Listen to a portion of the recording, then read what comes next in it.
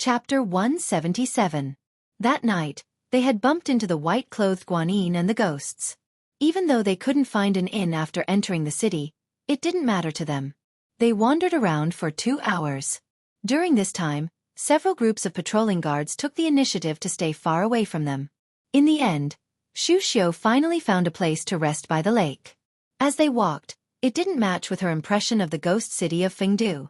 Inside Xianxia, it was quite beautiful and prosperous. It was far from being comparable to the cities of Beiliang. King of Jing and Zhao Hang had spent 20 years of effort in managing the place. The inn was next to one of the most famous lakes in the world, Skinny Goat Lake. This lake had 10 sceneries. The inn was truly close to the water. It was reasonable for His Royal Highness to take out a large amount of silver as a stepping stone. Su Fengnian didn't immediately rest after he checked in. Instead, he sat on the second floor by the window and asked Blue Bird to boil a pot of wine. The green and white luan that Lu Qiu had brewed fell to the window. Blue Bird opened the secret letter and handed it over.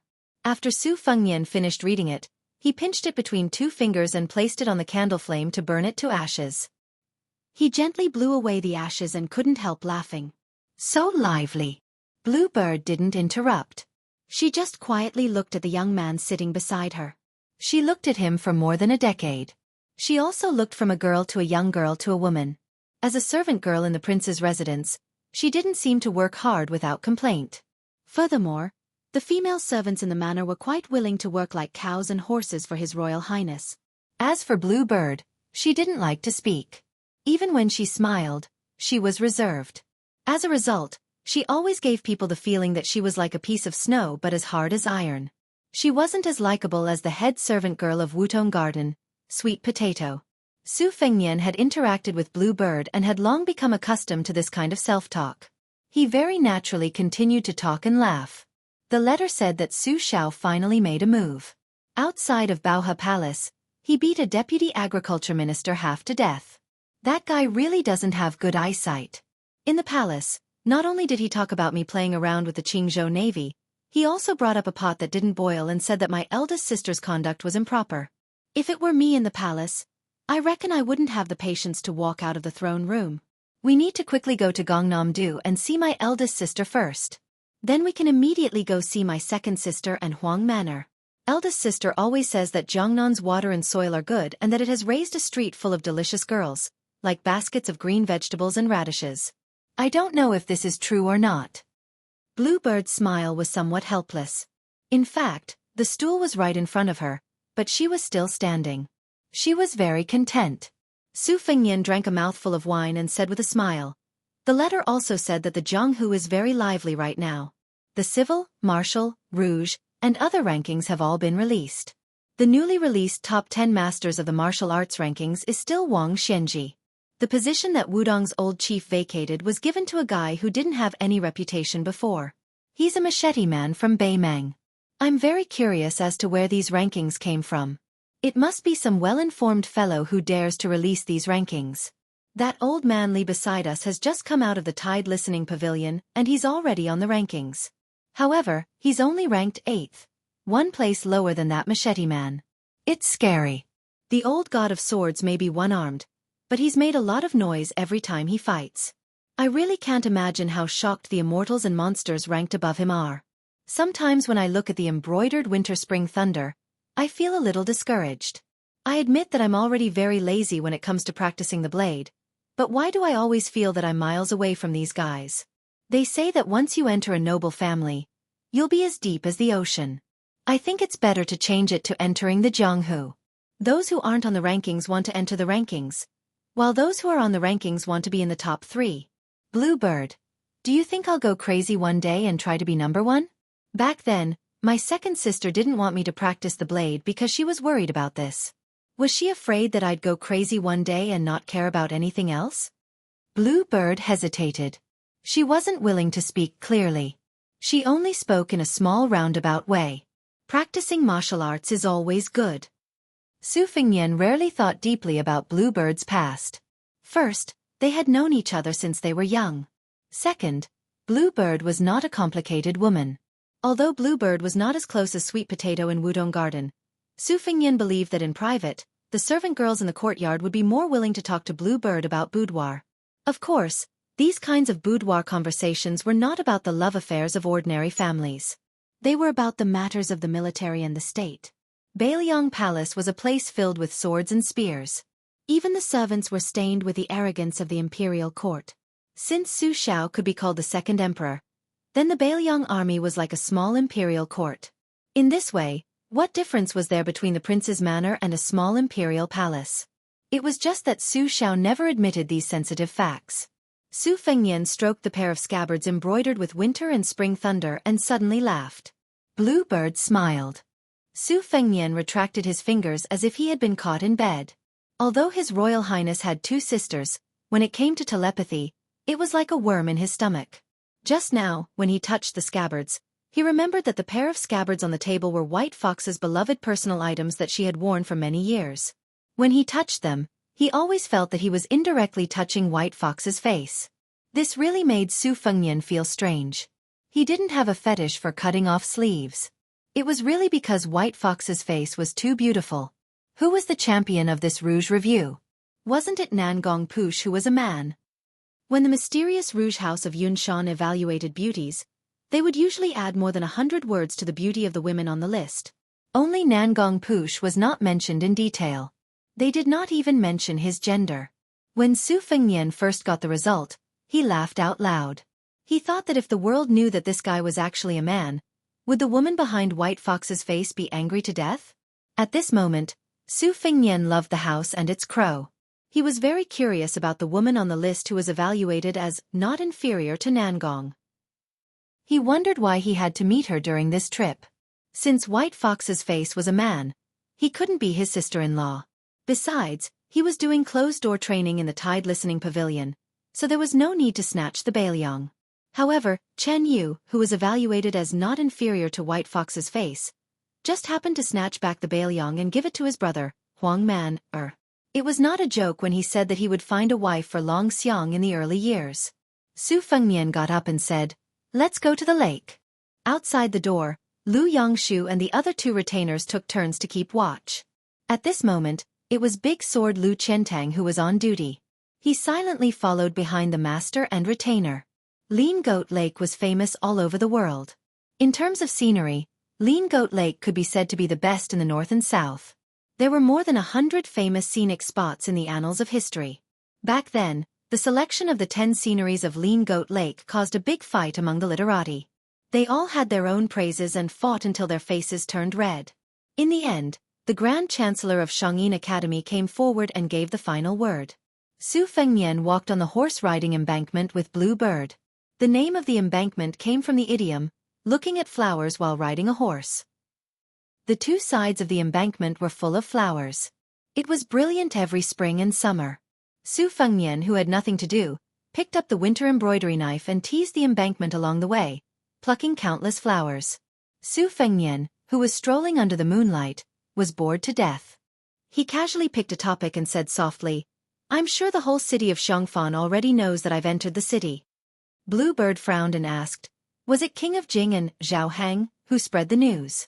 Is he trying to kill someone with a borrowed knife?" Chapter 178. Su Fengnian nodded and smiled.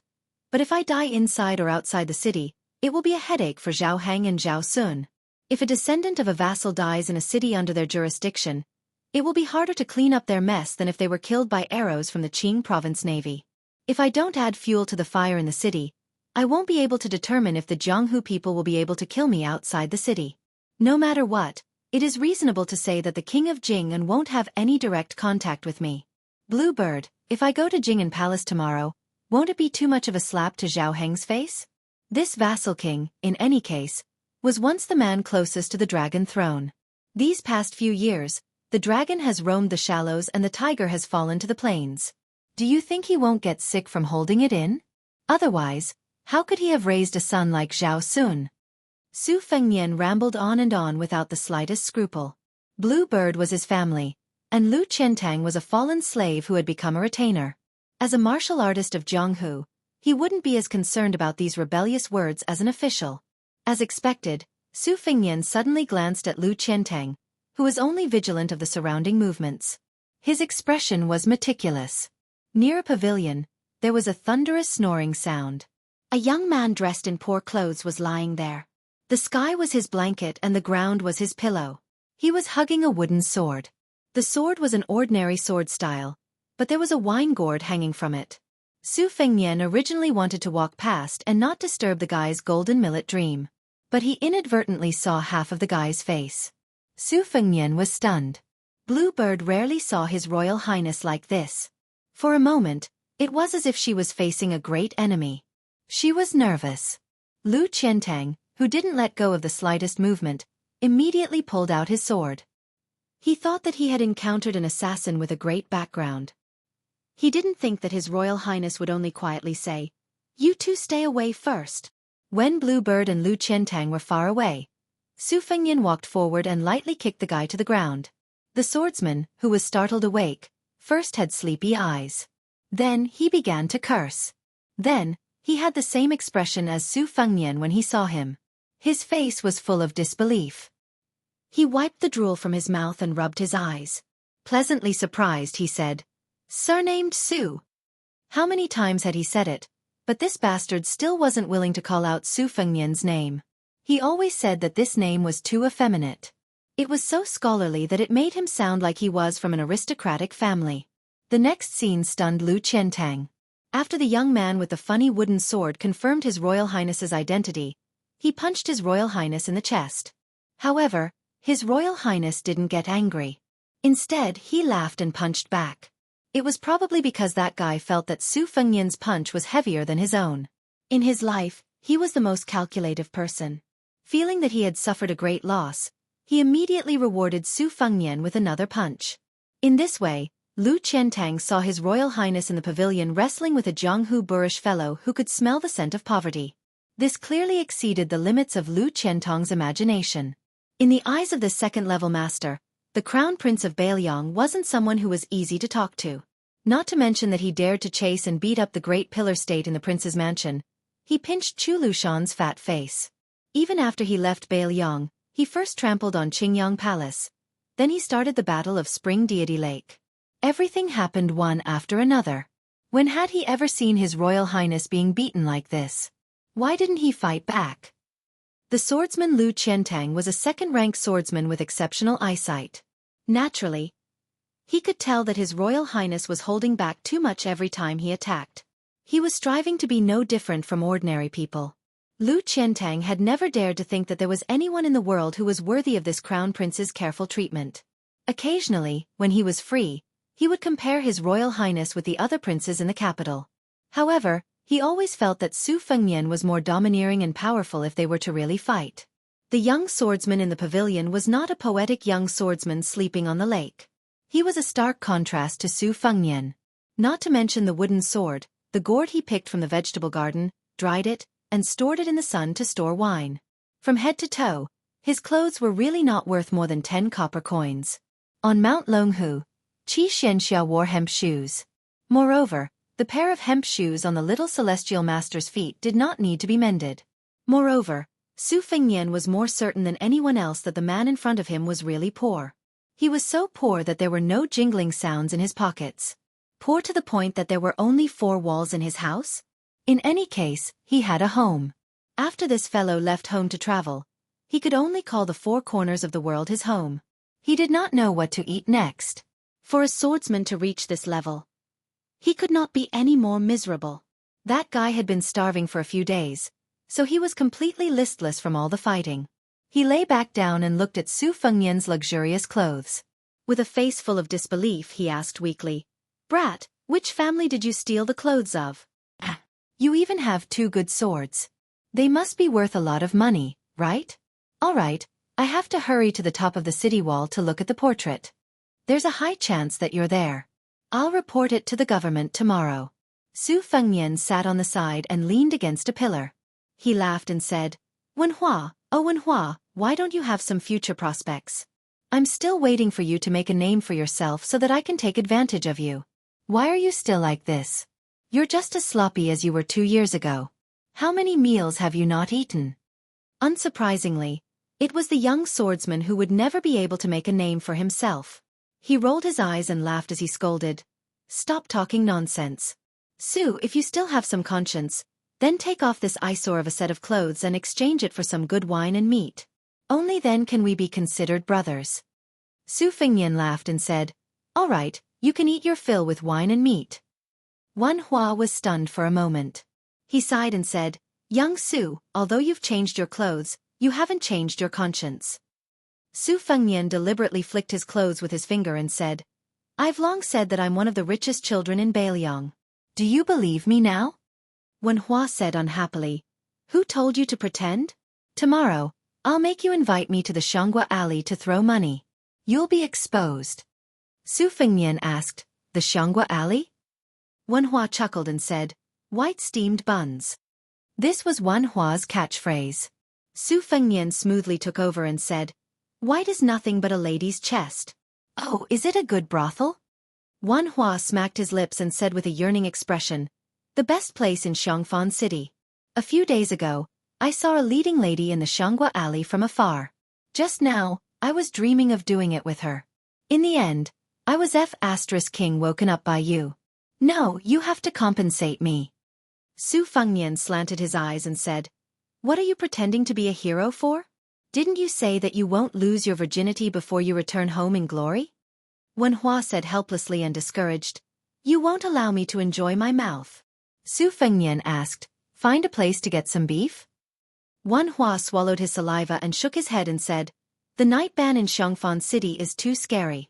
I can't tell if you're really wanted, or if you'll go out tomorrow to reward our internal organs.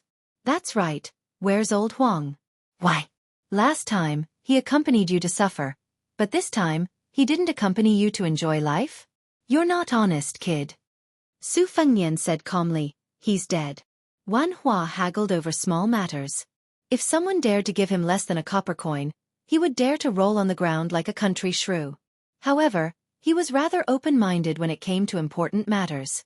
When he heard the news, he was only shocked and regretful for a moment.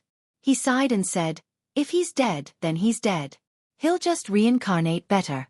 Where is he buried? If it's not too far, I'll burn incense and serve wine next Qingming festival. Old Huang was a good person. I don't care about other people's lives, but I still have to go to old Huang's grave.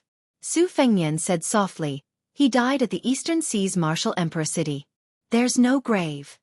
Wan Hua said in bewilderment, Why did he run to the Martial Emperor City? If I remember correctly, old Huang was from Western Shu?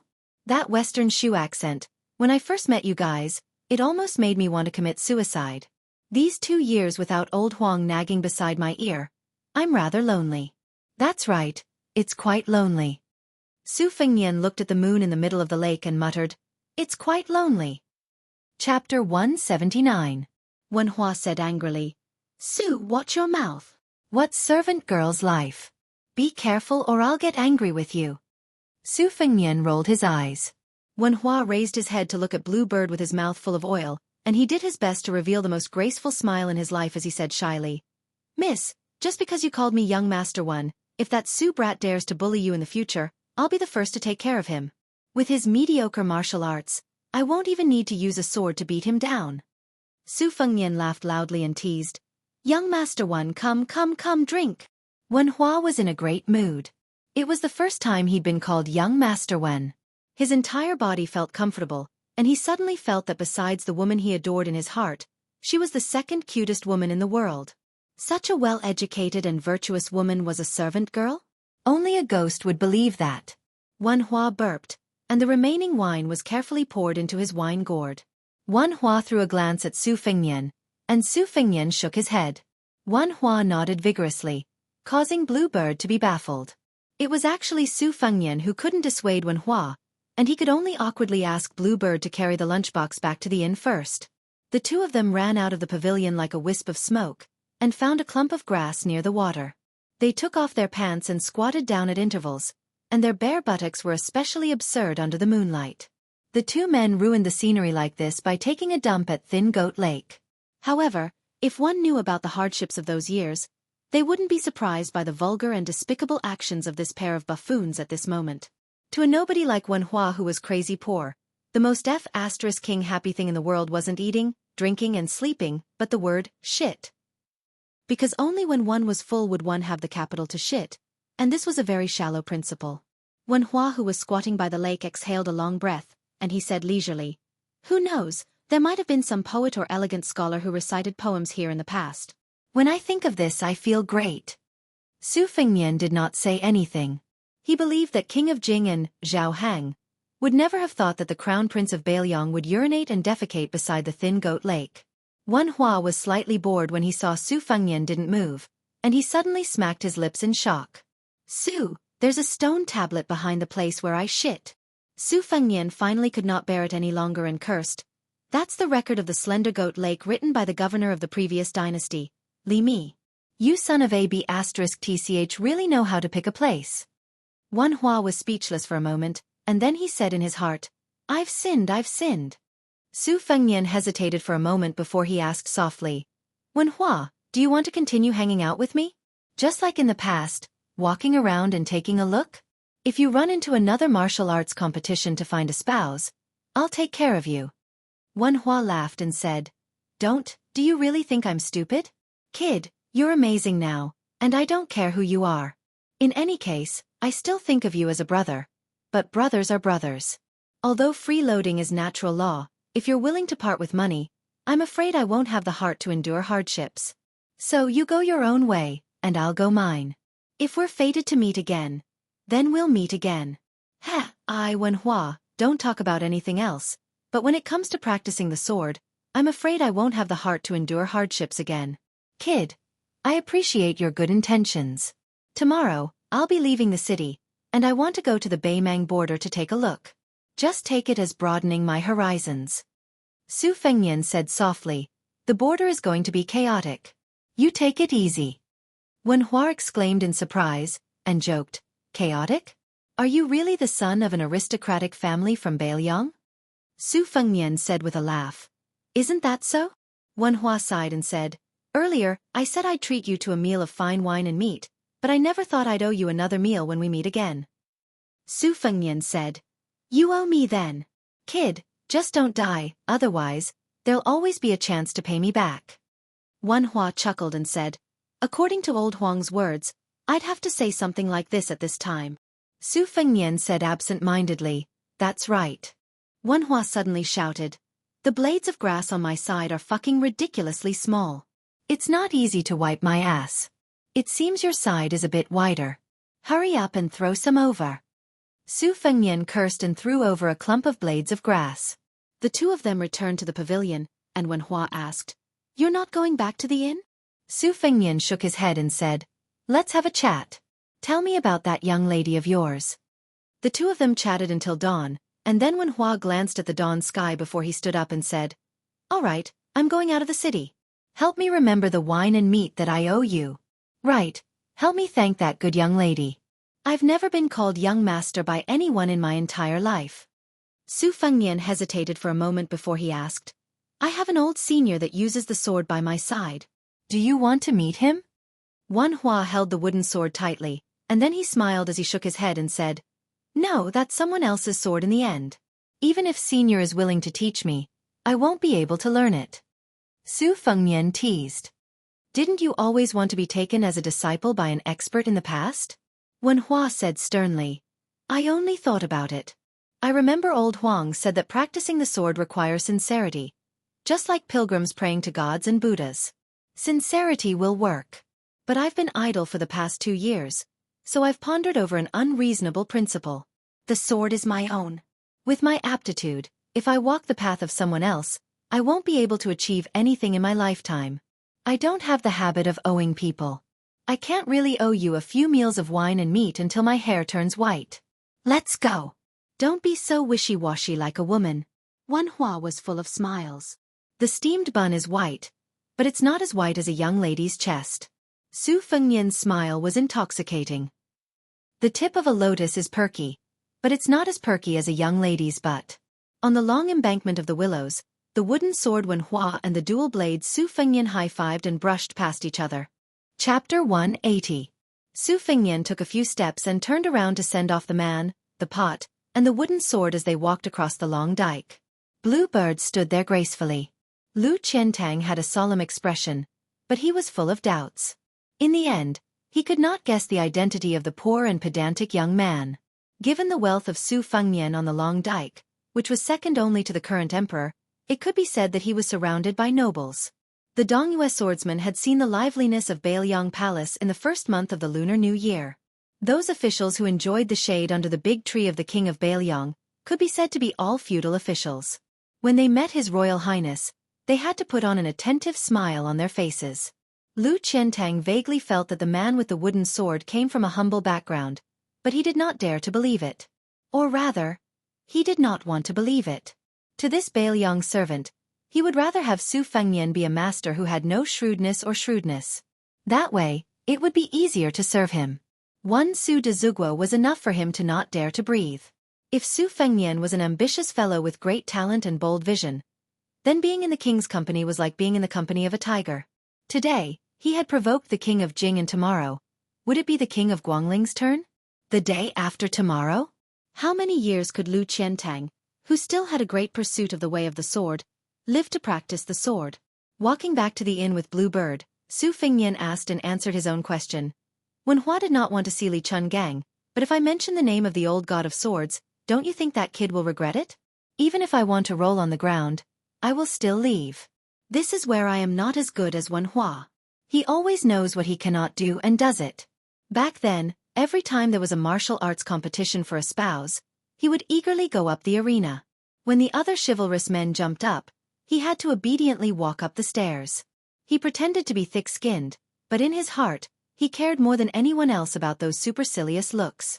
But no matter how many times he was beaten off the arena, he would still go up the stage whenever he had the chance, just to be able to exchange moves with others. But in the end, I did not see him return what he learned. Why bother? While he was talking to himself, Jiang and the old god of swords just happened to be out sightseeing at the Thin Goat Lake. Su Fengnian kindly threw a smile at them, but no one paid him any attention. After returning to the inn, Su Fengnian ate his breakfast and hid in his room to pick out the moves from the martial arts manuals in his mind. They were all the essence of the top-secret manuals, such as the Greenwater Pavilion Sword Training Manual and the Whale Killing Sword.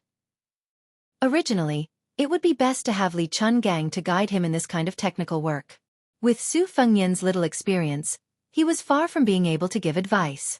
But even with his knees, he knew that the old god of swords, who dared to criticize the outline of 1,000 swords as worthless, would not even bother to move his mouth. Sigh, if only White Fox's face was by his side. However, on the ship, Li Chungang had taught Su Fengnian a mysterious way of flicking the sword. He explained the sword moves and sword aura in simple terms, which had already benefited Su Fengnian greatly. Originally, he was like an idiot who had a mountain of treasures in front of him. After picking and choosing, he finally knew what to do. Yu Yue carried Wu Mainyang and knocked on the door. After Blue Bird opened the door, she said that she wanted to go sightseeing. Su Fengnian did not stop her and instructed Xu Xiao and Lu Qiantang to be her attendants. When Yu Yue saw that Su Fengnian had no intention of going out, her expression became gloomy and her interest was somewhat reduced. Su Fengnian saw this and did not change his original intention. Jiang and I did not have time to study, so Su Fengnian had Blue Bird go to the bookcase and pick out a few secret manuals. Among them, there was a secret manual on spear techniques called Arm Sutra, which was rumored to be written by the horse racing spear Wu Kuang. The reason why Su Fengnian was particularly interested in it was because Li Chungang had occasionally mentioned it. The old sword god took a few glances and asserted that this book was a secret record of the spear immortal Wang Xiu's experience when he was young. However, after he became famous, he found it vulgar and refused to admit it.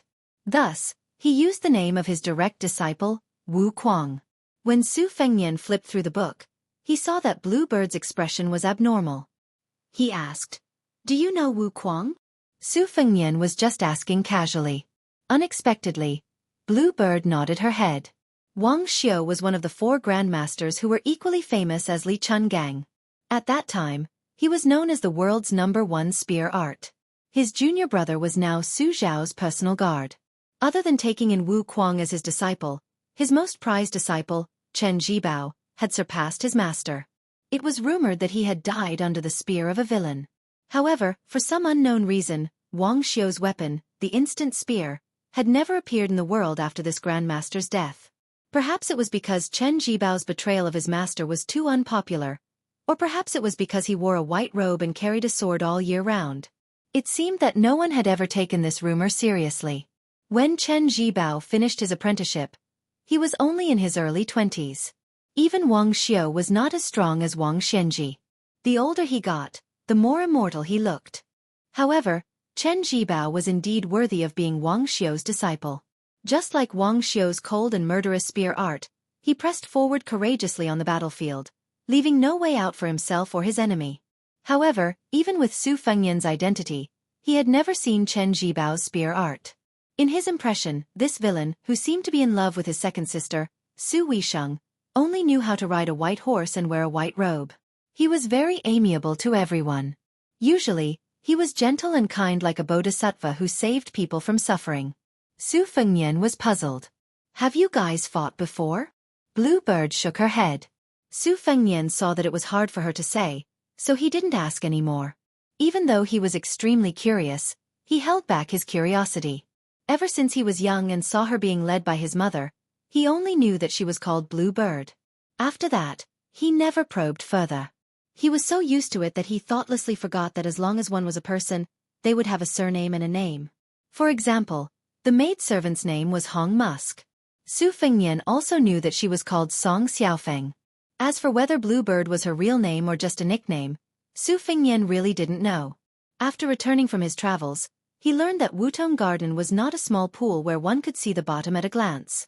The maidservants were not simple vases without any stories. However, when it came to Bluebird, Su Fengyan selfishly hoped that she was just Bluebird, the girl that his mother had brought over to be his childhood sweetheart. Chapter 181. Arm scripture implied that the spear in one's hand was the third arm. The spear techniques recorded in the book were exquisite and profound. Su Fengyan roughly picked out 3 moves and counted with his fingers. 16 moves had already been painstakingly scoured out by Su Fengyan from various secret martial arts manuals. Aunt Zhao, who was keeping a low profile in the Qingyang Palace, said that he wanted to achieve 50 moves that were unrivaled under the heavens. However, not to mention whether the moves that Su Fengyan picked out could be incorporated into the blade, just looking at the number, it was still far from 50 moves. Ever since Su Fengyan personally witnessed the old god of swords using the flick of fingers on the ship, he developed the unique habit of flick of fingers. His finger lightly flicked the cover of arm scripture, and he gathered the 16 moves that could save his life in his mind. When he arrived in front of Xiangfan City, the Great Yellow Court that was as deep as the sea and as inexhaustible as the Great Yellow Court was only at the second-floor realm. He could probably break 6 armors with one strike. However, the Dharma King of the Red Sect, who looked like a white-clothed guanyin, could see through 3 floors with one strike. Su Fengyan had weighed it and found that it was not a problem for him to break 9 armors with one strike. Even though it was only an increase of 3 armors, it was still a huge improvement. The most important thing was that when he used the Spring Thunderblade again, there was no stagnation like before. His right hand used the embroidery of winter, while his left hand used the Spring Thunderblade with the gravity of spring thunder. His techniques were completely different. This was where Su Fengyan's confidence in his 50 moves came from. In addition to the set of fist techniques of the bull riding Hong Shixiang and the wonderful deed of thorough comprehension, Su Fengyan was not so frightened by the old god of swords' few strikes that he did not dare to practice the blade. At noon, when they ate downstairs at the inn, they were all talking loudly and spitting saliva everywhere. Ginger listened with great interest. The old god of swords, who was wrapped in a smelly sheepskin fur coat, rolled his eyes and put one leg on the bench. He chewed on meat while picking his ear wax. The appearance of the civil and martial evaluations and the rouge evaluations was the most sensational event in the scholarly world in Jianghu.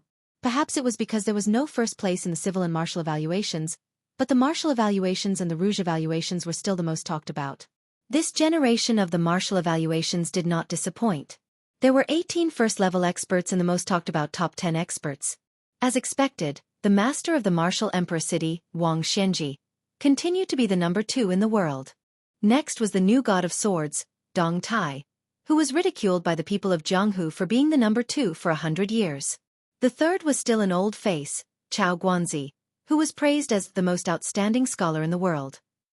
Along with this came another big piece of news. Wang Mao, who occupied the 4th place, was ashamed to be ranked behind Chao Guanzi but was ashamed to be ranked ahead of Bei Meng, who was ranked 7th. Hong Jingyan, who was ranked 1st on the martial evaluations, was immediately pushed to the heart of the storm. He and the god of swords, Li Chungang, became the hottest topic of the day. In the martial evaluations, which did not only look at the level of martial arts but also the level of talent, there was an extremely interesting saying. It could be summarized as Guanyin, Guanyin, Zhenguan, South Lu Zuzu, and North Shenwu. Of the 4, Su Fengnian had already met 3 of them.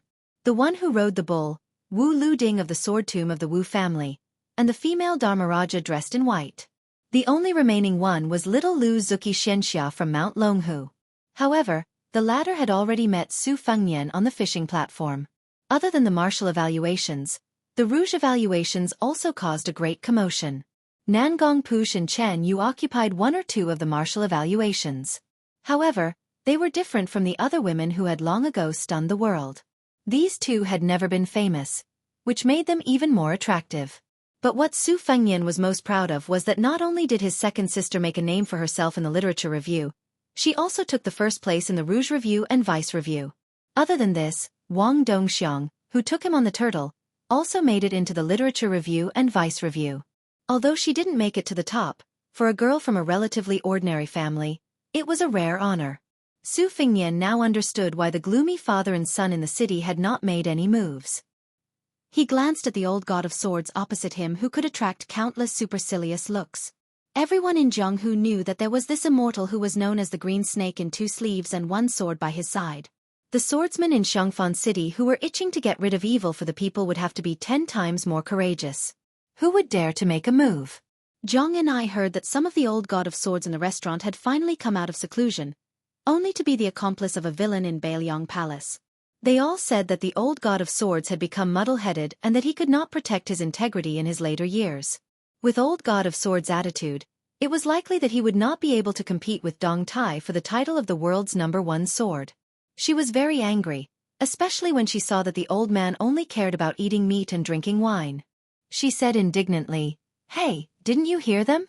They're all talking bad about you." Old man Li said cheerfully, "I heard them. This old man is not deaf." Jiang and I was probably angry that he did not fight back. She put down her chopsticks and stretched out her small hand. She said angrily, "Give me back the talisman."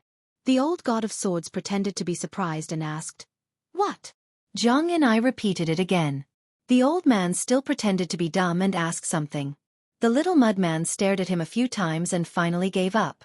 She completely ignored this old man who could clearly split the river with 1 sword and let others talk bad about him. Su Fengnian was not amused by her childish behavior and laughed out loud. Jiang and I heard it and angrily said, "What are you laughing at?" "I'm not going to study today." Su Fengnian smiled and said, "If you don't laugh, then don't laugh. Let me talk to you. What kind of status does old god of swords Li have? Do you need to lower yourself to the same level as these short-sighted people? You can't let the old god of swords, the 8th master in the world, fight with these people, right?" Jiang and I snorted coldly and said, "Only the 8th. Su Fengnian used his chopsticks and pretended to hit Jiang and I. In the end, he did not really do it. Old man Li rubbed his chin and said, "Indeed, only the 8th.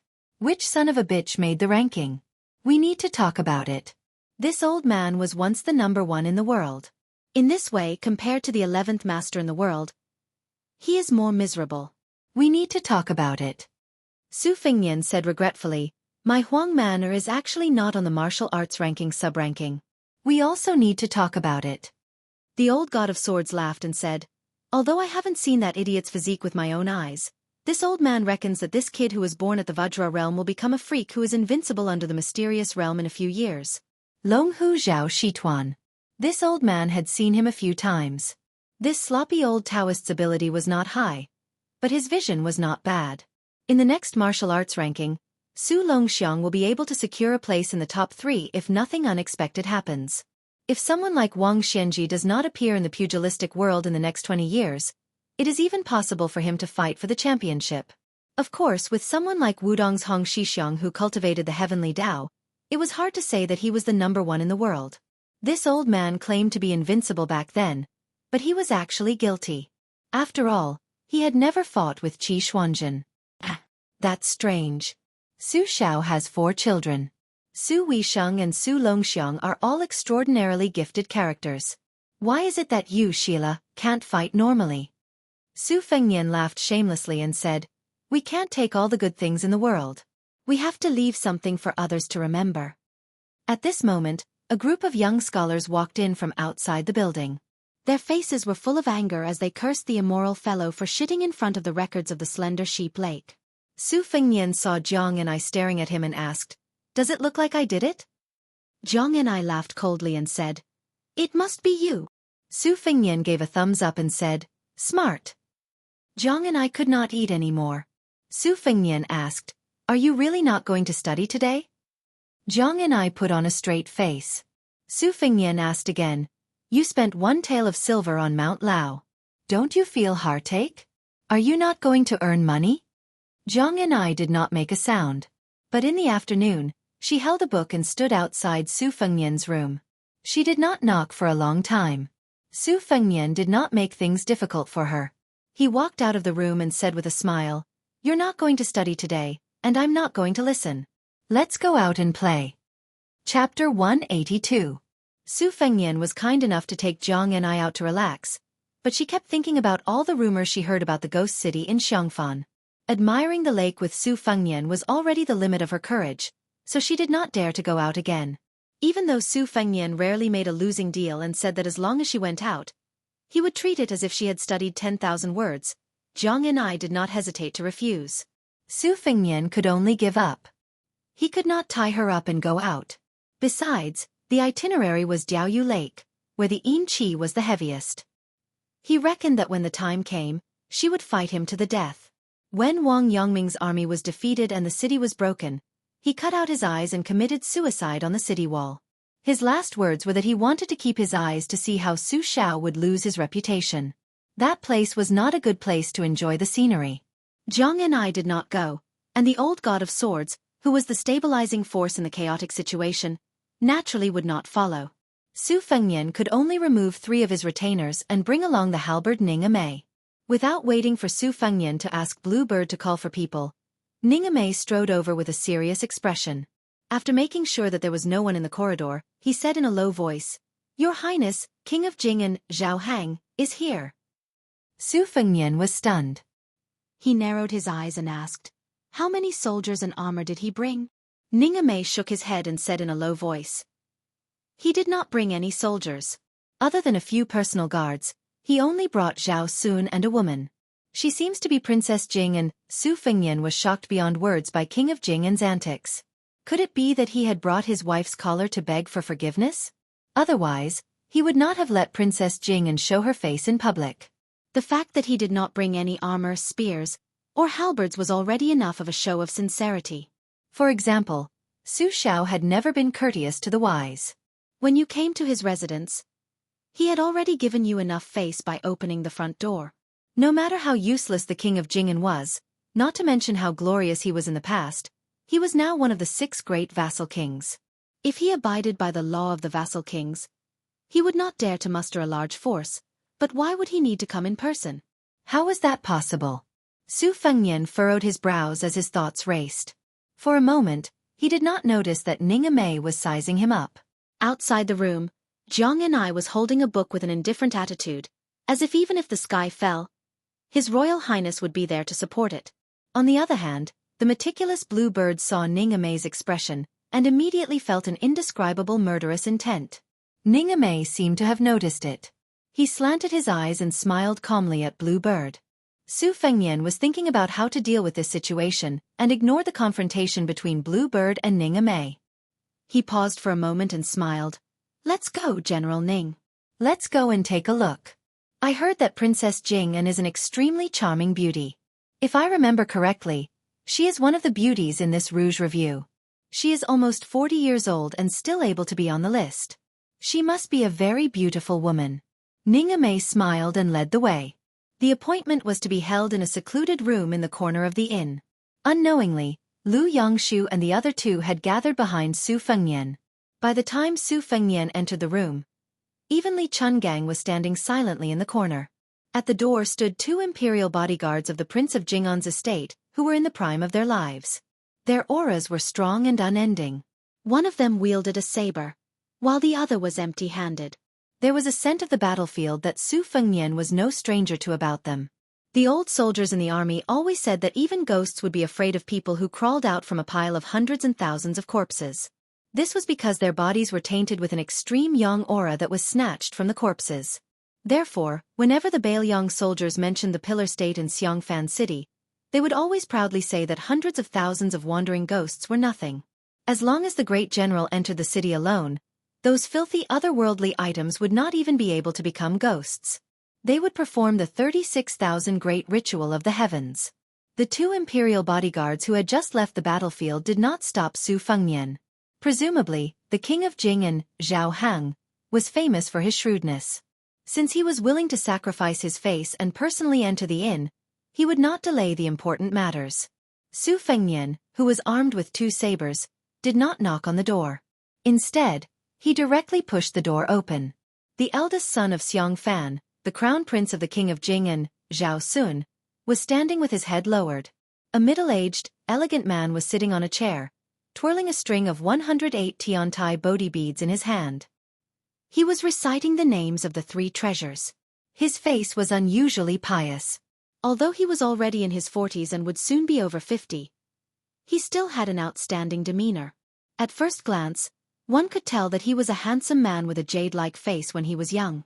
According to the unofficial history, the king of Jing was most favored by the Empress Dowager and was given the nickname Tan Lang because Zhao Hang had been handsome since he was a child. In addition, he was pure filial and docile, so he was able to enjoy the Empress Dowager's love among the princes. After he was crowned, he became even more outstanding and elegant. According to the official history, the sixth prince was good at riding and shooting. He held a long spear in his hand and rode a horse. It was enough to show that Zhao Hang was unparalleled in the past. However, after Su Fengnian entered the inn, he did not go to see Zhao Sun or the king of Vassal who had failed at the last step.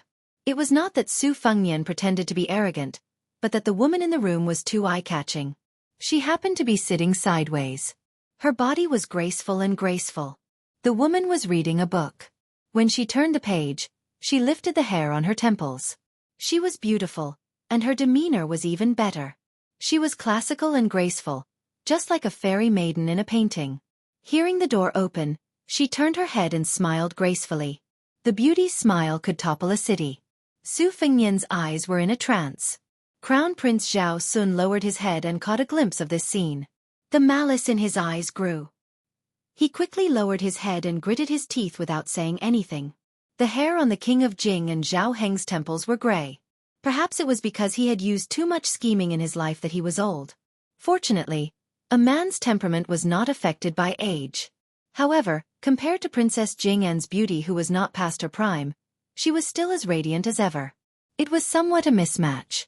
They were already 10 years apart, and now this old man looked even more like a young wife. The world only knew that the princess came from a noble family in the spring and autumn period. Her father was Pei Kai, the most knowledgeable scholar in Western Shu. He was known as Pei Huang Lao. He was famous for being weak, and was especially proficient in the Lao and Yi. He was above the secular world and was fully deserving of the title of a great scholar of the classics. The Pei family withered during the unjust war of the spring and autumn period. Pei Kai died for his country, leaving behind only an orphan. The orphan of the fallen country married into a noble family. A beauty matched with a noble.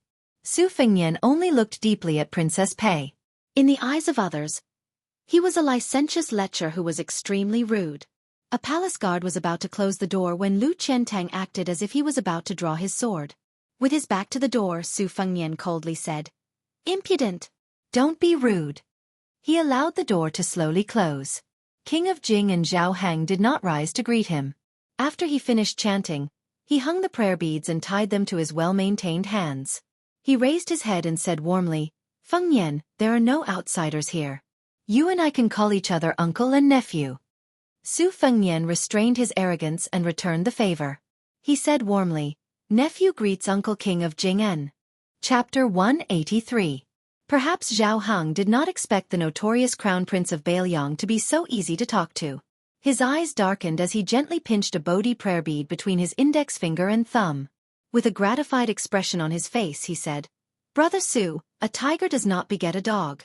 Back then, I could not compare to him in terms of horsemanship and had no choice but to lose to him in every aspect. It was inevitable that I was unconvinced and thought that I had to make up for it somehow.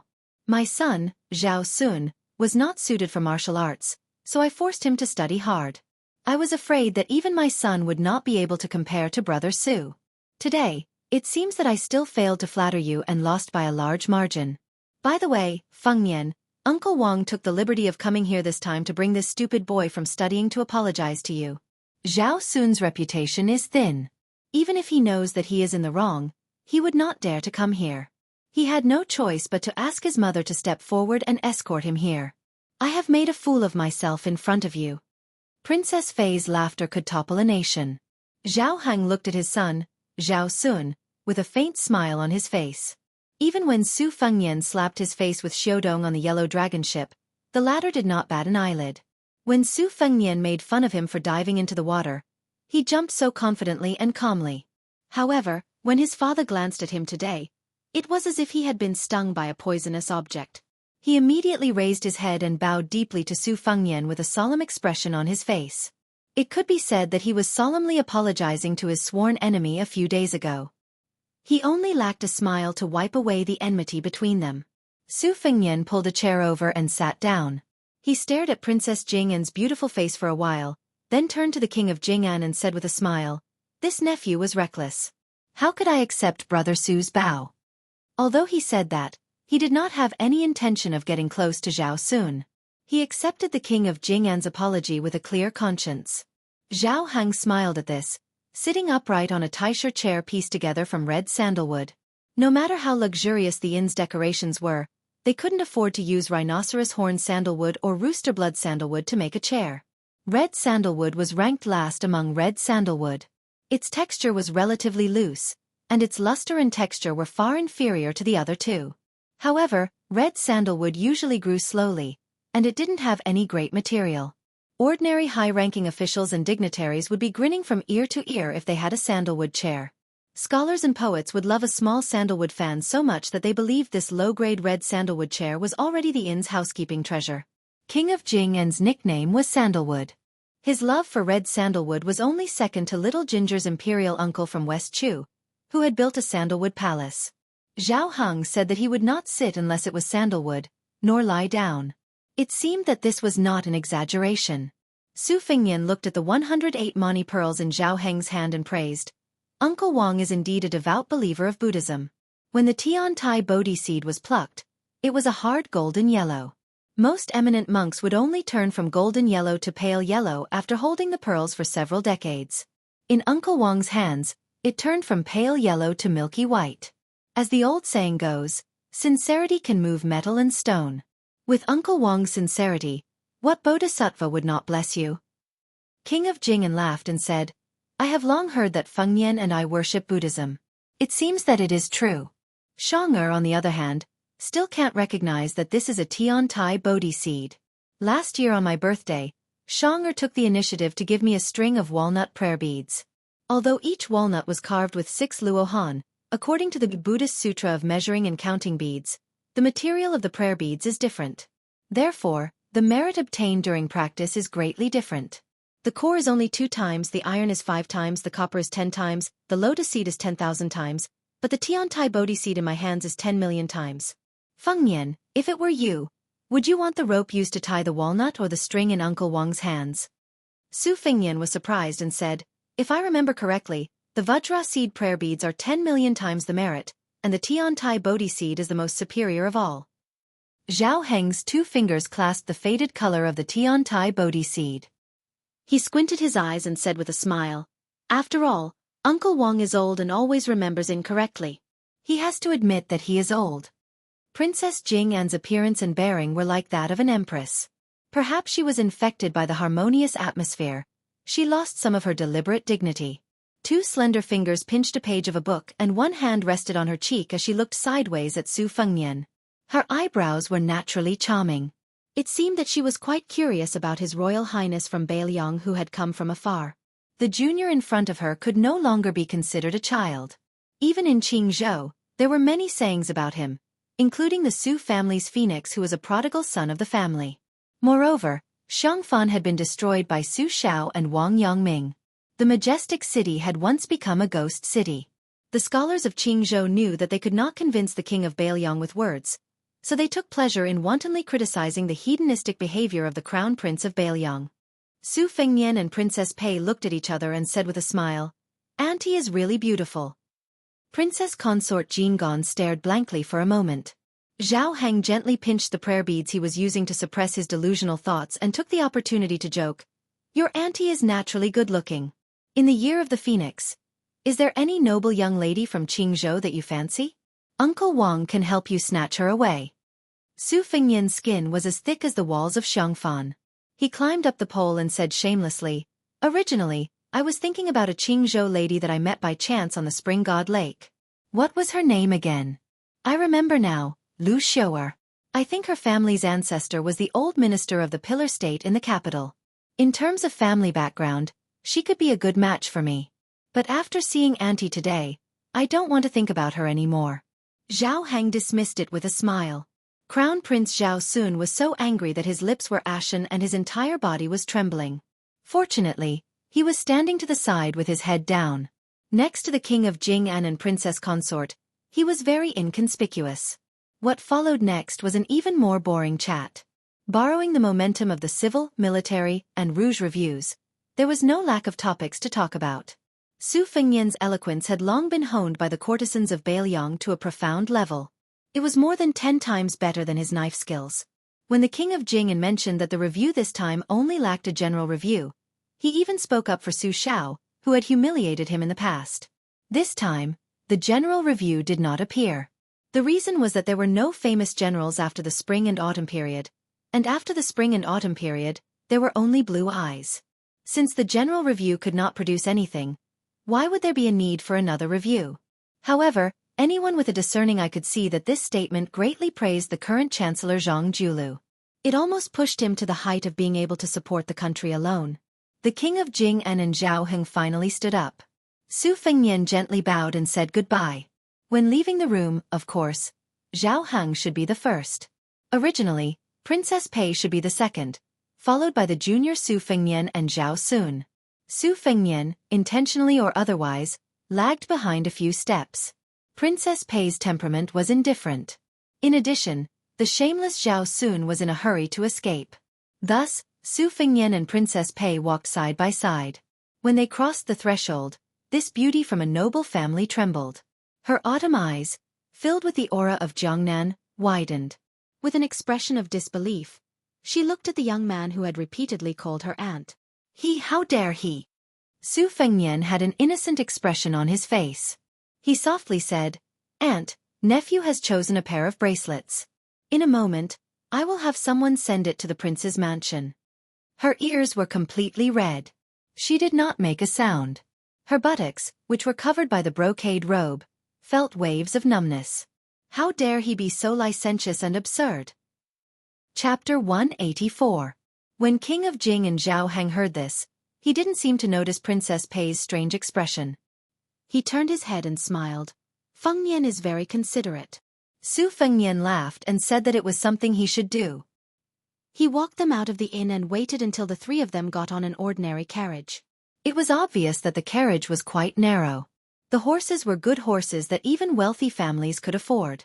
Other than the two strong and sturdy attendants and bodyguards, everything was quite plain.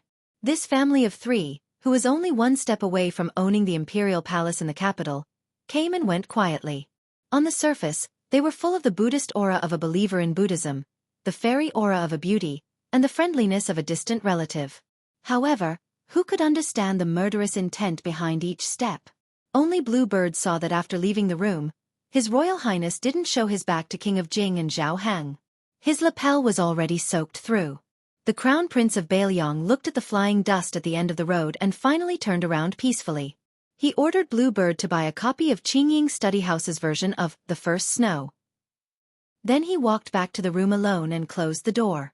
He sat on the chair that was still warm and let out a long breath. He looked at the sandalwood chair and murmured, "In just a few hours, Zhao Heng has already pinched the prayer beads 4 times. Su Xiao was right. This sanctimonious king of Jing and is as vicious as a woman. Zhao Heng probably doesn't know that I have long known about his secret habit of killing people with each pinch of the prayer beads. The first pinch of the Bodhi beads was because he was surprised that I wasn't as rebellious as the rumors said. He began to suspect that my absurd behavior in Bailiang over the years was because I was pretending to be stupid. Secondly, he was angry that this Shixi's memory was not bad. He clearly remembered what was written in the Buddhist Sutra of measuring pearls and counting pearls' merit and virtue. He was able to see through his deliberate mistakes. The third pinch was to abhor my undisguised desire for Princess Pei. As for the last pinch, it was interesting. He actually crushed a Tiantai Bodhi seed that was as hard as gold and stone. I originally thought that he was going to shed all pretenses of cordiality, but I didn't expect that Zhao Sun's mental fortitude was already so good. This old man is even more experienced and ruthless. It seems that after pretending to cultivate and pray to Buddha for several decades, there are some results. In terms of acting skills, he is indeed better than me. Su Fengnian's words were teasing, but his tone was terrifyingly gloomy. He shook his uncomfortable clothes and leaned against the chair, repeating scene after scene in his mind. He recalled every detail of King of Jing'an's movements, Princess Pei's subtle frowning and relaxing, Zhao Sun's slight raising and lowering of his head. Finally, Blue Bird entered the room with a set of Wang Dongxiang's The First Snow. Su Fengnian took the book, narrowed his eyes, and stood up to change his position. He sat on the chair that Princess Pei had sat on. With a hoodlum smile on his face, he raised his hand and clenched his 5 fingers. He changed his face into a mask and said in an intoxicated manner, "Comfortable. The tip of the lotus flower is raised, but it can't be higher than Xiaonyang's butt." Even though Wen Hua's words are crude, he directly said the great principle that scholars have to spend a lot of money to buy. Blue Bird was confused. She did not see the unrestrained undercurrent at the door. She reckoned that Su Xiao was the only one in the world who dared to think deeply about Su Fengnian's daring feat. Su Fengnian pondered for a moment, then took out one of the books, The First Snow, printed by Qingying's study room, and flipped through a few pages. If King of Jing'an and Princess Pei were present, they would definitely be shocked by the amazing memory of this nephew of Bailiang. He remembered that in the Sutra of Buddhist Studies and Counting of Beads, the multiplier of the merit of prayer beads was nothing. This was because the pages that Su Fengnian flipped through were exactly the same as the pages that Princess Pei had skipped through several times. Thinking about the subtle changes in Princess Jing'an's expression every time, Su Fengnian lowered his head to look at the contents of the book. With a strange smile he said, "This beautiful auntie does not seem like a woman who is soft on the outside but strong on the inside. Pei Kai, who was born in a rich and powerful family, is an unyielding literary hero. How could he train such a weak and delicate daughter? Compared to the women of Qingzhou who like to fight and scheme the most, she could be said to be a weirdo. I reckon that if this auntie was not so beautiful, she would not have been able to sit firmly in the position of Princess Consort of Jing'an Palace. Previously, I heard that little girl Lu Xiu'er said that Princess Pei had caused the death of Zhao Sun's mother to be able to sit as the Princess Consort, and I believed it to be true. This little girl's skin has done a lot of harm. The next time I see her, I won't just touch her small hands and waist." Su Fengnian asked, "Blue Bird, where is the sandalwood box that I asked Wang Linquan to buy on Mount Lao? Go get it." Blue Bird quietly left and returned. Su Fengnian opened the exquisitely crafted sandalwood box. Inside, there was a string of prayer beads that were rarely seen in the dynasty. The material used was called Pa Luo Zi in the western regions, and the people of the Central Plains were used to call it Crown Prince. This kind of prayer beads would not be cold in the winter, and would not be stained with sweat in the summer. The Crown Prince was strung together in a circle, and had a very artistic name, Satisfaction. It was a wonderful object that could not be bought with money. No matter who it was given to, it would not be degraded. If it was given to someone who believed in Buddhism, it was even better. Su Fengnian's original intention was to test the king of Jing'an fiercely when he arrived at Xiangfan. If they could coexist peacefully, he would give this precious bracelet to him. If they turned against each other, he would keep it for himself and give it to Miss Li, who had lived in the temple since she was young. That way, it would be more agreeable to her. It was just that in the time it took for a spark to fly off a piece of flint, Su Fengnian was worried that the king of Jing'an would see through the truth. He did not want to give Zhao Sun the impression that he was a cultured person on the outside, but a scheming person on the inside. Therefore by chance he came up with that stroke of genius. TSK. TSK. TSK. That feeling was superb. Su Fengnian closed the First Snow in the East Wing book, which had won the title of The First Snow in the East Wing. He said, in a moment, have Ningame deliver this sandalwood box to the Jing'an Palace. Tell him to give it to Princess Pei. I don't believe that the king of Jing'an, this 1,000-year coward, can continue to endure at home. If you make me unhappy, I will set your house on fire. Bluebird softly agreed. Su Fengnian suddenly asked, Bluebird, if I say that bastard Zhao Sun has some kind of abnormal fantasy about Princess Pei, would you believe me? Bluebird calmly said, I believe you. Su Fengnian laughed coldly and said, this family looks like a group of harmonious people, but turns out it's just a facade. So what if Zhao Sun has pinched the prayer beads 1,000,000 times? Holding the prayer beads in one's hand can increase one's concentration and wisdom. Su Xiao has already made it clear that he is too smart for his own good. Those who achieve great things must not use petty tricks and cleverness. Zhao Sun is a person who cannot let go of anything. If he is willing to let go of something, if he is unwilling to let go, how can he gain anything? Chapter 185. Su Fengnian laughed and said self-deprecatingly, it seems like I'm a coward who was scared out of my wits. I don't have the right to criticize someone as ambitious as Zhao Hang. The king of Jing. And Bluebird smiled and shook her head. Zhao Hang has already lost the first move in his discussion with your highness. Su Fengnian smiled and said, don't flatter me. The reason why I was able to win by a fluke was because Su Xiao set up the most domineering first move for me. It wasn't my true ability. Humph. I'm still so useless today. It's all because Bluebird and you girls flatter me. Go serve tea as punishment. Bluebird smiled and remembered something. Her expression turned cold as she said, Ningame was disrespectful towards King of Jing'an's visit. He wanted to see how your highness would respond. Su Fengnian waved his hand and said, it's reasonable. Ningame is a brave warrior who can wield a heavy halberd weighing 70 to 80 kilograms. How could he be willing to risk his life for others? Speaking of which, if he kowtowed to me as soon as he saw me, I would suspect that he was a traitorous fence-sitter. Don't mind this small matter. Otherwise, Ningame will laugh at me and look down on me even more. Su Fengnian continued, in the past, when I heard Su Xiao talk about his experiences, I didn't take it to heart. Now that I look back, I understand a little. Killing an enemy on horseback is all about risking your life. If you win, you're the boss. If you lose, you're the grandson. It's clear. What a headache. No wonder Su Xiao said that scholars were the most ruthless and merciless when killing other scholars. Zhao Heng is one of the most sinister people. Sure enough, to practice the saber, you need to personally fight with the enemy. To develop shrewdness, you need to fight with masters like King of Jing and to gain experience. I don't feel bad about giving you a string of satisfaction worth thousands of gold. Bluebird took the sandalwood box and left the room, gently closing the door behind her. Su Fengnian took the time to quickly read the last book, The First Snow. Every word was like a gem. He really couldn't understand how a 16-year-old girl could write such a vivid essay. It wasn't an exaggeration to say that her writing was ingenious. Last time when his elder sister went back to Bailiang, he always heard her sigh that she wished the world could have another snow. At that time, he only felt that his elder sister was too sentimental. Now that he flipped to the end, he saw that the ground was covered in snow, and the tragic ending was a clean death. He felt both heartache and peace of mind. It was as if not dying was a failure, and only death was a real life. In the past, Su Fengnian didn't have such a state of mind.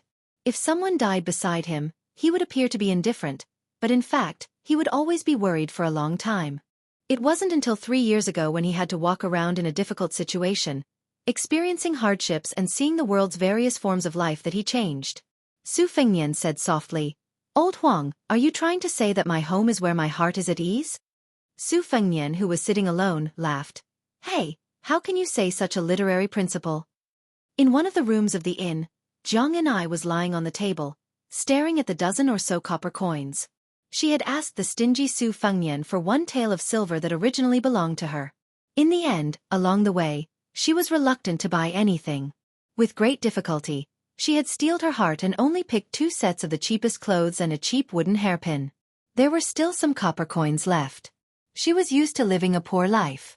The little clay figurine seemed to have long forgotten the noble demeanor of growing up in the imperial family when she was young.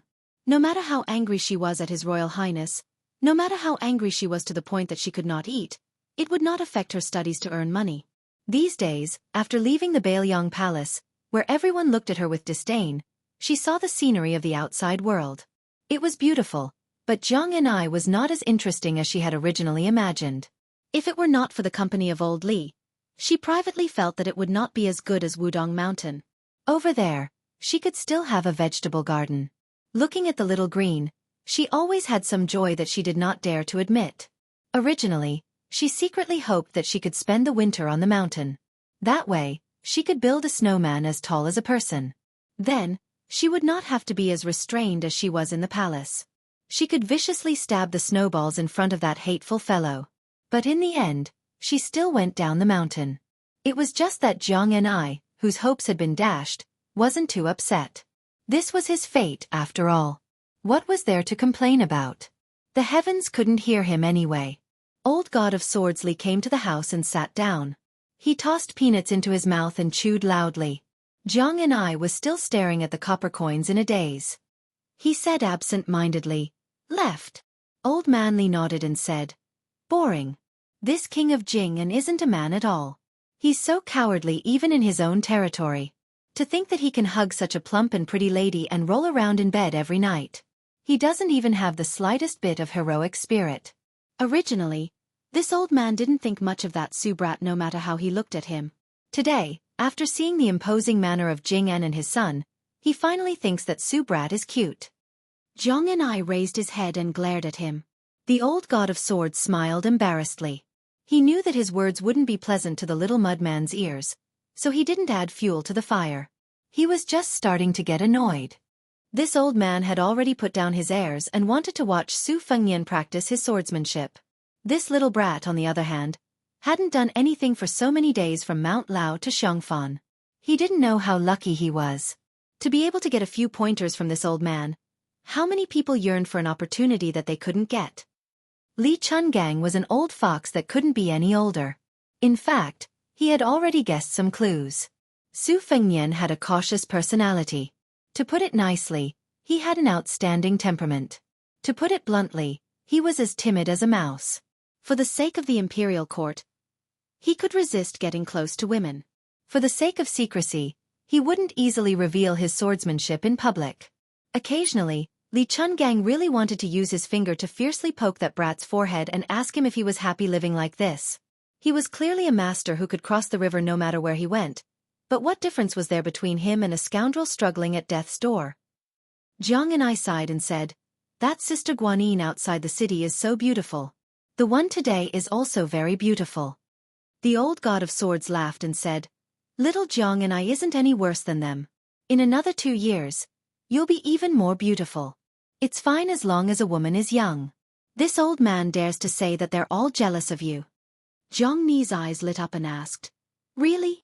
The old man rolled his eyes and said, "Why would this old man lie to you?"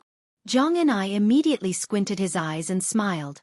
The 2 little dimples on his cheeks made even the old God of Swords want to go drink. The old man was somewhat helpless. Xianxia carefully put away the copper coins like a miser. He jogged to the bookcase and picked up a secret manual. Fine, he was obediently reading and earning money again. As a result, the old God of Swords felt even more helpless. Chapter 186. The carriage coming out of Jing Palace looked simple and crude, but in fact, it was a world of its own. The interior walls were made of high-quality sandalwood, and there was a gold-plated sandalwood incense burner with a fine jade base. After Princess Pei boarded the carriage, she placed the book, The First Snow, on the table, crossed her legs, and rested her plump buttocks on them. She skillfully reached out to burn the sandalwood incense. The king of Jing and Zhao Hang, and the crown prince, Zhao Sun, sat facing each other. Zhao Hang closed his eyes and turned the prayer beads that only had 107 Bodhi seeds left. No matter how important the matter was, the king of Jing and would always finish chanting before opening his eyes. Even though he knew that his father was meditating like an old monk, Zhao Sun still only dared to glance at his nominal mother out of the corner of his eye. After a complicated glance, he looked away and did not dare to look again. The king of Jing and chanted hundreds and thousands of times. When he opened his eyes, they were already near the palace. He said calmly, "Xianxia, do you know your mistake?" Zhao Sun, who was sitting upright and still, said guiltily, "I know my mistake." Zhao Heng did not pursue the matter. He lifted the curtain and looked out of the carriage. He said indifferently, "I can't see through that child. It's all because of this king's superfluous actions that he made a wrong move." At this point, the king of Jing'an's face darkened. He glanced at the submissive Princess Pei. Seeing that she did not respond like a marionette, he became more and more annoyed. He clenched the prayer beads, took a deep breath, and turned to Zhao Sun. He said, "At the Spring Lake, you wanted to take advantage of the chaos to kill him and shift the blame to the descendants of the Green faction. You had the idea, but you are still not good enough to judge the situation. Who is Su Fengnian? Lame Su is counting on him to carry Beiliang for the rest of his life. Did you really think that a few slaves, Ning Mei, and 100 cavalry would be enough? You are underestimating Jianghu. Without that old warrior surnamed Li, Su Fengnian would have died many times over." Zhao Sun lowered his head and said, "Father is right." Zhao Heng frowned, suppressing the irritation in his heart that could not be overcome no matter how much he chanted. He waved his hand to disperse some sandalwood that smelled too much as bad as not enough. Slowly, he said in a low voice, "The capital is very lively. Lame Su is most likely about to fulfill his wish and obtain a hereditary title for his son. However, it is highly likely that he will not be able to keep the title of Pillar of the State. Not only that, Gu Zhentong's journey north to the two Liao provinces was originally because that person in the imperial palace forced Lame Su to declare his position. Beiliang's 300,000 iron cavalry's foundation in the two Liao provinces. Lame Su will have to obediently uproot it himself. Beiliang still appears to be impregnable, and Zhang Baiyan may withdraw when he sees the opportunity. However, the remnants of the fallen state will probably make a move to beat a drowning dog. I just don't know how much of Lame Su's flesh will be bitten off in this dog-eat-dog show. These old dogs, who are #1 in the world in fishing for fame and reputation, only have this much prospects and use." When Zhao Sun heard his father's harsh evaluation of the old officials in the hall as a bunch of old dogs, he naturally smiled contemptuously. Only then did he recover the bearing of a vassal king and his royal highness should have. The dynasty originally had 13 provinces. Although they were now living in harmony with the people of 17 provinces of the 8 kingdoms of spring and autumn, how could they not have a natural sense of superiority in their hearts? If the common people were like this, then Zhao Sun and this small group of top-notch royal family members who rightfully regarded the whole world as their own private property. Furthermore, of the 6 vassal kings including Zhao Heng, except for the most useless Duke of Huainan, the rest had all participated in the War of Spring and Autumn. Each of them had their own military exploits.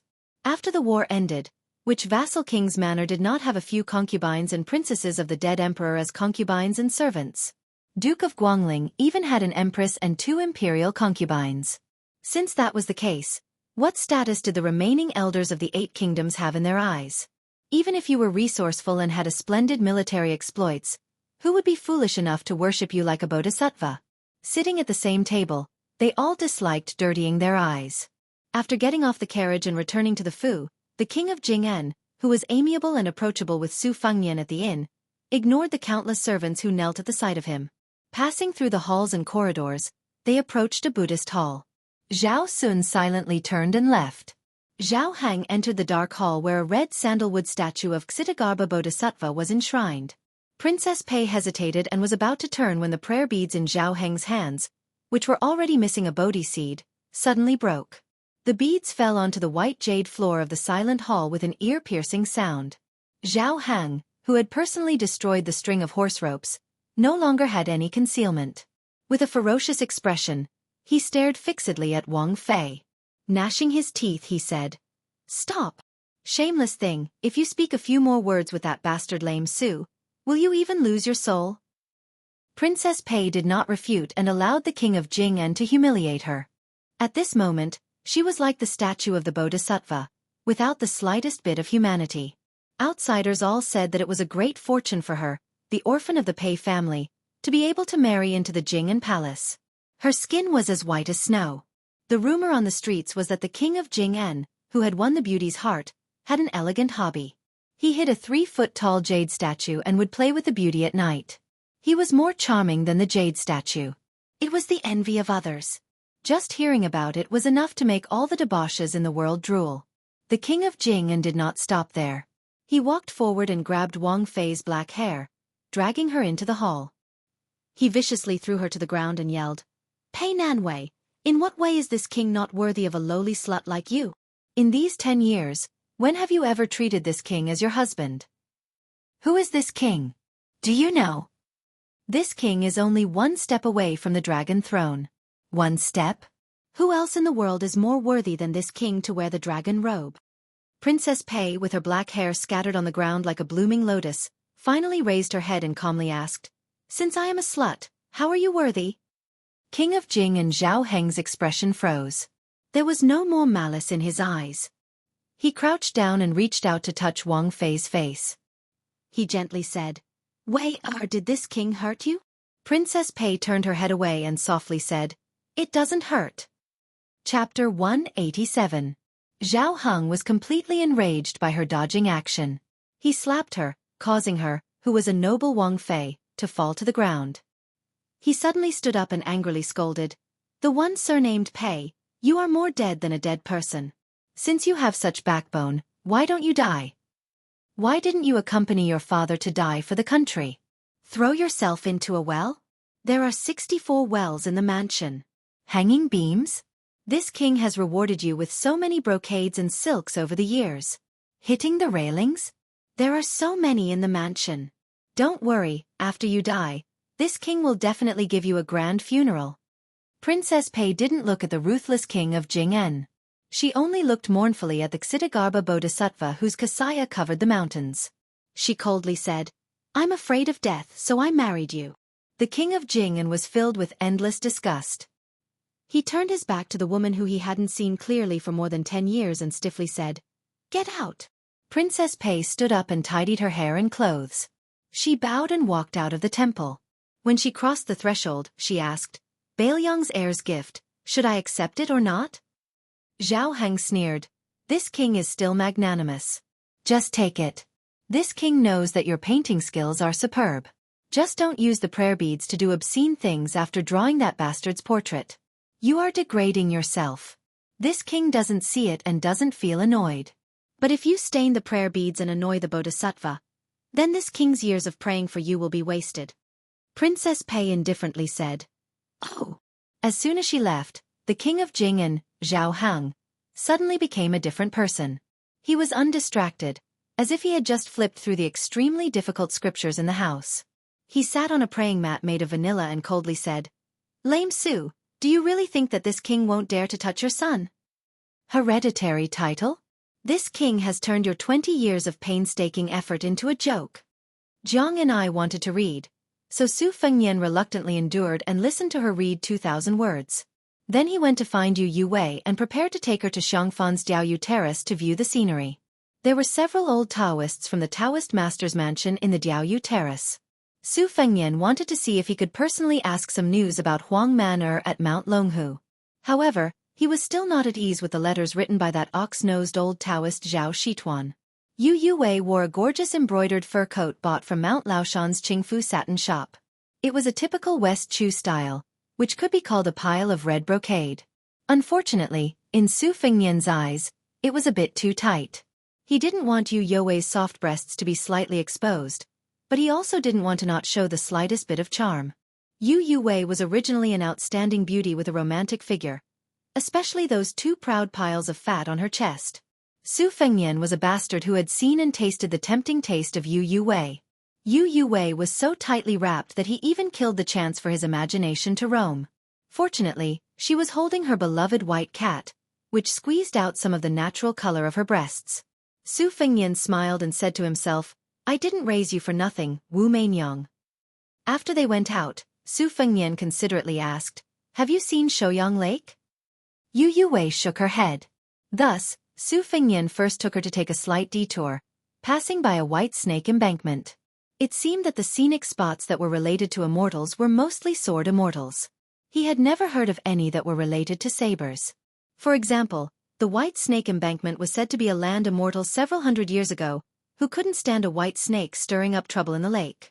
He angrily slashed it with his sword, and after the white snake died, its huge body became a long embankment. The white snake embankment was like this, and so was the spring immortal lake. A saber user? There was no future. Su Fengnian, who was full of self-mockery, took Yu Wei along the way, which attracted a lot of attention. Some of the scholars who were touring the lake mustered up their energy to recite poems or sing loudly, hoping to win the favor of the lady holding the cat. Unfortunately, Yu Wei completely ignored them. Su Fengnian teased, "You didn't get to wear rouge, so don't you blame me?" Yu Wei just shook her head. Su Fengnian smiled and asked, "Logically speaking, your father is the Jixia scholar of Shangyin Academy, so you should like the children of landowning households. But previously in Beiliang, I didn't hear you have a poem with any scholar?" Yu Wei said softly, "Because I know that those scholars who keep on saying that they don't work, don't farm, and that the emperor decrees me to sleep alone are all people who go crazy when the emperor decrees them. Those who say that they want to shock the old dragon with a sword in the sky are actually people who don't even dare to kill a chicken. What poetry can I talk to them about?" Su Fengnian nodded and said, "That's right. They can't compare to me, a vulgar guy who openly spends money to buy literature. Otherwise, why do they say that men only speak 30% of their words, and leave 70% to conquer the world?" Yu Wei lowered her head and didn't say anything. After slowly walking out of Shouyang Lake, Su Fengnian rode on the horse that Lu Qiantang had brought over. There were only 5 horses in total, and he didn't give Yu Wei a chance to ride alone. After getting on the horse, His Royal Highness hugged the beauty, and the beauty hugged the white cat. They became a beautiful sight on the street. When he rode to the city gate and went up the city tower, he found out that the old Taoist priests of Mount Longhu who were guarding the fishing tower had already left Xianxia. It turned out that the heavenly talisman had already burned itself. No wonder the people of Xianxia were so happy. Su Fengnian climbed up the fishing tower, and no one dared to stop him. After entering the towering city tower, Su Fengnian sized up the layout of the city while Yu Wei looked at the vast spring lake. Su Fengnian asked Ning Amei some questions about how to conduct a street battle after breaking through Xiangfan's city gate. Ning Amei was a clear horse battle general. After entering the Beiliang army, he mostly accumulated military merits by killing the Beimang barbarians at the border. When the two sides fought, most of the time it was a contest of strength on the plains. As for His Royal Highness's questions about sieging the city, Ning Amei could only tell the surface of what he had heard from the old soldiers. Fortunately, Su Fengnian was still listening attentively, occasionally nodding his head. When he encountered something he didn't understand, he would always get to the bottom of it. Ning Amei, who was a dabbler in street battles, couldn't help but stare at His Royal Highness. The burly Ning Amei, who was dressed in casual clothes, finally had some free time. Seeing His Royal Highness stop and gaze into the distance, he asked carefully, "Your Highness, why are you asking about these things? There's no chance of sieging a city on the Beiliang border." Su Fengnian smiled faintly and said, "Books and secret manuals. As long as it's in the books, I can get it if I want it. It's just a matter of time. But those things that aren't in the books might just be trivial matters, but they're priceless treasures to me. Besides, if we don't attack the city now, won't our 300,000-strong cavalry be able to flatten Beimang in the future?" Ning Amei, who was as strong as a bear, trembled.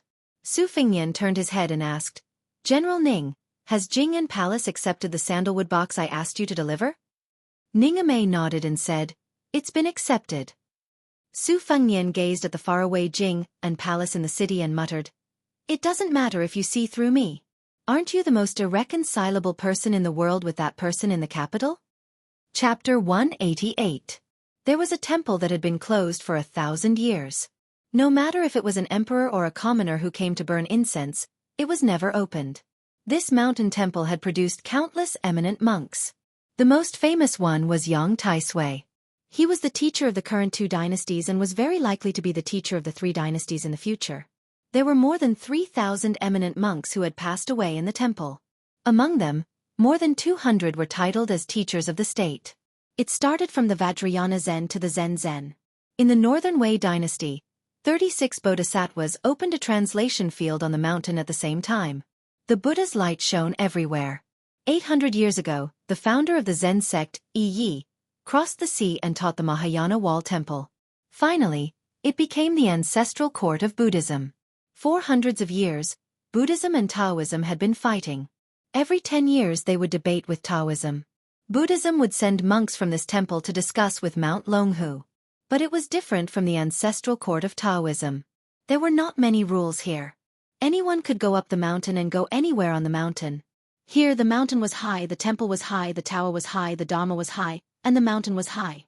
But like the name of the temple, Tu Zen, it did not have a name. This was the world's number 1 Tu Zen temples. Some people said that the reason why this temple was called Two Dhyanas was because it cultivated self-meditation and other meditation, namely, meditation of oneself and meditation of others. But for more than 1,000 years, there did not seem to be a unified official statement. The two Zen temples also did not explain anything. At the back of the mountain, there was a forest of pagodas at the foot of the mountain. It was the burial place of the eminent monks of the two Zen temples. There were more than 1,000 of them. The size of the pagodas were different. The two Zen temples did not intend to make this a forbidden area. But the believers were devout and did not dare to set foot here. Over time, very few people came here to observe. There was 1,000 Buddha hall at the edge of the forest of pagodas. The walls were painted with hundreds of meters-long fist manuals. There were 108 potholes on the floor. It was said that they were the footprints of Luo Han. Thousands of people came to see thousands of fists. Therefore, it was praised that the world's fists were called Tu Zen. On the east side of the 10,000 Buddha hall, there was a small outhouse where a nameless white-robed monk lived all year round. If it wasn't for the fact that the bald man was wearing a kasaya, he wouldn't have looked like a monk at all. Not only did this white-robed middle-aged monk drink and eat meat, the most outrageous thing was that he had a wife. He even had a daughter who grew up in the temple. No matter how one looked at him, he was a middle-aged drunkard monk with evil deeds. Fortunately, apart from his unruly lifestyle, he did not make enemies with others. He only took in a good-tempered little disciple. In addition, his daughter was lively and liked to climb up and down the mountain. It was said that the oldest abbot in the temple liked this child very much. The white-robed monk inadvertently got into trouble several times and was chased and punished by the old-fashioned senior monks in the commandment yard. So he asked his daughter to go to the abbot's room to ask for a few sticks of sugar-coated haws to satisfy her cravings. As long as the old abbot looked at his little daughter, he would immediately calm down. The disciple of this middle-aged monk who guarded the pagoda forest was not simple. At a young age, he became a preaching monk in the temple and was allowed to wear a light red kasaya that covered his left shoulder. The little monk's Dharma name was Ichan. It was very strange, but compared to his master's Dharma name, it didn't seem strange. On a sunny day, the poor little monk sat in front of the outhouse and washed a large basin of his master and mistress' clothes. He sighed. On the day of the Lantern Festival, he went down the mountain to watch the Lantern Festival. In the end, he was accidentally dragged to Mount Longhu by that thing. At the Taoist master's residence, he had a few words with Mr. White Lotus. Fortunately, he wasn't locked up and beaten. However, as soon as he returned to the temple, he suffered a calamity. His mistress was indeed lazy. She didn't wash so many dirty clothes and didn't mind piling them in the room. She didn't want to leave until she returned to the temple. Moreover, it was clearly that thing's idea to sneak out to play. When my master and mistress saw that thing, they were still so kind. When they turned to look at me, they changed their expressions. When I ate, even the rice in my bowl was much less. Sigh, this thing should be going down the mountain with his mistress to buy rouge and face powder. Master was actually quite pitiful. A drunk monk in white clothes walked out of the outhouse. He was very tall and sat down next to the little monk. He also had a bitter face. The little monk didn't even want to look at him. In fact, his master didn't have it easy either. The little monk washed the clothes until his waist and back ached. He was very bored, so he could only casually ask, "Master, when I went up the mountain, I heard that a famous monk from the south came to the temple. He's fighting with Abbot Hui Nang for territory. Who do you think will win?"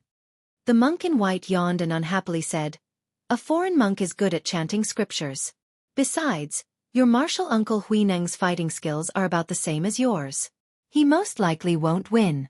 The little monk curled his lips and angrily said, "You're not willing to teach me profound martial arts. What can I do?" "I've looked at the martial arts manuals on the 3 walls of the 1,000 Buddha Hall for so many years, but I really can't see how powerful they are." This master didn't have the slightest sense of responsibility and half-heartedly said, "That's why that thing said you're an idiot."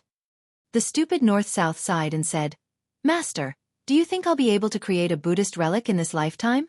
If I can't, I think it's better for me to go practice martial arts. That thing always likes to run down the mountain. I'm afraid she'll be bullied. I can't beat her. The monk in white thought for a moment and said, "If that's the case, then you can first use those 8 or 9-year-old novice monks in the temple as punching bags.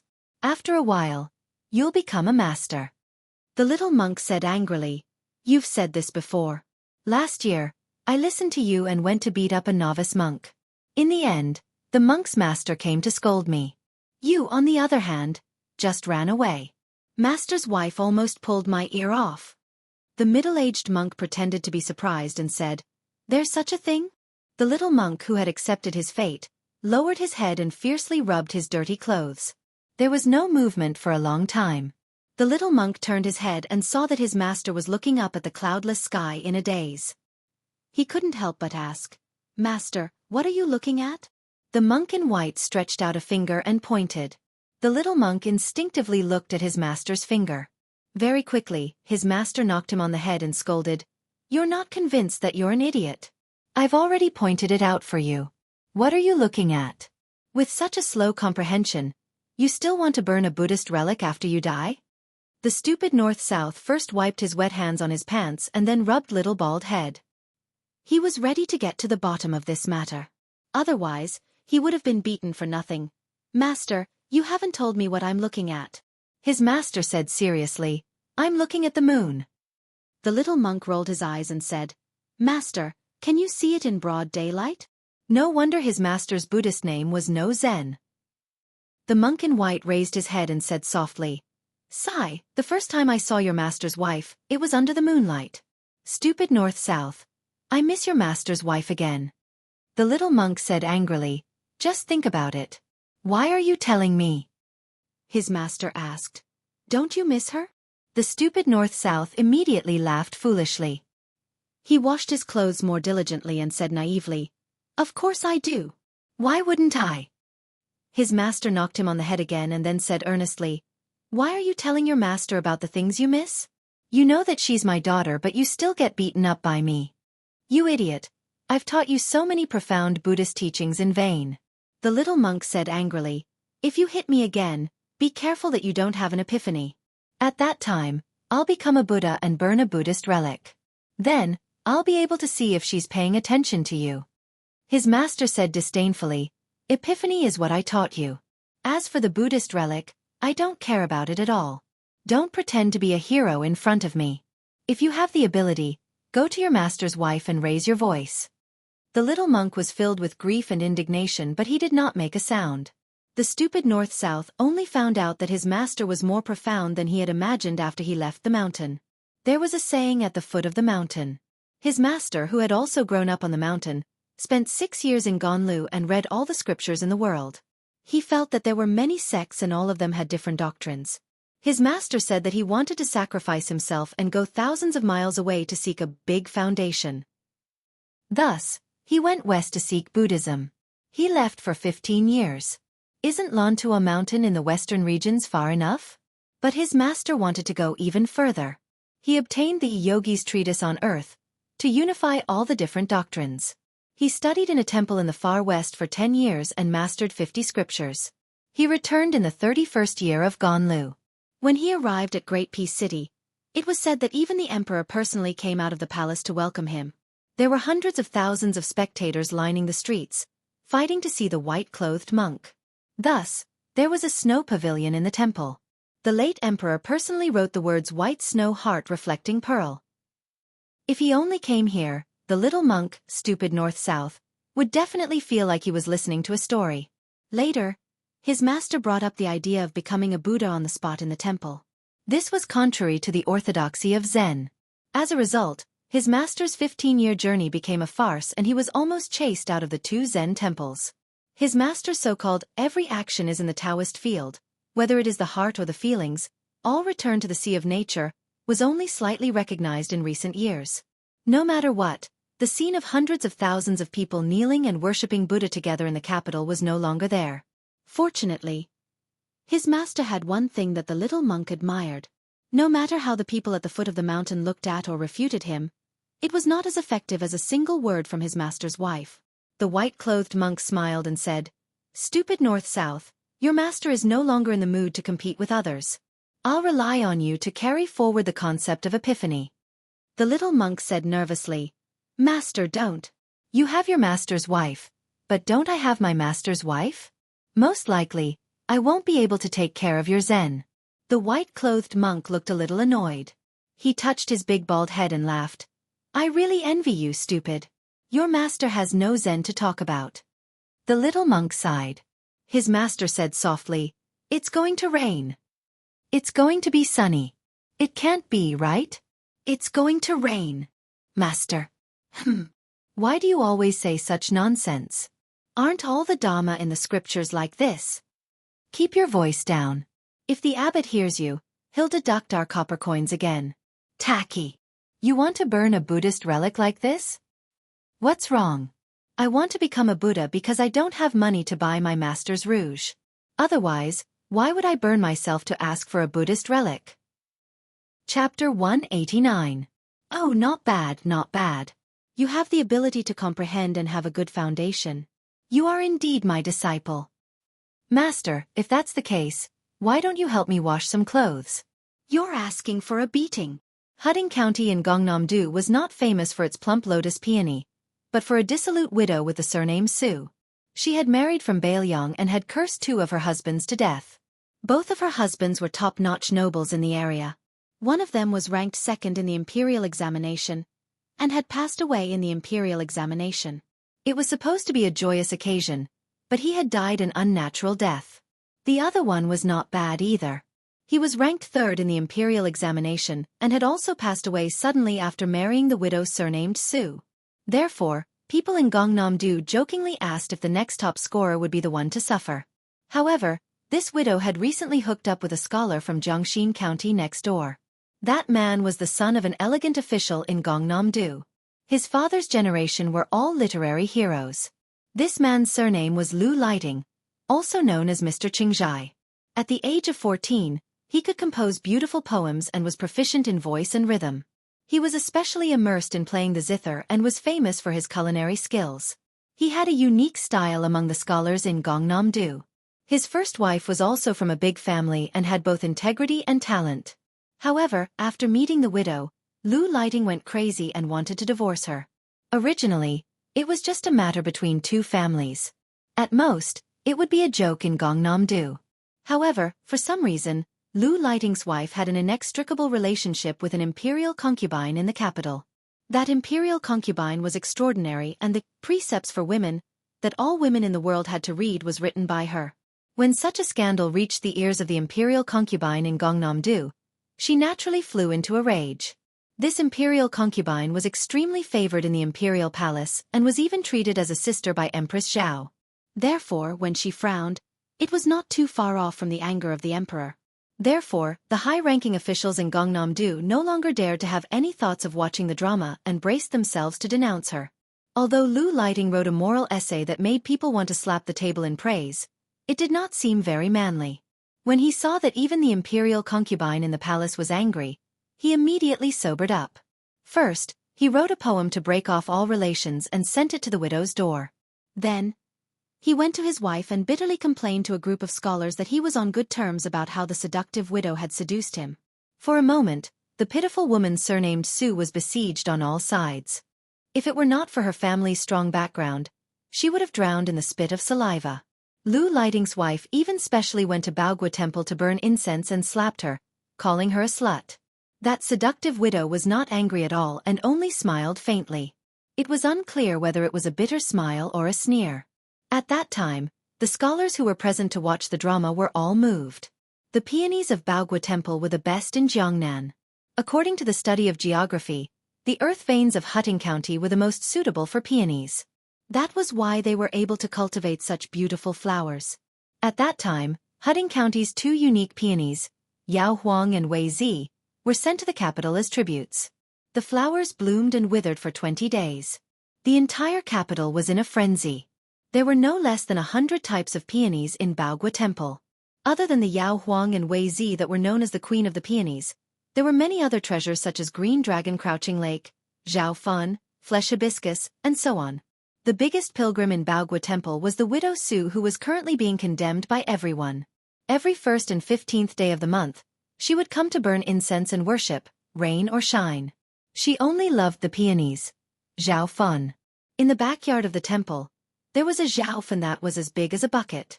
Its branches and leaves were scattered, dripping and clustered, and it was staggered out of the eaves. Due to her illustrious family background and eccentric style in Hudding County, this unique peonies had almost become her exclusive ornamental attraction. Today was the 15th day of the month. The first day of the month was the day she was slapped in the face by Mrs. Liu. She brought a personal maid into the backyard.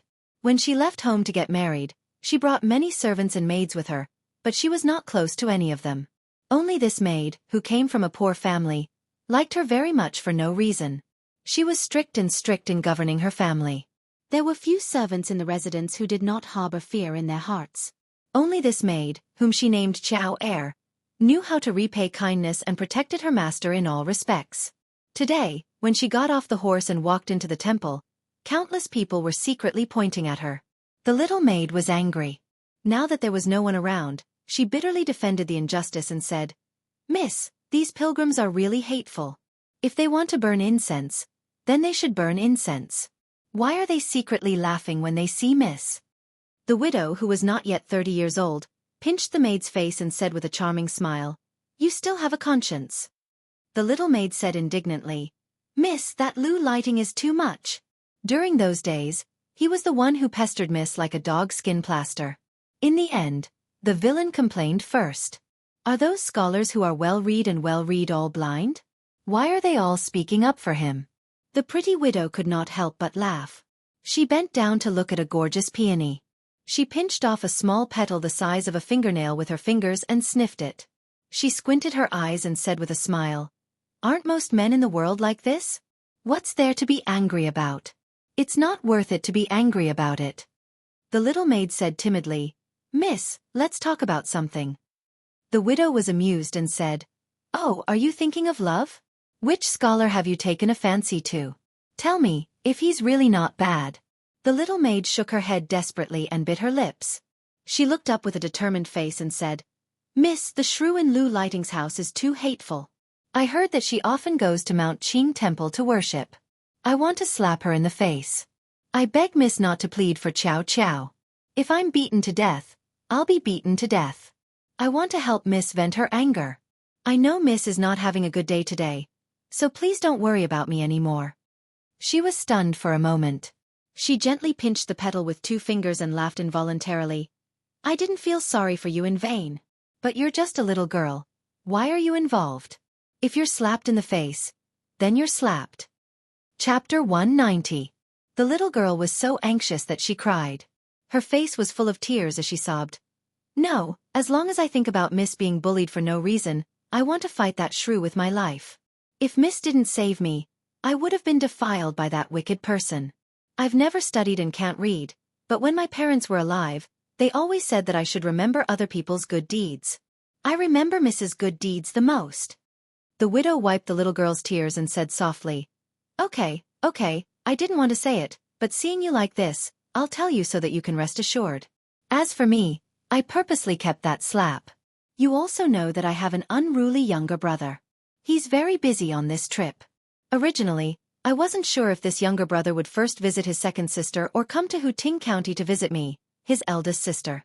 If he heard about this slap, wouldn't he have rushed over to my place?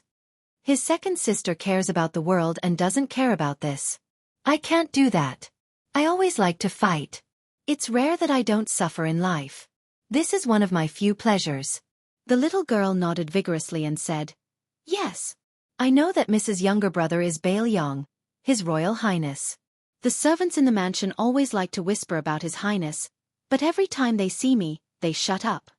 The widow rubbed the little girl's ears and said with a smile, "With you as my ear, who in the mansion dares to gossip? If I find out, won't they be skinned and have their tendons pulled out?" The little girl finally smiled through her tears. Her miss seemed to be in a good mood every time she talked about His Highness. The widow's brows really relaxed a bit. She said with a smile, "My younger brother has been good-looking since he was young. We don't plant many peonies at home, but every time the flowers bloom, I'll take him to admire the flowers. I pick them and put them on his head. He's prettier than a girl. Unfortunately, it's going to rain in a few days. I don't know if he can make it in time." The little girl wiped her face with her sleeve and said innocently, "The Bodhisattva will definitely protect Miss from the rain." The widow whispered softly, "Little girl, how can you understand the pain of the heartless wind and rain breaking up a romantic romance?" The little girl, who couldn't hear clearly, asked curiously, "What did Miss say?" The widow teased, "You won't understand even if I tell you." As if she was afraid that the little servant girl would do something stupid, the widow said softly, "When my little brother arrives at the Jiangnan circuit, you will know how those noble scholars and rich children who usually have their eyes at the top of their heads are not worth anything." At the top of the mountain was the residence of the Taoist master, where the nobles of purple and yellow gathered. At the foot of the mountain was a dilapidated old Taoist temple where a pair of master and disciple depended on each other. The master, the old Taoist master, wanted his disciple to improve. At first, the old Taoist master's ultimate skill was the dream of spring and autumn. This was a Taoist secret art that even the four great Taoist masters couldn't practice. The disciple didn't want to learn or listen to it. Until one day, the old Taoist master was enlightened. He took a letter from the Beiliang His Royal Highness and purposely said that it was from Su Fengnian. In the letter, he hoped that Huang Manor could learn this spring and autumn Taoist method that could make one sleep for 500 years. As a result, he did it by accident. His foolish disciple pricked up his ears and really learned the dream of spring and autumn with all his heart. It wasn't difficult to memorize this method, but the difficult part was how to operate the qi. The Great Yellow Kingdom sought thick, but the dream of spring and autumn was the opposite. It sought thin, and when practiced to the peak of mystery, there would be almost no qi in the body. The reason why the old Taoist master valued his disciple Su Longxiang and humbled himself to beg the king of Beiliang was because Su Longxiang was born with great strength and was in the terrifying Vajra realm. If he learned the dream of spring and autumn, he would be like a tiger with wings. How could the old Taoist master, Zhao Shituan, not hope that there would be a second Qi Xianzhang on the mountain? As for whether Su Longxiang came from the Taoist master's residence, Zhao Shituan didn't care at all. In this life, there were many people from the Taoist master's residence who called him a traitor. In the past, it was Su Longxiang who refused to learn. As his master, the old Taoist priest had a headache. But now, the old Taoist priest Zhao still had a headache. That kid had gone berserk. He was half asleep and half awake 24 hours a day. This spring and autumn dream was simply tailor-made for Su Longxiang. The old Taoist master could have squatted with his disciple to watch the ants or the stream. Even if they couldn't talk, at least he had a companion to listen to his nagging. But now, the old Taoist master had nothing to do and was too bored. He could only count on his fingers to calculate when His Royal Highness would come to Mount Longhu. The old Taoist master, who had an extremely high seniority and an extremely strange temper, was squatting by the Green Dragon stream in a daze. He was fretting over why he couldn't see the beautiful girl on the raft. The disciple who never spoke walked out of the Taoist temple for the first time and squatted by the side. The old Taoist master, who was incomparably gratified, laughed and said, "My disciple, you've finally come out to take a breather?" As expected, there was no response. The old Taoist master said to himself, "I've been pursuing the Tao all my life, but I can't see it clearly. I feel like it's covered by clouds and mist. In the end, when I see you, I realize that this Tao is not Tao." Su Longxiang just stared blankly at the stream. The old Taoist master sighed and said, "One day before we go down the mountain, I'll take you to see an old senior. It'll be enough if you can withstand 100 moves." Huang Manor plucked a leaf and handed it to his master. The old Taoist master took the leaf and smiled bitterly. "Your disciple, I don't know how to whistle. Huang Manor, do you miss your brother?" The dazed Su Longxiang actually smiled and nodded. The old Taoist master felt a little sad. "Your brother will arrive when there are hawthorns on the mountain." Although the old Taoist master had heeded Beiliang's advice to dress up properly before going down the mountain, and had even specially borrowed a Zhong Kuei peachwood sword from his disciples, he was still a mess on the mountain. The straw sandals he wore were made by himself, and his Taoist robes were tattered and covered in dust. At this moment, Huang Manor lowered his head and stretched out his withered arm to pat the dust off the old Taoist master's body. The old Taoist master, who had no wife, no children, and no grandchildren for the sake of the word Tao, was stunned on the spot. In an instant, Tears streamed down his face. Chapter 191. Su Fengnian left Diaoyu Terrace and wandered around the city with Yu Wei. He saw an alley crowded with people, and there was no lack of young scholars in green robes. As he walked closer to take a look, he found that they were gambling on chess. There were people squatting, sitting, and standing. Su Fengnian then remembered that other than Xianxia Alley being a money-squandering den in Xiangfan, this Yongzi Alley was also quite famous. The people sitting against the wall in the alley were all nogi with chess pieces and chess boxes. They used the strength of their chess skills to bet different amounts to lure tourists and chess addicts who were itching to play. This kind of game was naturally difficult to attract the attention of the chess masters, but it was the best way to waste the time of the common people and poor scholars. In addition, the bets were usually no more than a dozen copper coins, so it could be considered a small gamble to entertain the mood. Su Fengnian smiled and took a bite of the marinated beef wrapped in oiled paper. In the past, he was penniless and hungry, so there was a period of time when he gambled in the alley to earn money. With his chess skills trained by scholarly Yishan and Su Weisheng, it was not difficult for him to win. However, there were often people of the same trade who had to make a living. Those who were reasonable would mind their own business, but those who were unreasonable would use the fact that they were locals to drive His Royal Highness away. In addition, there were rules to winning chess. One could not kill the dragon easily, but one had to keep a sense of propriety and win a few pieces. Otherwise, if the opponent was defeated, they would not be willing to continue playing chess. This was the vulgar truth that Su Fengnian was forced to slowly understand. His Royal Highness had LV Yangshu and the other two stand further away, leaving only Ning Mei standing behind him. He pulled Yu Wei and found a gap to make use of. The player who placed the bet was a young man who looked like a down-and-out student. His clothes were mended and his shoes and socks were white. In front of him, there were 10 chess pieces placed on the chessboard. This meant that if the player who placed the chess pieces lost, he would have to pay 10 sets of money. Usually, only 2 or 3 chess pieces would be placed on the board. It was rare to see 5 chess pieces. It could be seen that this nogi was quite confident. Su Fengnian squatted down and was hesitating whether he should take out a few copper coins to place his bet. When he looked up, he saw that the player was blind. How could he play this game? As if accustomed to this situation, the blind player warmly said, "It's okay. When I hear the sound of a chess piece being placed, I will know where to place it." Su Fengnian nodded and said, "I'll place a bet of 10 copper coins." The blind player took out his money pouch from his sleeve and weighed it in his hand. With an ashamed expression he said softly, "Young master, if I lose, I will owe you 16 copper coins.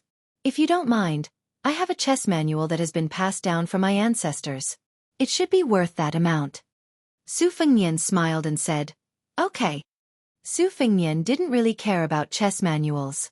There were countless chess manuals in the Tide Listening Pavilion that could make famous chess players go crazy, such as the Peach Blossom Spring Chess Manual, the Exquisite South Sea Game Manual, the Immortal Bestowment Manual, and so on.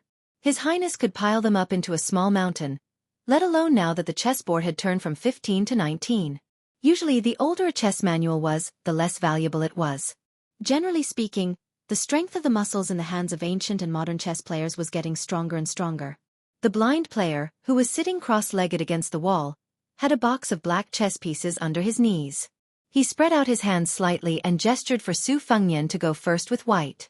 Although this nogi was dressed shabbily, his bearing was not to be underestimated. His every move revealed the refined and ancient style of a true aristocratic family. Before the official match, both sides would place 2 chess pieces on opposite sides of the board, which were called positions. These were the positions of ancient chess pieces. To a large extent, they limited the advantage of going first. Moreover, they were destined to fight fiercely in the middle of the board. Su Fengnian passed the marinated beef to Yu Wei and took the lead to place a 3-6. This position was rated as the best aggressive position by the self-proclaimed Huang Sonjia Grandmaster, Huang Longshi. The young blind player's expression was calm. Indeed, he could distinguish positions by listening. The black chess piece was placed with a 9-3 and was in a stalemate with the white chess piece. Following that, each of the 9 black and white chess pieces were placed with the same style as their predecessors. Yu Youwei's father, who was watching from the side, was once an illustrious chess master in West Chu. When he was studying at Shangyin Academy, he was only defeated by Huang Longshi, who was said to have unparalleled battle prowess. Since young, She had been influenced by her father's chess style. Naturally, she was proficient in chess theory. Perhaps even the small Baoyang chess player Lu Yi of Wutong Garden would not dare to say that he could win against Yu Yuwei. Yu Yuwei was somewhat disappointed when they saw each other's 10 moves. However, Su Fengnian's 11 moves made Yu Yuwei's eyes brighten. The blind player was also slightly stagnant. He no longer placed his chess piece at lightning speed. After thinking for a moment, he picked up his piece and placed it again. As the old saying goes, a chess piece is born from a break. Su Fengnian's next few moves were all born from this break. It could be said that this was an ingenious move. The blind player endured patiently all the way. Finally, the black 18 made the first move before the corner was settled. 5 or 6 flew attacks. Yu Yuwei frowned and pondered deeply. This move had as many as 44 changes. She subconsciously looked at Su Fengnian. He was still calm and collected. His speed of placing chess pieces was the same from beginning to end. When the white 43 moved gently, the chessboard was instantly filled with murderous intent. Yu Yuwei watched with trepidation. This move was really too ferocious. The white 59 flew to add and the 83-pointed attack was similarly aggressive. Unexpectedly, the blind player's situation was like a small boat in the ocean. It swayed but did not fall. After the black 18 moves, victory was already firmly in his grasp. Su Fengnian very calmly admitted defeat. Su Fengnian took out another 10 copper coins and said, "Still 10 wens." The blind player played white first. In this game, Su Fengnian stirred up the smoke early, and the blind player calmly responded. Yu Yuwei vaguely saw some clues. Su Fengnian was extremely aggressive, but the blind player was not the same as most people. The most important thing was the formation of the terrain. Some of the moves that seemed to be casually placed could always resonate with the middle game and even the ending game. If Su Fengnian did not rely on endless tricks to forcibly set off waves of unreasonable killing, the 2 games would not have lasted more than 200 moves. At the moment, Su Weisheng, who was a woman of great talent, changed 15 to 19, and broke the position system. In Yu Yuwei's view, the blind player who was slightly better than His Royal Highness was destined to amaze the world. Moreover, it was hard to say whether this player was hiding his strength or not. Indeed, it was a case of hidden dragons in the marketplace and crouching tigers in the alley. Again! Su Fengnian, who had lost 2 games in a row, chuckled softly. This time, he played white and started with 2 swallows. This routine was once widely spread, but in the past 50 years, the most outstanding national players had all abandoned it in the fierce battles of the Summit Challenge. Huang Longsher even said that the 2 swallows were too tight at the beginning and lost its mellow flavor. It could be said that he had given this classic layout a death sentence. Su Fengnian simply sat on the ground. As a result, he changed to a more comfortable position. On the chessboard, he was defeated like a mountain. He easily lost 3 games in a row. There was already a pile of 30 copper coins in front of the blind player. Su Fengnian raised his head and looked at the sky through the eaves of Yongzi Alley. It was already time for dinner. However, it was rare to meet Nogi, who was so good at chess. He waved his hand and called Xu Xiu to his side, asking her to go to the wine shop to get some food. Soon, Xu Xiu carried a large food box with 4 pairs of bowls and chopsticks. After Yang Qingfeng tested that the food was not poisonous, Xu Xiu dared to put it in front of Su Fengnian. Su Fengnian smiled and asked, "I don't plan to leave for a while. Do you want to eat some?" The blind player did not care about trifles and nodded with a smile. Yu Yuwei was a pampered girl who lived like a princess. She did not feel like she was losing her composure when eating with Su Fengnian. The halberd Ning Mei, on the other hand, was standing and wolfing down the food in a few mouthfuls. As Nogi ate slowly, he even took the initiative to talk to Su Fengnian about the gains and losses of the 3 defeats. When he talked about Su Fengnian's skillful moves, he did not hide his admiration. When he talked about his moves, he also straightforwardly pointed out the shortcomings. Su Fengnian frequently nodded and benefited a lot. They chatted happily. Su Fengnian smiled and asked the blind player if he had learned from a famous chess master. The blind player shook his head and said that his family background was ordinary. Before he lost his sight, he had just started playing chess. After losing his sight, he had no one to rely on and could only play chess as a companion. He had been playing chess in Yongzi Alley for almost 10 years. The money he earned was only enough for him to eat and wear. Whenever he had free time, He would buy chess manuals and did not save a single bit of money. As he spoke, the blind player patted his head and took out a few Confucian classics from his bag. He handed them to Su Fengnian, whose butt could only touch the floor. He chuckled and said, "Cushion." Su Fengnian took the books and took out two to give to Yu Wei, whose legs were already numb. He smiled and said, "Isn't this inappropriate? It's a disgrace to the teachings of the saints." The blind player smiled and shook his head.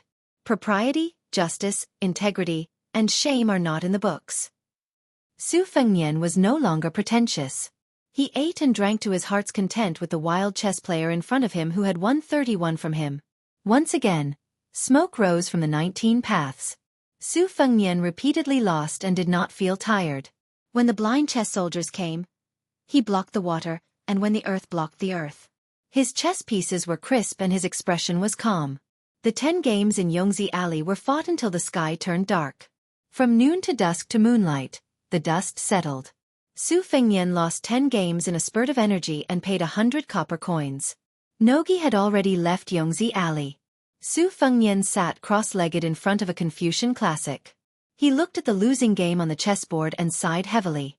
He said, "With your skill, you can compete with Su Weisheng from the Yin Academy." Chapter 192. Wild Chess Master shook his head and said, "Normal people only have one side when they play chess. I can barely have 2 sides. Today's famous chess masters can take care of 3 sides. Mr. Wei Xiong and Huang Sanjia both play 4 sides. How would I dare to be an ant trying to shake a big tree? But if I can play a game with Mr. Wei Xiong in this life, I will have no regrets even if I die." Su Fengnian helped to pack up the chess pieces and put them in the box. Then he stood up and joked, "I don't have the state of being willing to die at night like you. It's not wrong to lose to you. Hey, Shangyin Academy's famous Donghu 10 positions. We also have Yongzi 10 positions. Let's part ways here." The blind Nogi smiled and said, "I'll give these books to you, young master." Su Fengnian understood immediately. 2 of the books had been under Yu Youwei's but for a long time. Nogi must have heard the news and knew that they were his family. To avoid suspicion, it would be inappropriate to ask for them back. Su Fengnian took out another 10 coins and gave it to the thin chess player behind him. He joked, "Take the last 10 coins as buying 2 pounds of etiquette, justice, integrity, and shame from you." The chess player hesitated but still accepted it. He smiled gently and said, "Young master doesn't lack these." Su Fengnian laughed and left. The blind chess player packed up his luggage and stood alone in the quiet alley. He faced the entrance of the alley and bowed deeply. Su Fengnian walked out of Yongzi Alley and rode back. He clicked his tongue and said, "There's such a powerful person in this small Yongzi Alley." Yu Wei frowned and asked, "He's an assassin?" Su Fengnian couldn't help but laugh. He rested his chin on Yu Youwei's head and said helplessly, "You think too much. I'm just lamenting that blind chess master Mu's amazing chess skills. He claimed that he could only play on 2 sides of the chessboard, but he was too modest. I dare say that second sister would lose 2 or 3 out of 10 games against him. It must be because he has never talked with a top national player, so he doesn't know how good he is." Yu Youwei nodded and said, "This person is good at playing chess by giving up in order to take, bending in order to stretch, and has a broad vision. However, that wasn't all. In the 9th round, he was angered by your unreasonable move. That was why he revealed his extraordinary strength even in a head-on battle. If he really comes from an ordinary family and is self-taught after losing his sight, then there is no doubt that he is a natural talent in chess." Su Fengnian said softly. His eyes were blinded. Yu Youwei was stunned. Su Fengnian sighed ruefully. Every family has its own difficulties. This heir isn't interested in the bitterness behind it. Yu Youwei rubbed Wu Meinyang's head and asked, "Have you never thought of inviting him to your side as an advisor?" Su Fengnian shook his head and said, "Being good at chess doesn't mean that you'll be able to become an official. I've already lost 100 copper coins, so I won't gamble again." Yu Youwei smiled but didn't say anything. His Royal Highness chess skills were not weak. Presumably, losing 10 games in a row had already caused him to lose a lot of face. He was too embarrassed to have any further contact with that blind chess master. Su Fengnian said without reason, "Let's see how King of Jing and Zhao Heng's gambling luck is." Su Fengnian suddenly said with a bitter face, "It's over. Lousy's gambling luck is so bad today. My loss is another gain. Zhao Heng, that old turtle, is most likely going to make a lot of money. Yu Yuwei asked doubtfully, "What's wrong?" Su Fengnian muttered a few curses but didn't say anything. In Yongzi Alley, the young blind chess master struggled to carry his luggage. It was only 2 boxes of chess pieces and a few chess manuals, but he was already exhausted. The blind chess master silently mocked himself for being a useless scholar. He walked a few steps and raised a warm smile. 10 games in Yongzi Alley. He had earned a total of 100 copper coins.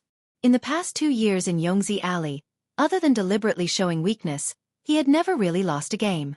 The local chess lovers in Xiangfan were no longer willing to let him gamble. Only some foreign guests who came to Yongzi Alley to play would take the bait. Therefore, earning 100 copper coins a day was a rare good situation. Moreover, that young master was extremely interesting. His family background was naturally excellent. He was blind but not blind. Such a young master with a superior family background was actually good at chess. In these years, it was very difficult for him to spend time and effort to play chess. When he was young, he was happy to win and was even happier to lose. Now that he had been winning and never losing, his interest in playing chess had decreased. He was afraid that one day he would really play chess just to make a living. If that day really came, it would be the day when his chess skills stopped. Thinking of his bleak background, the blind chess master's face was cold, as if he had forgotten how to mourn. In this world it was better to be blind and not look at it. If he could meet a few kind-hearted young masters who played 10 games, perhaps he would regret piercing his own eyes. But after his family declined and he was like a stray dog, in order to survive, he played chess for 10 years. How many people did he meet? When he reached the corner of the alley, the blind chess master was stopped. A dignified voice sounded. "My master wants to see you." The blind chess master calmly said, "I don't want to see him." Not far away, a carriage stopped. In the carriage, a graceful man was holding the record of the blind chess master's background. The ink on the paper had not dried yet. It was obvious that he had just picked up the brush and written it. There were 10 games in Yongzi Alley, and there were no less than hundreds of people watching the game. Even the young chess master who was in the game did not think much of it. He just thought that he was lucky to have met a kind-hearted young master. He did not know that when the first game ended, the news had spread to the most powerful place in Xiangfan City. When the third game was played, the chess master had already sent the servants to thoroughly investigate the identity of the blind chess master. When the 8th game ended, the man in the carriage was still hesitating on how to deal with it. It was not until the 9th game that he saw the young chess master's true chess skills that he smiled and personally left the mansion. He had been patiently waiting until now. When he had the last few pages of the blind chess master's 10 years of gambling records, he felt that he could be more patient. Therefore, when his personal bodyguard outside the carriage said that the blind chess master had disappeared, he was not angry that the blind chess master had eyes but did not recognize Mount Tai. Moreover, the blind chess master was blind. The man burned a few pages of paper that was nothing more than a few hundred words and a story about the life of an ant. He then got off his horse and walked to the blind chess player who had a strong character. He slowly said, "Lu Su, from Haichang County, Qingzhou. Your grandfather, Lu Yu, was a Confucian of the previous generation. Your father, Brother Lu, is not bad either. There are 3 heroes in your family. You majored in classics and history. You never thought that when you were writing the history of West Chu, you would say a few words of justice for a scholar. You were almost killed. You stabbed yourself in the eyes and cut off your official career to save your life. For the past 10 years, you have been gambling chess in Yongzi Alley during the day and playing the zither for prostitutes in Xianghua Alley at night. You have earned dirty money. Do you know that your enemy has become the county chief of Haichang County?" The blind chess player calmly said, "This money is not dirty." The middle-aged man smiled and asked, "Regardless of whether the money is dirty or not, let me ask you, do you want to show your talent and not try to make a living in 2 alleys?" The young chess player smiled and said, "Although it is already night, Lu Su still doesn't want to dream." The man laughed and said, "I heard that you once said, 'My generation has thousands of books and tens of thousands of talents, but if I want to sell them, I will only sell them to the royal family.'" The blind chess player frowned and said, "This kind of nonsense that only reads books for a few days and doesn't know the immensity of heaven and earth. It can't be taken seriously." The man said in a low voice, But I will take it seriously this time. The blind chess player smiled bitterly and said, now that things have come to this, you still won't let go of the Lu family. The man with a string of prayer beads on his hand said calmly, my surname is Zhao and my name is Hang. The royal family. How can one be considered a royal family? Is one king of Jing'an enough? In the Prince of Jing'an's residence, heir Zhao Sun was completely baffled as he found his imperial father in the study copying Buddhist scriptures. He quietly asked, I heard that imperial father brought back a blind chess player carrying a zither? What's the deep meaning? The king of Jing'an smiled and said, this person is the last member of the Lu family in Haichang County. In terms of chess, no one in the manor can beat him. You can take care of him since it won't cost much anyway. If he's just a good-for-nothing on the chessboard, you can treat him as a dog that won't bite. If he's really talented, you can take him as an advisor in the manor and polish him. In the future, you can deal with the governor of Haichang County, Yu Hanliang, in front of him, and then he'll be sincere in giving advice. A scholar will die for his bosom friend. Sun-er, this is a principle that the ancients have said so many times. You have to remember it well. Also, when it comes to getting along with these scholars, you have to put away the method you used to communicate with Wei Wei and his gang of debauches. Don't rely on your status to oppress others. Not all scholars in the world are stupid. Their minds are the most delicate. Maybe they can't see the big picture, but it's not difficult to see if they're conceited or self-abased. Sun-er, father will teach you one thing. When dealing with these scholars, you have to treat them as the king of Jing'an and his royal highness. You have to treat them as you treat them as the king of Jing'an. Zhao Sun smiled and said, I know. Father, if you put yourself in their shoes, you already have the heart of Buddha. The king of Jing'an, Zhao Hang, narrowed his eyes and smiled. I don't need you to flatter me. Zhao Sun carefully left the study. Zhao Hung continued to copy the Buddhist scriptures with a soft brush. When he finished, he said coldly, Lu Su, this king keeps you around because he wants to tell you a story in a few days. This king is so generous. If he doesn't have a bosom friend who has no bearing on the overall situation, it'll be too boring. Chapter 193. When Su Fengnian returned to the inn, he went to Jiang Ni's room since he had nothing to do. He saw an old man and a young man scribbling on the table. There were two small white porcelain bowls, one filled with water and the other with wine.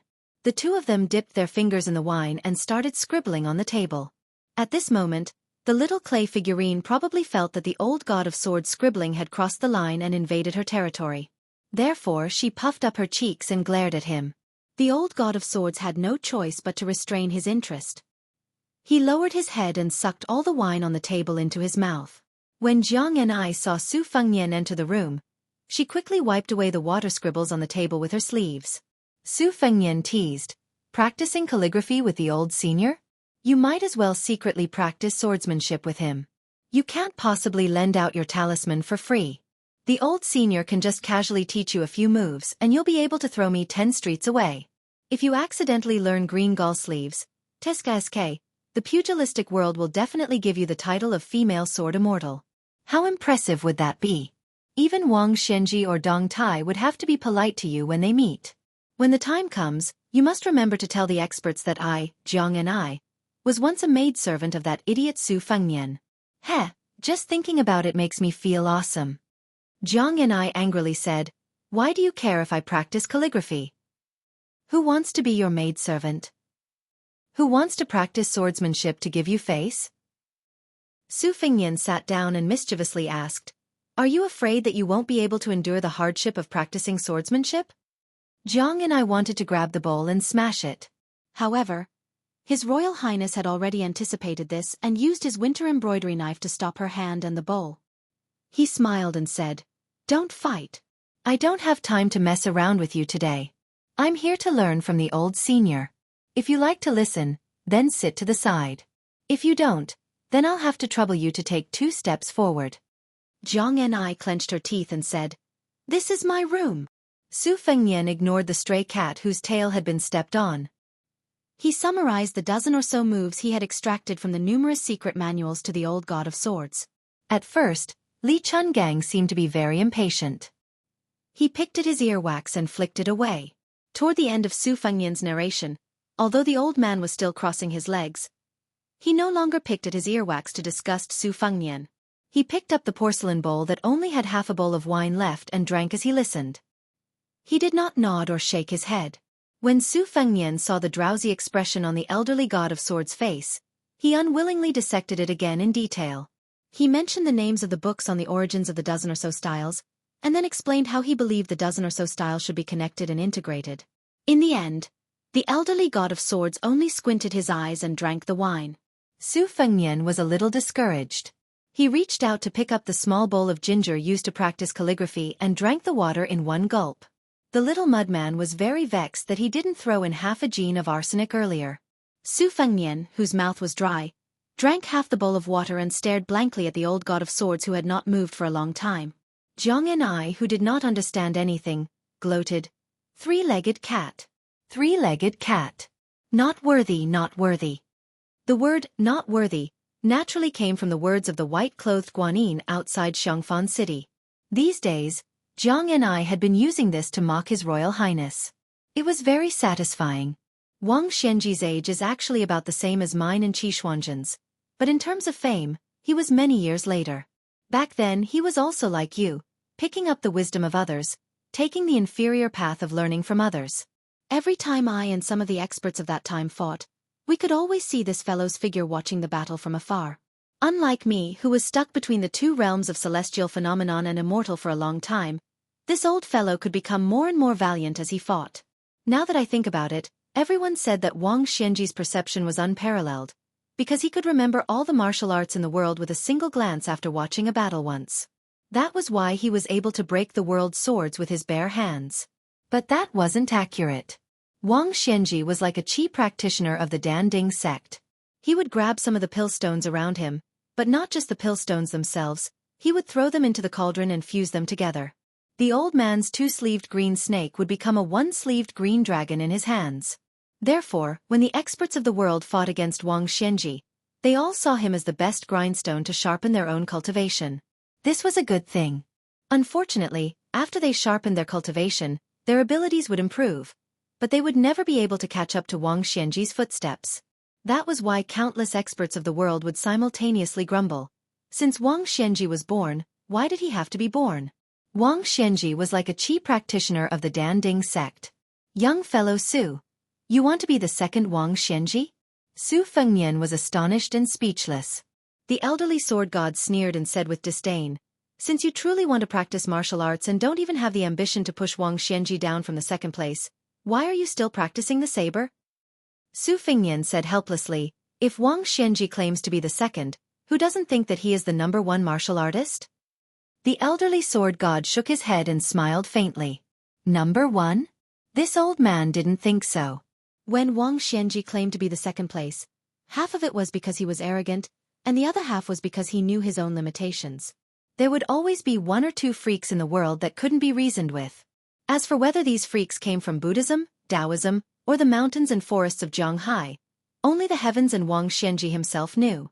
When Qi Xuanzhen died, this old man thought that Wang Xianji would finally be able to hold his head up high.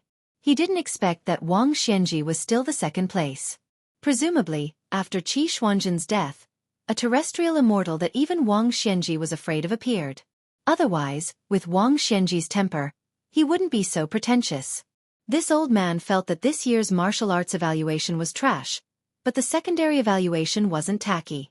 The 4 people on the rankings all had the hope of giving the martial arts world a surprise before Wang Xianji died of old age.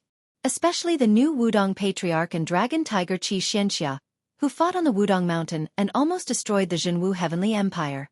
The latter had the demeanor of this old man back in the day. The bull riding that you mentioned was like Qi Xuanzhen, who didn't make a sound, but when he farted, the entire world would pinch their nose to smell it. As for you, young fellow, you are quite similar to Wang Xianji. It's a pity that Wang Xianji was a late bloomer. At your age, he could casually kill dozens of Su Fengnian. Zhang and I chuckled at the side and said, "That's amazing. You're quite similar to Wang Xianji. Doesn't that mean that when you reach Wang Xianji's age, you can be ranked as the top 200 experts in the world?" Su Fengnian was amused by the little mudman's words and laughed out loud. He turned his head and said, "Thanks for your auspicious words. I will definitely live to 100 years old. No matter what, I will live to Wang Xianji's age." Jianghu was vexed and didn't say anything. Su Fengnian laughed and said, "In the future, when I roam the martial arts world and meet an expert that I don't like, the first thing I will ask is if he is the top 200 expert in the world." The old god of swords waved his hand and said, "Go, go." This old man still needs to practice calligraphy with little Jiang. Su Fengnian was chased out of the room just like that. When he closed the door, he didn't forget to extend his 2 hands to Jiang and I. 1 finger on each hand meant that he would live to 100 years old, and 2 fingers on each hand meant that he was the top 200 expert in the world. Seeing this, Jiang and I was furious. After he closed the door, he said in a fit of pique, "I'm not practicing calligraphy anymore." The old god of swords, who had suffered an unexpected calamity, was stunned and said, "Why not?" Jiang and I said angrily, "I'm not in the mood." The old man had a sneaky face and softly urged, "Little Jiang, try imagining that this table is little Sue's smiling face." Jiang and I hesitated for a moment and her eyes lit up. She jogged over and hurriedly poured another bowl of water. Following that, she practiced calligraphy. Every word was written with iron and silver hooks. At this moment, the old god of swords somewhat understood why little Sue liked to tease the little girl in front of him.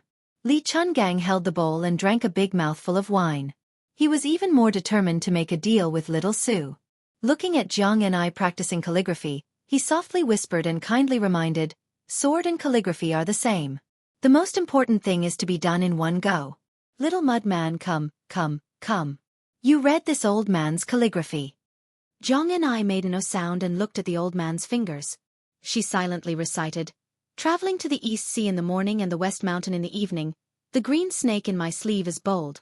When I meet injustice, I put down my cup and draw my sword, treating it as air. I shout 3 times and rush over, only to see heads falling from the sky. The world thinks I'm climbing the stairs, but I've already passed the 18th floor." When the old god of swords was writing freely, he saw that Jiang and I was not only reading, but also writing on the table without realizing it. Her fingers were not only similar to the poem he wrote on the table, but also similar in spirit. I don't practice the sword, so the sword will is naturally sufficient. Although there is no sword in my sleeves, the green snake is bold. After the old god of swords entered the world with a broken arm, this was the first time he drank wine. The sword will in the room was awe-inspiring. It was impossible to tell whose hand it was. Yu Wei lay lazily on the table. The white cat squatted in front of her and curled up like a ball of snow. Yu Wei stretched out a finger. Wu Mainyang stretched out her paws and hugged it. She looked naive and cute. The girl who was no longer the #1 courtesan in Liangzhou smiled and said, "My Mainyang is still the best. Other than eating and sleeping, you're carefree. When I want to see you, you're by my side. When I don't want to see you, I won't see you. I'm not afraid that you'll hold a grudge." She was no longer the girl who was once called Yu Xuanji. She pressed her cheek against the cool table and reached out to stroke her pet's furry head. She said to herself, "Do you want to leave me and live alone?" Since Wu Mainyang was destined to be unable to speak, she answered her own question. "Even if I wanted to at first, I wouldn't think about it after I got used to it, right? I know it's not right, but I can't leave or escape, right? You're just a flower vase, and the kind that's not very good looking. What's there to be dissatisfied about being able to live? You can't compare to the maids in the yard, you can't compare to those heroines who roam Jianghu alone, you can't compare to a child who dares to hate with a dagger. You can't compare to anyone. You've even forgotten your parents and even your name. Who can you compare to? Who's worth talking to when you're like this? You'll grow old eventually." Outside, His Royal Highness leaned against the door in silence. Chapter 194. Dao can't be Dao, Zen can't participate. Life is as lonely as an avalanche. Master, you're sad again. Stupid Nanbei, when you have a wife one day, you'll be like this too. Sigh, it must be that Master's wife went down the mountain to buy rouge again. Master, why do you keep sharpening the kitchen knife these days? It's sharpened so that it can cut people. What? Master, don't take it too hard. We're already monks. If we take it too hard, what should we do with those Buddhist believers who go up the mountain to burn incense? Although Master's wife and things always like to spend money. It has nothing to do with your Master's wife. Oh, that's good. Then which abbot is not pleasing to the eye? I think Abbot Hui Guang is quite easy to beat, but it's not good to use a knife. Master, let's follow the old rules. It won't hurt the harmony. Ah, not Abbot Huiguang? It's for that kid surnamed Su. Ah, why? Su Fengnian is quite a good person. This bastard dares to snatch my daughter. If I don't chop him, who should I chop? Master, disciple wants to recite scriptures. What are you afraid of? With your little ability, I've let you snatch things for so many years, but I haven't seen you snatch them away. Besides, if I chop you, who will do the laundry and cook? Nanbei, Dongbei and Dongbei talk about that kid every day. Don't you have any opinions? No. Taking in such a stupid disciple like you, it's really Buddha's fault. Aren't you afraid that things will run away with him? Don't cry to Master then. Hey, it's definitely Master who cries harder. Master, if one day I really become a Buddha and burn a Saraira, will this thing be sad? Nanbei, go and cook first. We'll think about this problem after we're full, okay? Master, why are you always the first to admit your mistakes when you quarrel with Master's wife? It doesn't matter if some things are right and some things are wrong. Do you understand? I don't really understand. For example, you're right about liking things, so... Master, don't say any more, I understand. And how come your perception is even better than Master's now? Heh, so this is the Zen that your disciple cultivates. North and south, haven't you seen a girl prettier than things since you left the mountain? Remember, monks don't lie. No. Not bad. Master, why did you mention the wine gourd? If you answer yes, you'll know why. Master, other than that thing and mistress, who else are you afraid of? The abbot of our temple has lived for more than 150 years. Master is afraid that he won't give us the copper coins. Outside the temple? That's all. Master, monks don't lie. Allow Master to think about it. Oh, there really is one. Back then, he fought with your master's wife over your master. They quarreled with each other. Fortunately, Master's fists were stronger than his. I believe that in the entire world, that old hooligan would only dare not come to our temple. Old hooligan? Wait a minute, what do you mean by snatching Master from Master's wife? Let bygones be bygones. Everyone in Xiangfan City knew that the most seductive woman in Qingzhou lived in Xianxia Alley.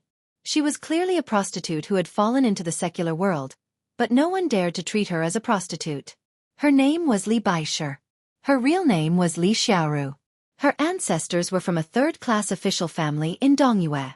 Although the country was not destroyed, her father's generation was not good at management. After his death, he left a mess for his young children. Li Baisher followed her wet nurse to Xiling Lake in Guangling to make a living by selling her ancestral property. She lived in a small building in the pine forest and enjoyed the scenery.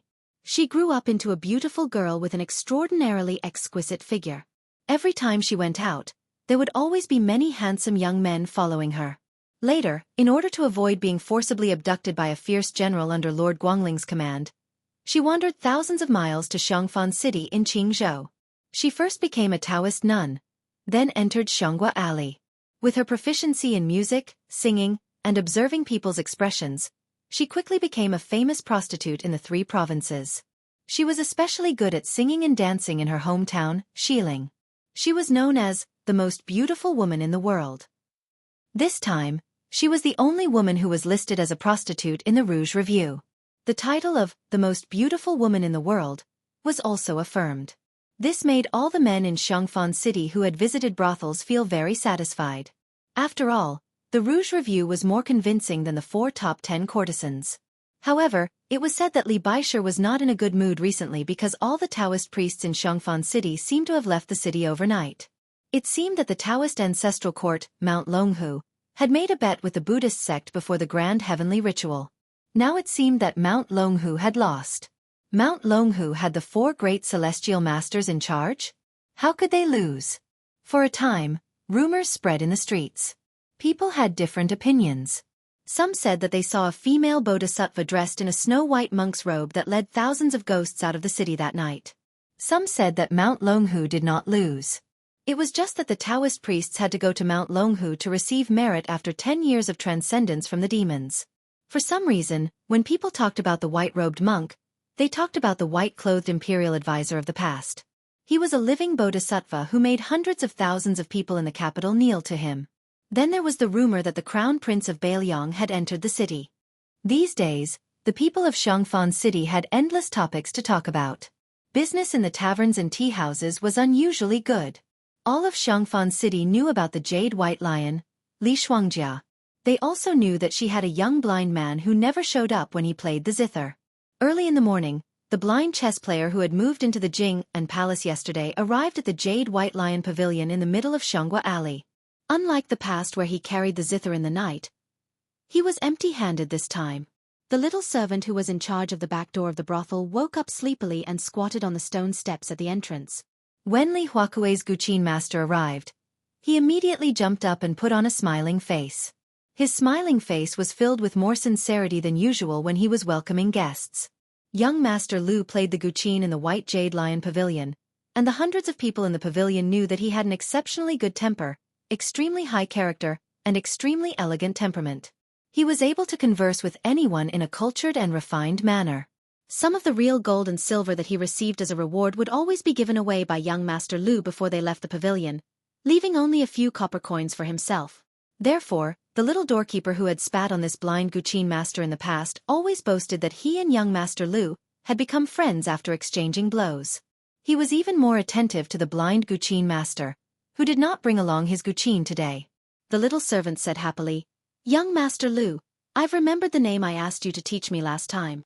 Lu Su smiled slightly. The young servant with a delicate face said kindly, "The fairy sisters in the Red Fish Pavilion all like to wake up late. Young Master Lu, you'll have to be patient and wait for a while when you get there." Chapter 195. Lu Su, who was blind but knew the way, nodded and said, "I know. I'll go alone and won't trouble Brother Song." The servant nodded with a smile and went back the way he came. When the blind zither player arrived in front of the Red Fish restaurant, he encountered many female servants and maids who had woken up early in the morning to do their chores. The orioles and swallows happily called out to young Master Lu a few times before they stopped. Those who were more daring than the other ladies in the restaurant even teased Lu Su a few times, purposely asking this young master for advice on the meaning of a pear tree suppressing begonia, or a palm print seen in front of Mount Huaiyue. The blind zither player had no choice but to beg for mercy, provoking even more coquettish laughter. This young Master Lu, who spoke in a refined manner and had a gentle temperament, was initially very inconspicuous in the White Jade Lion restaurant where the sons of the rich and powerful were more common than cabbages. If not for Master Li Shuangjia's high opinion of him, who would even spare a glance at him? In the second year after entering the restaurant, he was playing the zither when he bumped into a famous rich and powerful man in the city who was forcing himself on a young girl. Although the Jade White Lion restaurant had more rules than the average brothel, the people did not fight with the officials. It was only a young girl, so there was no need to fall out with the local tyrant. The man, whose ancestors were the leaders of the Qingzhou army for several generations, forced himself on the young girl in the corridor and wanted to kill her. The blind zither player did not care about his own safety and rushed forward with his family's zither. He did not hit the evil man but was stepped on by the guards instead. It was a farce until Li Baishe personally intervened and saved the blind zither player's life. Many people in the White Jade Lion Tower still remembered Lu Su, who was covered in blood, sitting in the corridor with the pitiful dead girl in his arms. He took off his shabby clothes and gently covered the disheveled corpse. Today, the Red Fish restaurant somehow knew that Lu Su was coming. Li Shuangjia's personal maid, Qi Fu, was already standing at the door to welcome him. Seeing the blind zither player, she smiled gently and said, "Young Master Lu, Miss is already waiting." Lu Su shook his head and said, "Today, I just want to tell the Red Fish restaurant that I won't be playing the Guqin in the future. Miss Li lent me the ancient Guqin to paint a dragon. I want to pay back some of the money I earn every month. Miss praying, I won't enter the restaurant and disturb Miss Li." The beautiful maidservant, whose status in the White Jade Lion Pavilion was even higher than some of the red plaques, sighed regretfully. She bowed slightly to the blind zither player, and then turned to walk into the courtyard. By the window on the second floor stood a beautiful woman. Qi Fu was already considered a rare beauty in Xiangfan, but compared to the woman upstairs, she lost all her color. What was even more inconceivable was that behind the world's most famous courtesan, the Taoist nun Li Shuangjia, was an old man sitting on a yellow pear-wood chair with his head lowered. He was tuning an arrow. Li Shuangjia waited until Lu Su's figure disappeared before he turned around and asked submissively, Old ancestor, do you really not need the lion slave to go to the reeds outside the city to meet the Prince of Baliang? The old Eru man with grizzled temples just closed his eyes and listened to the music. Logically speaking, Li Baisher was one of the top 10 courtesans in the brothel before the Rouge Review. She had built up a deep relationship with the aristocrats for more than 10 years, and she was almost married to the leader of the Shilin party, Lu Zhonghui. In these years, she had met many poor scholars who were not recognized by their talents, and they were all generous with their money. Some of them were even nobles in the imperial court. It was because of this that Li Baisher's reputation as Jiangnan's double champion came to be. Now that she was on the Rouge Review, she was fully deserving of being the head of the brothel. No one had ever heard of Li Xianxia being intimate with anyone, and it could even be said that she was still a virgin. How could she let an old man stay in her room? Could it be that Li Baisher was into this? That was a bit too hardcore. Wouldn't the world be shocked if word got out? The old Eru man who was respectfully called Old Ancestor by Li Xianxia opened his eyes, but he still didn't speak. Knowing that Old Ancestor didn't like him to talk about this topic, Li Baisher changed the question. Old Ancestor, why do you value a poor boy with a wooden sword so much? The old man raised his head and glanced at the beautiful woman standing in front of the window, but his eyes didn't carry any emotion, and his tone was even colder. This old man plays chess. When he starts, he knows how to end. You're just a flower vase that's pleasing to the eye but not to the heart, so why are you talking nonsense? The Rouge woman, Li Xianxia, who had been humiliated to the extreme, didn't have any anger. She became more respectful and subconsciously bent her slender waist. As a result, her chest swelled up so much that it almost burst her clothes. Her body was petite and exquisite, and the scenery on her chest was aggressive. Rumor had it that she had a pair of white lotus jade feet. She had learned Taoist bedroom techniques and tantric mandapa, and could make all kinds of mysterious postures on the bed. Therefore, there was a charming saying of a white jade lion rolling an embroidered ball. This old man bent his finger and plucked a string, saying, Lu Su's chess skills were taught by this old man. This time, he came to the Red Fish restaurant to see if this boy would become arrogant once he achieved success. Fortunately, teaching him chess was not in vain. He knew how to leave some loopholes and still kept the guqin you gave him. Originally, this old man's temperament when he first met him was that he wasn't willing to accept other people's kindness and not return it if he could. Whether or not he can set off a storm will depend on his own luck. The most wonderful thing about a chess piece is that even a brilliant chess player doesn't think that it can become the key to victory or defeat. Li Xianxia lowered her head and said, Old Ancestor's chess skills are naturally the best in the world. The whole world is Old Ancestor's chessboard. The Eru old man turned a deaf ear and said, That boy Baliang left the city today, so there's nothing for you to do in Xiangfan. Go to the capital. Li Baisher nodded without hesitation and said, Lion slave only listens to Old Ancestor. The old man silently left the Red Fish restaurant. He was going to a private residence in the northeast corner of Xiangfan. Inside, there was a puppet girl that he had personally trained. She was 60% similar to the Princess Pei Nanwei, and 70% similar in spirit. Now the king of Jing and Shitzi Zhao Hang was keeping her as a mistress in a golden house. Every time he went out to pamper her, he would be secretive, afraid that his father king would find out. Zhao Sun thought that his itinerary was flawless, but he didn't know that every time he pampered and trained the girl that he affectionately called Nan Wei, there was an old man standing behind the hole in the wall who looked at the two of them as if they were walking corpses. Zhao Sun's personality was cautious. He had already sent people to investigate the girl's past and background. There was nothing strange about it. Therefore, that private residence was the greatest place for him to enjoy himself in the world. The little beauty was too similar to the girl in the manner that he had to call mother every time he saw her. Every frown, every smile, and even the way she frowned were not far off. Every time he was scolded by his father king in the manor, or after he ran into Wang Fei in the garden, he would come to the private residence to vent.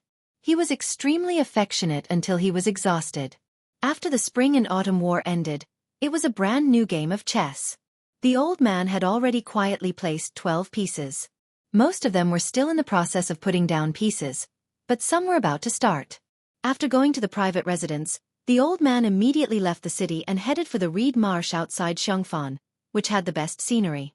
Chapter 196. The king of Jing'an and His Royal Highness, Zhao Sun, had personally escorted them to the Xiangfan city gate. He had gone up the fishing platform and watched them leave. Only then did he take a retainer and make a detour to the private residence where the beauty was hidden. Other than the canary, there was only one servant girl and 2 old nannies. There was no one else idle. Not even half a man. Zhao Sun pushed open the door and entered. He immediately felt relaxed and happy. This place was far from the grandeur of the Jing'an palace.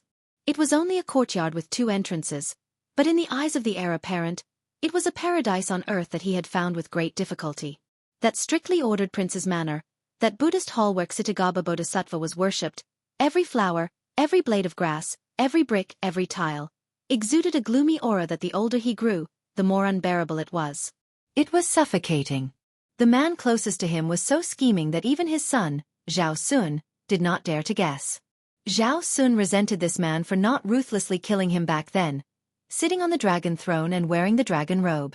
He was even more afraid of this man's silent back when he ate vegetarian and chanted Buddhist prayer beads. But what worried His Royal Highness the most was why this man had married her. He did not know how to cherish her after marrying her. The husband and wife actually treated each other with respect as cold as ice. When there was something going on, they treated each other like soldiers. It was truly a great irony. Zhao Sun took a deep breath of the unique fresh air of the small courtyard. This place was filled with orchids. These flowers were her favorite. This noble Wang Fei was inferior to the prostitutes in Xianxia Alley. In a year, she only had 2 opportunities to leave the city. Both times, she went to look at the reeds. In spring, she would look at the green shoots of the reeds. In autumn, she would look at the old reeds as the wind blew like snow. Pei Nan Wei, Pei Nan Wei. Just because her name had the word reed in it, she liked to look at the most boring, tedious and weak reeds. The woman that His Royal Highness raised like a kitten or puppy in the courtyard had been stripped of her name from the first day she came in. Zhao Sun naturally liked her mutton fat, jade-like body. When he held her in his arms, she had the charm of being warm in winter and cool in summer. But what truly made him crazy was her attitude. When Zhao Sun saw her and respectfully said that Xianxia had come to greet him, she just snorted coldly and haughtily, and Zhao Sun's bones immediately lightened. They were too similar. Zhao Sun gave a sinister smile and scolded, "You whore, Pei Nan Wei. Who asked you to pretend to be virtuous in front of me?" Then, without another word, he rushed up and tore apart her clothes that were exactly the same as Pei Nan Wei's. He carried her to the large bed in the inner residence and fiercely whipped her. After making love, Zhao Sun returned to normal. He lay on the bed with his eyes closed and enjoyed the fake Wang Fei's kneading of his shoulders. He said regretfully, "Your skin and figure are still a bit lacking. Normally, your voice is almost authentic. But once you're in bed, it's still a fly in the ointment. Be more careful next time. If you're still exposed like this the next time." The woman sitting on the bed used a nasal voice to make a sound of acknowledgement. Zhao Sun raised his head and glanced at her. He grabbed her silky hair and pressed her head under his crotch. He said darkly and violently, "Good way, I've missed your little mouth so much that I've gone crazy." 2 bodies entwined in pleasure. Zhao Sun put on an outer robe and lay on the sandalwood floor under the eaves of the room. He quietly looked at a string of wind chimes that didn't move even though there was no wind. At this time, the king of Jing and Xianxia was really like a gentle and kind young master. He was aloof from worldly affairs, harmless, and had a scholarly temperament. The fake Wang Fei knelt beside Zhao Sun and accompanied this madman to look at the wind chimes. In reality, when Zhao Sun was quiet and silent, he was a very amiable young man. She saw that he was in a daze and then had the chance to look at the handsome face that was said to be 90% similar to the king of Jing'an's. Zhao Sun stared at the elegant wind chimes that were made from a string of broken jade pieces. He laughed softly and said, "Is it beautiful? She will never look at me like this in this lifetime.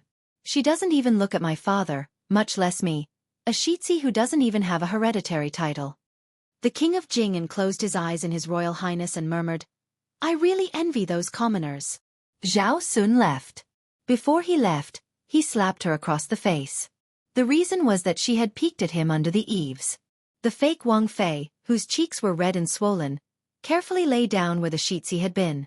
She didn't hold a trace of hatred. She just looked up at the wind chimes like him. The sound of the wind chimes was ethereal and pleasing to the ear. She suddenly sat up and looked at an old man who was sitting on the railing. She was filled with respect from the bottom of her heart. She had been shocked by the king of Jing and Xianxia. When she first entered the small courtyard, she had been whipped many times.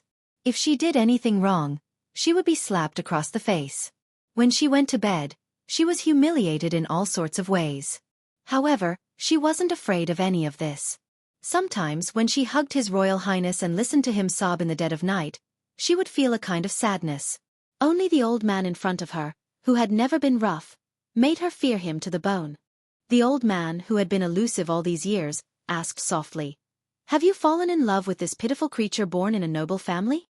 The fake Wang Fei crawled on the ground, her delicate body trembling. The old man smiled faintly and said, "No matter. That Zhao Sun isn't an idiot. If you don't give him some sincerity, he will get tired of you sooner or later." Kneeling on the ground, she was finally able to breathe. She raised her head and looked with puzzlement at the old man who was half immortal and half demon to her. She said that he was an immortal, that he calculated everything. Almost every step of Zhao Sun's was within the old man's expectations. But the more it was like this, the more she felt terrified. She had originally imitated Princess Pei better, but the old man didn't allow it. He only told her to act more skillfully each time. Thinking about it now, she finally understood that if she had acted perfectly from the beginning, the king of Jing and Shitzi wouldn't have been willing to come here so often. Was the old man's skill at manipulating people's hearts to the point of perfection? What kind of person would scheme so hard against a vassal king? The old man looked at the string of broken jade wind chimes. He had asked the fake Wang Fei to hang them. Sure enough, Zhao Sun liked them very much. He liked them beyond imagination. The old man chuckled softly and said, "Up, down, left, right, I am hollow. No matter east, west, north, south or east, they all say the same. Ding ding dong ding dong." The fake Wang Fei didn't dare to speak. The old man stood up and smiled. "Whether you and that poor fool's luck is good or bad depends on today. It's a pity you can't see it." The old man left with his hands behind his back. Before he left, he indifferently left behind a prophecy. In the future, when you see the furious king of Jing'an, just try your best to put in a good word for Zhao Sun.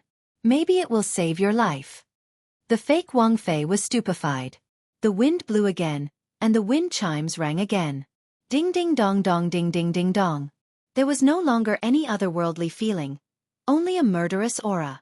Mount Wudong was lively because a bastard had come. This bastard came from Mount Longhu and was tolerated. But he actually fought with the young martial granduncle who was expected to be the leader. How was it? Were you beaten? Chapter 197.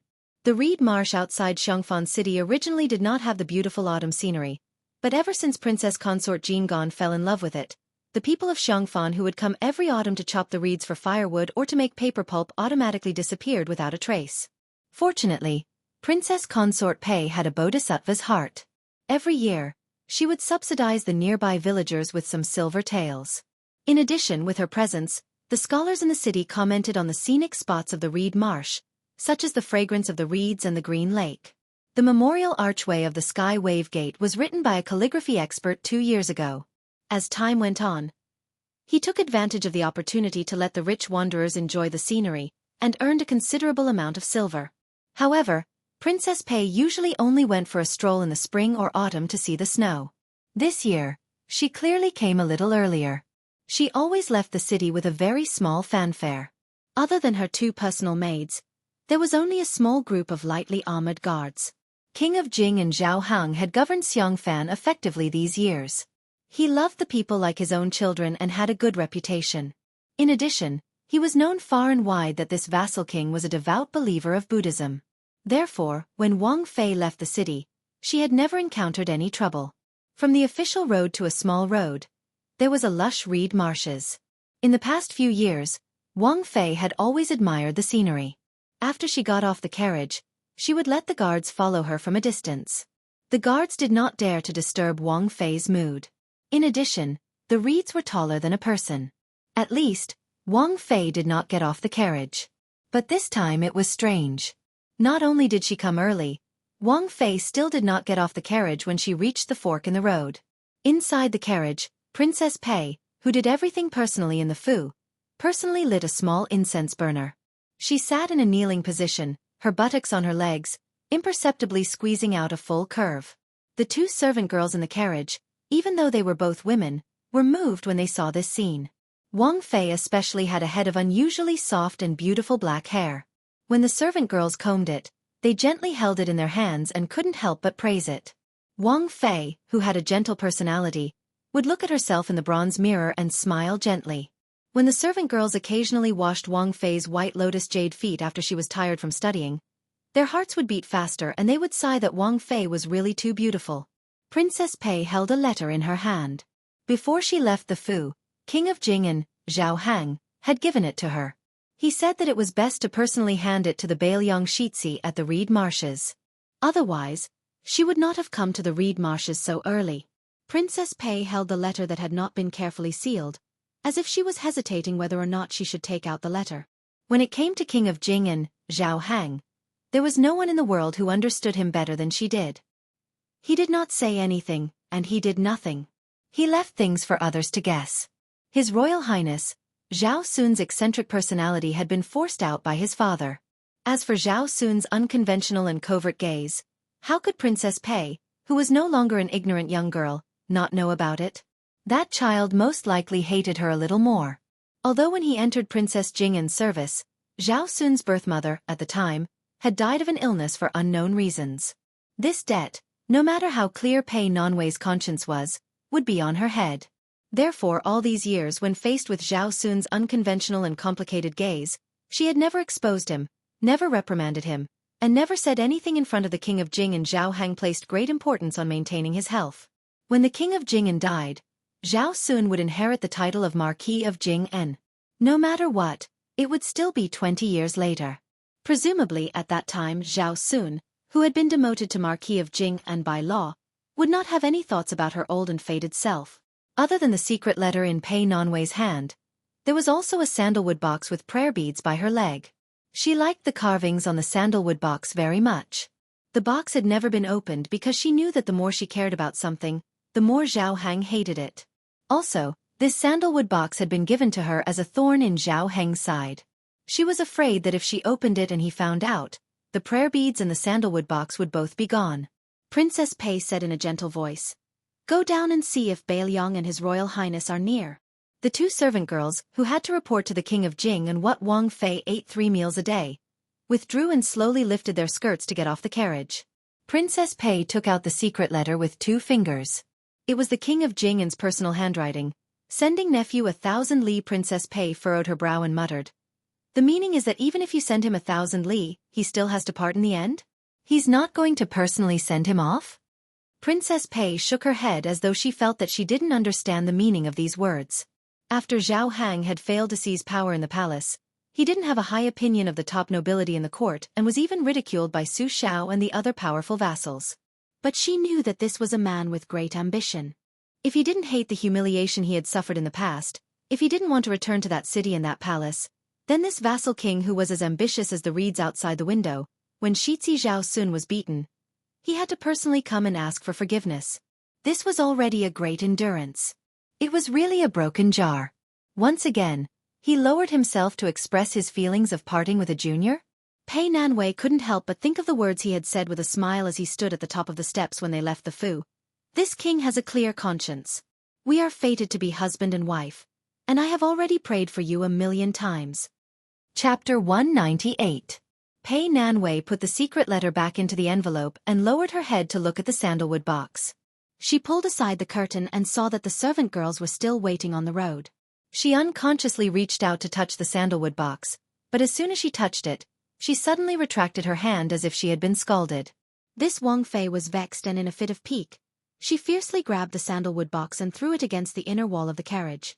The sandalwood box fell to the ground and a string of simple prayer beads rolled out. Pei Nanwei did not believe in Buddhism, nor did she believe in Elder Huang's teachings. It was just that she was born in a noble family and had seen and learned a lot in Jing'an Palace. She was satisfied with this string of pa luo beads that had the reputation of crown prince in the Central Plains. It was love at first sight. Women were fickle. She had just thrown away the sandalwood box, and now she picked up the prayer beads with pity in her eyes. Leaning against the wall of the carriage, she held a round ivory crown prince. Pei Nanwei raised her head and looked at it in a daze. In the eyes of the common people, as the princess consort, Qingzhou was hers, Xianxia was hers, and the reeds outside the window were hers. They all said it was hers, but what was the truth? Just like how the common people would never know about the intrigue in the imperial palace, all of this was not hers. Pei Nanwei thought of her carefree childhood. She thought of the grandeur when she first entered the Wangfu. She thought of the cold face of the first Wang Fei. She thought of the gloominess that Zhao Sun had learned from Zhao Hang. She thought of the absurdity when she left the inn by Shouyang Lake. When she heard the rumbling of horse hooves, she finally thought of the secret letter. She remembered the parting words of the king of Jing'an, who had helped her grow old together, like an elegiac couplet. Pei Nanwei was frightened and threw away the prayer beads. Her face was like a patch of bleak snow-white reeds in autumn. How was this sending her 1,000 li? It was clearly sending her to the Yellow Springs. A young man was lying on the railing at the top of the memorial archway for Tian Bo Kai Jing. The breeze stirred up the reeds and gently blew the hair on his temples. He was in a very leisurely mood. He believed himself to be a very optimistic young man, never complaining about the heavens or blaming others. When he was young, he was alone with his mother and suffered from all the supercilious looks. When she died of illness and became as thin as a ghost, he was only 9 years old. Before his mother died, she said a lot of things that he didn't understand at the time. The general meaning was that she didn't regret giving birth to him, and didn't hate the father he had never met. Later, he personally dug a grave and buried his mother. Although he was young, he understood that she hoped to see that person for the last time, even if it was just a glance, but she didn't. When he was thinking about how to not starve to death, a tall and sturdy man with a sharp voice appeared. His voice was the complete opposite of his figure. He was dressed in luxurious clothes that he had never seen before.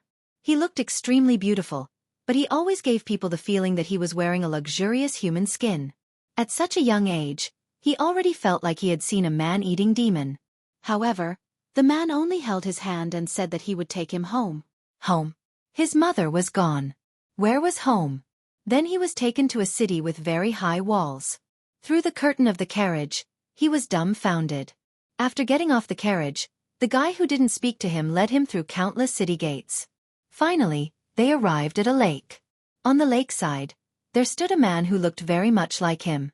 He was golden in color and had snakes crawling all over his body. Later, he finally knew that it was not a snake, but a dragon.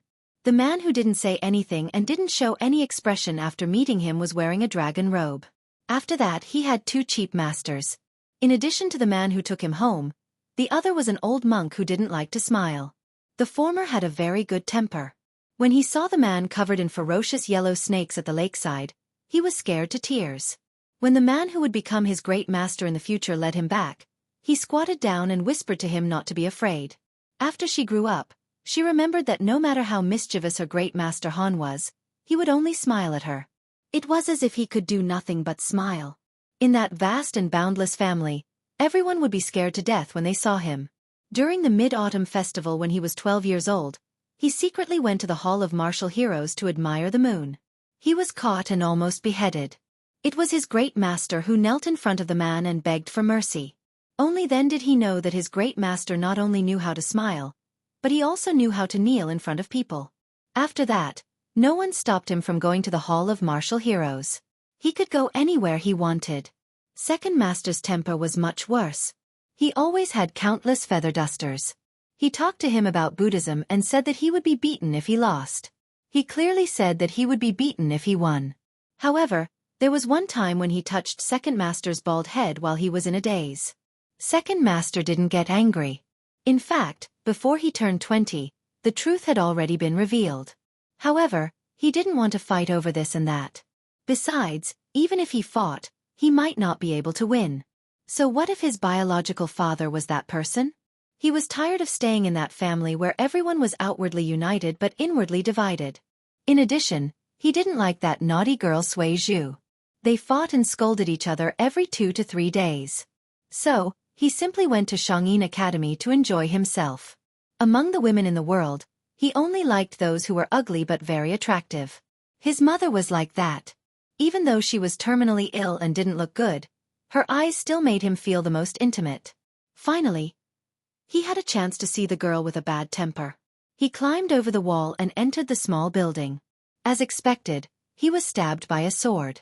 Later, he had no choice but to agree to 10 rounds on the lake. If he lost, he lost. Who said that men must win over women? He was very happy to serve his wife for the rest of his life.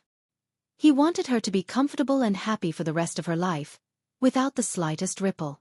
Unfortunately, every time he secretly went to her place to feed the chickens and ducks, he couldn't escape being chased away by the sword. He didn't care. After all, she was his wife. Wasn't it natural for her to be petty and throw a tantrum with her husband? At the feet of this optimistic young man stood 4 talisman generals in red armor. The water armor had already been broken by an old god of swords who had returned to Jianghu. Although his heart ached, he endured it because the old god of swords was working hard for his brother-in-law. He didn't even mind leaving a water armor talisman armor behind. Since he had more or less done his duty, it was time to get down to business. The main reason he sneaked out of the academy this time was to deliver a message to the king of Jing and Zhao. The meaning was that the inheritance had nothing to do with Zhao. However, as long as he was willing to help, the Bailiang's share would be given to him. The king of Jing was a very smart man. In the past, he didn't have enough courage. This time he learned to be smart. Once he made a move, he made a big move. The young man sat up and hung his feet on the archway. He looked over and finally saw the dust on the official road. He smiled and said, "Brother-in-law, don't blame your future brother-in-law for not being loyal. You must know that the feng shui of this place is excellent." Chapter 199. A green-robed traveler came from the southwest, carrying a thin bamboo pole on his shoulder. After a while, he took down the pole to stir the reeds. He was reciting a folk song, "I'm here to patrol the mountains on behalf of the king, and if I see a girl, I'll go to the stockade together." He repeated the song a few times and even jumped a few times. He did not see the scene he wanted to see and was bored to death. He picked up the pole again and asked without turning his head, "Do you think I can block Li Chuangong's sword on the river?" There was no reply. He was not discouraged and continued to say, "At that time, I thought the old god of swords had broken and then stood up again, stepping into the realm of earth immortal in one fell swoop. Only after I left the martial arts evaluation did I realize that it was just a coincidence of the right time, place and people. It was nothing special. When you and I came out of the sword tomb, my sword and yours both touched the threshold of sword immortal. What do you think are our chances of winning against the old senior this time?" There was still no sound behind the green-robed traveler who did not have a sword and only had a bamboo pole. Or rather, there was only the endless sound of the wind blowing the reeds. It was this thin green-robed traveler who flipped the big boat at the gate of hell with his pole. He came and went in a carefree manner with a small boat under his feet. In the well-informed Wulin world, he had been talked about enthusiastically. The old god of swords had just returned and the new sword crown of the Wu family had come to challenge him. No matter how one looked at it, it was very amusing. Recently, he had earned countless pounds of saliva from the people of Jianghu. However, the low-level Jianghu heroes and heroes of the forest were only shocked by this swordsman's invincibility all the way to the south. Some people were already inquiring about who was qualified to be Wu Liuding's sword attendant. However, the sword tomb of the Wu family was a strange place that did not leak anything. They could only vaguely know that the sword attendant of this generation's sword crown Wu Liuding was even more outstanding than the previous generation. To become a sword attendant of the sword tomb, it was needless to say that he was loyal and devoted to the sword master. He was destined to never serve another master. All the sword attendants were chosen by the older generation of swordsmen to be the direct descendants of the Wu family. They grew up together, learned the sword, and picked the sword together. Every generation of the sword tomb had dozens of pairs of sword masters and sword attendants. Only by becoming a sword-crowned swordsman could they represent the sword tomb of the Wu family. The new sword-crowned strength was unquestionable. The sword attendants who were naturally shrouded in a tragic aura were even more curious. In addition, in this tomb where countless sword geniuses were buried, there was a tradition that the sword attendants were stronger than the sword master. Who knew what kind of tyrannical sword technique Wu Liuding's mysterious sword attendant practiced? Thus, those hidden powers who did not like the sword tomb and thought that they were the only family in the world had to think carefully before they could guarantee that nothing would go wrong. They did not dare to rashly seize the edge of the sword tomb. The sword master practiced the sword of the king, and the sword attendants practiced the tyrannical sword technique. This was a written rule engraved on the sword steel of the sword tomb's ancestors. In terms of killing with the sword, there was no swordsman more powerful than the sword attendants of the Wu family. The green-robed Wu Luding sighed with emotion. The two of us are a perfect match. When I was young, I was unwilling to follow my grandfather to learn the art of outer king and inner sage. I always felt that with the old ancestor's talent, he only obtained the title of Su of Gojoseon, and was unable to become the king of my family's swordsmanship. Then why would I learn the sword of the king? I would rather practice the tyrannical sword technique of entering the world with my aunt. As for you, by chance, you were bestowed with the sword of the king when you were young. Even my grandfather's sword, Su of Gojoseon, was retrieved for me from the sword mountain. I entered the world to practice the sword technique of entering the world, but your sword technique of entering the world had to accompany me into the world. I've wronged you. The king of Jianghu said that my aunt's great Liang dragon sparrow is in the hands of that person. I don't care about the schemes of the imperial court, but that sword, no matter what, I will retrieve it for you. Finally, a slender figure appeared behind Wu Luding. She carried a long sword on her back that was filled with awe-inspiring sword chi even without being unsheathed. She was dressed like Wu Luding in a scholar's green robe. Her appearance was ordinary, but she was particularly angular. Between her eyebrows, there was a murderous spirit. The ancient sword, Su of Gojoseon, was the second most famous sword in the world. It suppressed the 160,000 swords buried in the sword tomb. The woman with the sword on her back, who should not be blind, kept her eyes closed as she walked. A cool breeze brushed past her face, blowing her hair that was roughly tied into a ponytail with a red string. Wu Luding, who was carrying a bamboo pole, turned around and smiled mischievously. Cui Hua, why do I like you even though I know that you're not good-looking? The young woman with the sword on her back and her eyes closed answered seriously. It's probably because you like to eat the pickled cabbage I make. You like me because you're afraid that there won't be any pickled cabbage to eat. She was famous for not being good with words in the Wu family's sword tomb since she was young. Other than practicing the sword, she practiced the sword again and again. Apart from that, her only interest was making pickled cabbage. Wu Luding had been craving this since he was young. Unfortunately, this craving lasted for so many years. She was born poor. Before she was brought into the Wu family's sword tomb, she was the daughter of a village barbarian. Probably because her memories of the past were limited to the taste of pickled cabbage, she tried to make pickled cabbage after entering the sacred ground in the hearts of sword practitioners. As for whether the taste was good or not, there was no comparison, so naturally there was no answer. In any case, they grew up together. To be precise, Wu Luding, who grew up together with bamboo swords, never got tired of eating pickled cabbage. Her rigid answer might be preposterous in the ears of outsiders, but Wu Luding listened attentively and seriously pondered this question. Cui Hua's pickled cabbage. Was there anything more delicious than this in the world? Moreover, when Cui Hua didn't mention the sword and was seriously making pickled cabbage, she, who didn't look too good, always looked better. Cui Hua, if I die in Li Chuangong's hands today, then from now on, there's no need to offer wine every tomb sweeping day. I don't really like to drink. Just make a big pot of pickled cabbage. Okay. A sword attendant served the sword master, but there was no rule of avenging the sword master. When facing an enemy, they were not allowed to help. There was only the custom of burying the sword and guarding the grave. The Wu family's ancestor set this iron rule in the past, afraid that the younger generation would have something to rely on and delay the pure sword heart that sought the Tao alone. Cui Hua, can pickled cabbage only be used for pickled cabbage?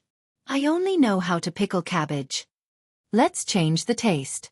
We're already in the south. Wu Luding drooled with a face full of anticipation. Shouldn't you be thinking about how to break Li Chuangong's two-sleeved green snake? The head of this generation of sword attendants frowned and asked softly. It really was a bit unreasonable. Not to mention that this was a critical moment before the start of a great battle. Even in normal times, a sword crown of the Wu family and a sword attendant shouldn't be talking about pickled cabbage. In any case, they should talk about some mysterious and profound understanding of the way of the sword, and say something that would make all the swordsmen in the world admire and respect. Thinking that only by living can I eat pickled cabbage, I have more fighting spirit. I also don't have to think about whether or not I feel guilty about using the Su of Gojoseon's sword. Whether it's Li Chuangong's two-sleeved green snake or Dong Tai's peach blossom branch, whether it's swordsmanship or sword intent, in the end, they all belong to the category of the way of the sword. In the world, there really isn't a place that understands the sword better than the Wu family. Wu Luding laughed softly. His hands rested on the bamboo pole, and he squinted at the end of the reed path. The man from the Zhuang family, with a bundle of golden soft swords wrapped around his waist, and Wu Luding happened to walk from the northeast to the center. This man, whose skin was as dark as a farmer's, had a wooden expression. He slightly lowered his head, and there was a bulge in his bosom, which seemed to be a wooden box. It was this thing that had brought him to Xianxia City. Chapter 200. Back then, there was no right or wrong in the 10 years of battle between Xianxia and Su Xiao. Even if Wang Mingyang died on the fishing platform, he would not argue with butcher Su Xiao. It was not that he did not try to persuade Wang Mingyang to leave Xianxia.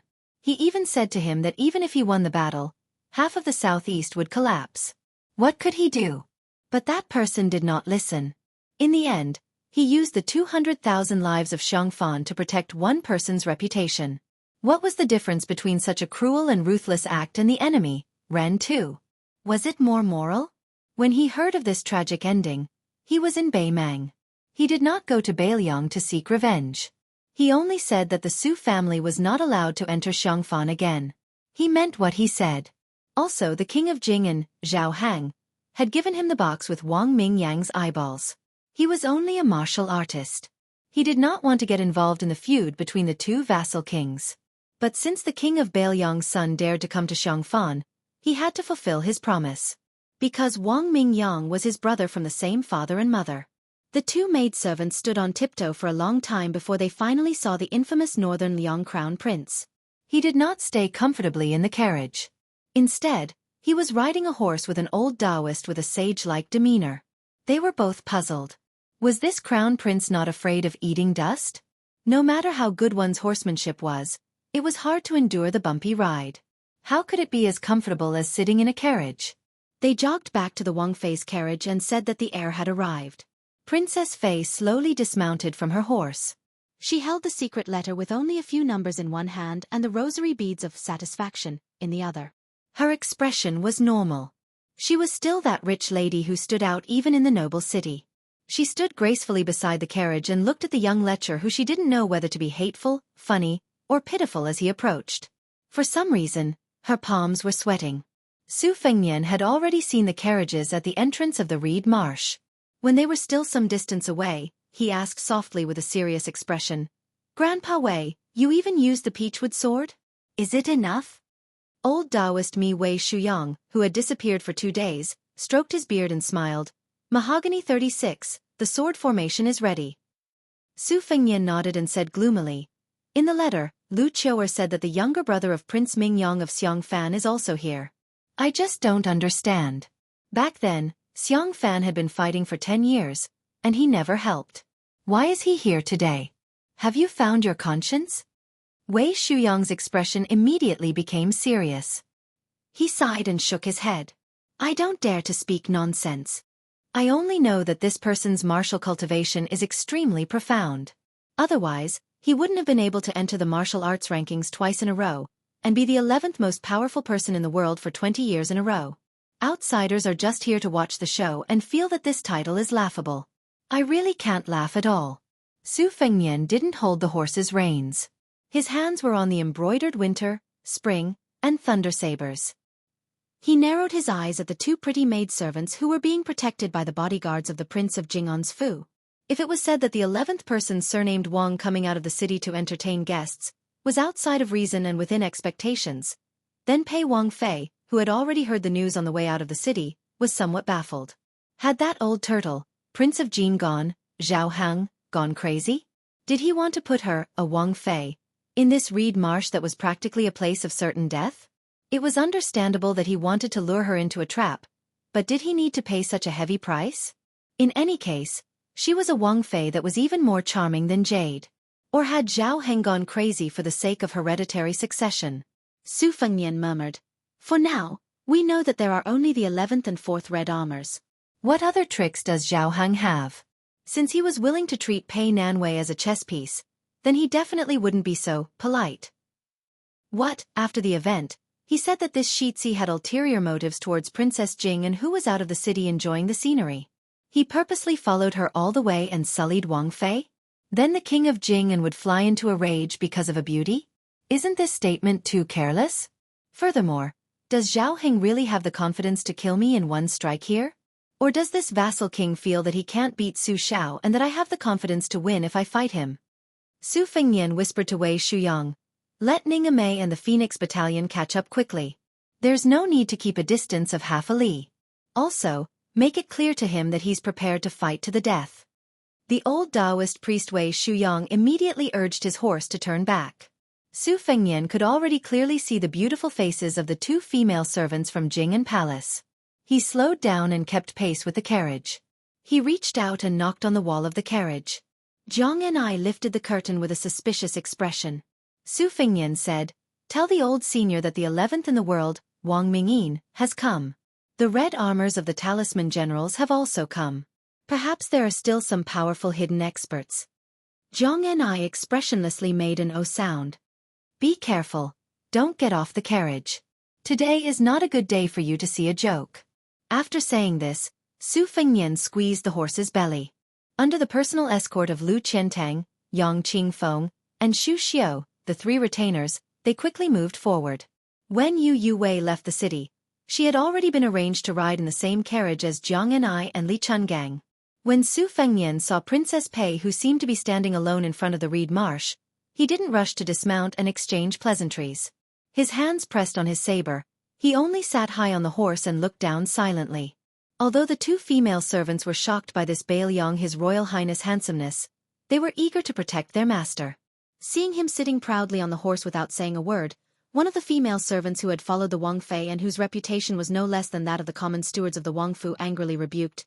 Bailiang Shitzi, seeing the Wang Fei, why don't you dismount? Su Fengnian dismissed it with a smile and only stared at the great beauty who ranked higher than Xiangfan and Li Shuangjia. He had never seen the famous courtesan with the white jade lion rolling embroidered balls, but he was sure that if any man in the world had to choose between the Wang Fei Pei Nanwei and the beautiful Li Baishe, even if the latter was prettier, they would still choose to spend the night with Pei Nanwei. The legitimate Wang Fei of the 6 vassal kings of the Liang dynasty was not something that the concubines of the perished countries could compare to. Probably only the empress of the perished emperor could compare to her in terms of seduction. Su Fengnian hoped to see something from her eyes, but unfortunately, he couldn't find any clues. He couldn't even tell if she knew that she was in danger or not, and the person behind this ruthless trap was none other than Prince Jingan, who had been faithful to her for a day as husband and wife for 100 days. Su Fengnian became more and more curious.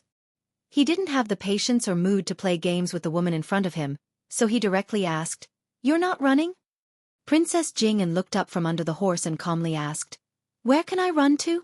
Su Fengnian smiled mockingly and said, It's good to hide. Princess Pei smiled faintly and said, The king of Jing'an wants to give you a letter. Shitzi can rest assured that the letter isn't poisoned because I've already seen it. Su Fengnian only stretched out the embroidered winter knife. The Wang Fei wasn't angry at his arrogance and rudeness, and put the letter on the knife. Su Fengnian took out the letter and glanced at the contents. He smiled and said, Uncle King of Jing'an wants to send me to the Yellow Springs. Pei Nanwei smiled and said, Shitzi is so scheming.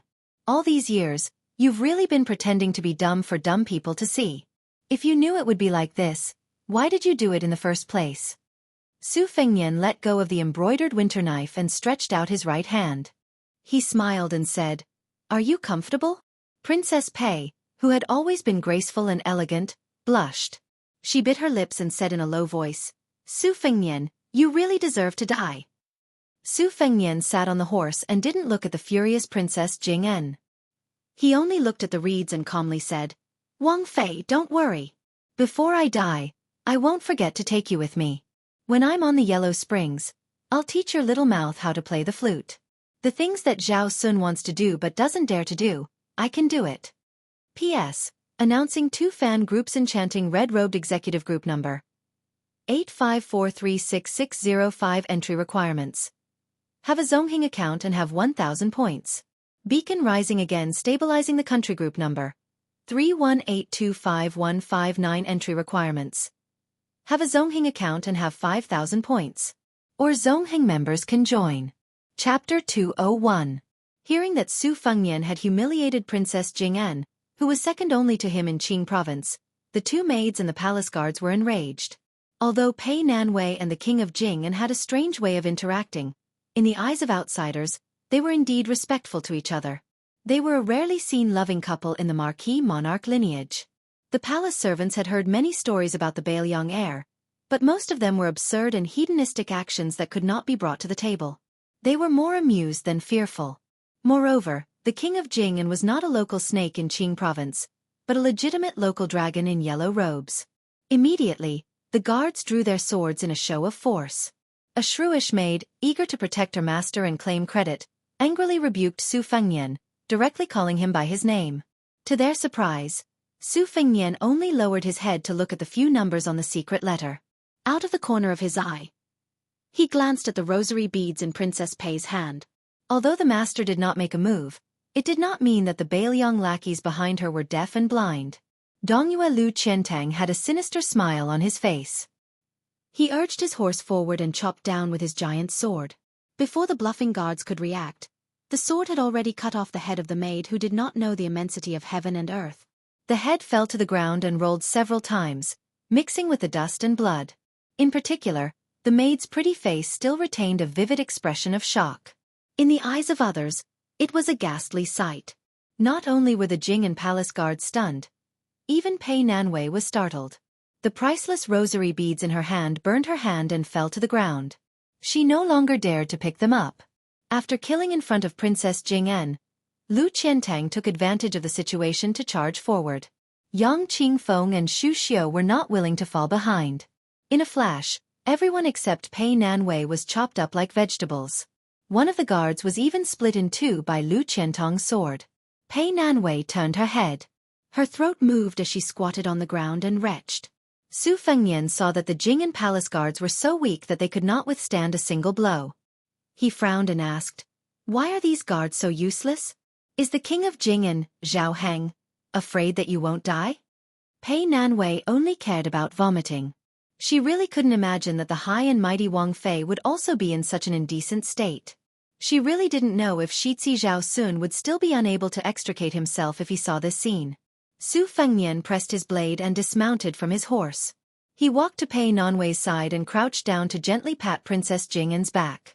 In a quiet voice, he asked, "Do you know what Zhao Heng's follow-up plans are?"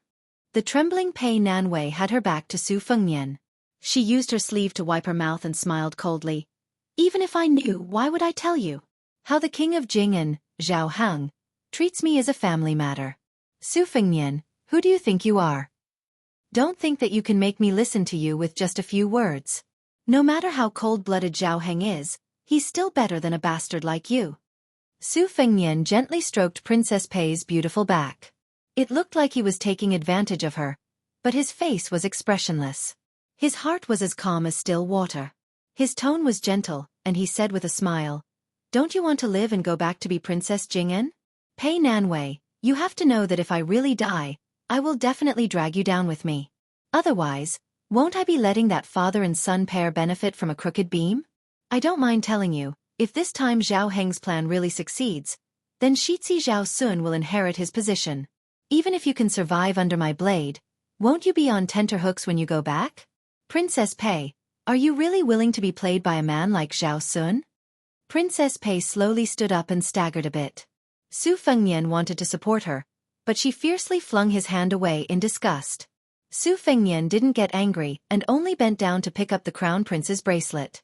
With his scoundrel personality, he was even able to pick up the red mud inkstone that Jiang and I had thrown into the lake. Thus, it was reasonable for him to be satisfied with this bracelet. Su Fengnian raised his head to look at the lush green reeds and began to calculate in his mind. The king of Jing'an, Zhao Heng, was currently on the side of the old fox known as the 11th Wang Mingyin. Regardless of whether or not the 4 red-armored talisman generals belonged to Zhao Heng's strength, they were definitely enemies and not friends. The only difference was whether or not they would attack together with Wang Mingyin. If nothing unexpected happened, Zhao Heng would immediately use the vassal king's tiger talisman and mobilize more than 800 armored cavalry from the eastern outskirts of Xianxia straight to the reeds. Fortunately, before the battle between the two tigers ended, these troops wouldn't interfere. After all, there were more than 800 people. Zhao Heng didn't dare to guarantee that the king of Jing'an didn't have any spies. Right now, they were already in the perfect situation of the mantis stalking the cicada. If someone were to secretly ambush them, then the gains wouldn't make up for the losses. He believed that with Zhao Heng's temperament, he was confident that he could kill him in the reeds. Su Fengnian's expression was somewhat grave. Not to mention the 4 retainers, including Wei Shuyang, behind him with a 100 Bailiang cavalry led by Ning Amei, as well as the old god of swords Li Chungang. The chess pieces of both sides were wrestling with each other. According to common sense, Li Chungang, who was ranked 8th in the world, would fight against Wang Mingyin, who was ranked 11th. Wei Shuyang's group and Ning Amei's 100 light cavalry would fight against 4 red armored talisman generals. No matter how one looked at it, Su Fengnian would win. Of course, Zhao Heng definitely had a backup plan, but he still had Bluebird and a group of Bailiang loyalists hiding in the shadows. Where did Zhao Heng's confidence come from to send him to the Yellow Springs? At some point, Princess Pei had taken off her shoes and held them in her hands. Her white socks stepped on the ground as she stared blankly at the muddy path covered in green reeds. Every autumn, she would disperse the imperial bodyguards and walk on the muddy path in an unfitting manner. The path would be densely packed with small brown spikes, which were the tips of the reeds that had been poured into the ground. When she took off her shoes and walked on the path, the soles of her feet would hurt. Her skin was whiter than snow, and every time she walked back and forth, the soles of her feet would be dripping with blood. However, Pei Nanwei liked this kind of self-mutilating behavior. She preferred to lie alone in the small boat, letting the autumn wind and snow cover her body. Should he just stab this woman to death and be done with it? Chapter 202. Su Fengnian's eyes were filled with murderous intent. He didn't care who she was. So what if she was Princess Jing'an? Even if a concubine from the palace was in his way, Su Fengnian would kill her without hesitation when it was time to kill. In this world, there was a distinction between the noble and the lowly, but whose life was more valuable than his own? Just as Su Fengnian was thinking about how to give Pei Nanwei a quick death and make Zhao Heng unhappy, a man and a woman walked over from the small path. They were both very young and appeared particularly high-spirited at this moment. The young man carried a bamboo pole on his shoulder. 10 steps behind him was a delicate and pretty woman with a sword on her back. Her eyes were closed and she appeared cold and cheerless. The first to appear was not the 11th? The swordless young man didn't look at Su Fengnian. He smiled and looked at the carriage. In a clear voice he said, "Old sword god Li, the junior of the Wu family, Wu Lu Ding, has come today with the Su of Gojoseon's sword. I only ask for a battle." As soon as he finished speaking, the reeds on both sides of the sword crown danced wildly even though there was no wind. It made this future swordsman look like an immortal. Formless sword chi instantly filled the air. Pei Nanwei's body was unsteady. Su Fengnian pulled out Xiaodong with one hand to support her.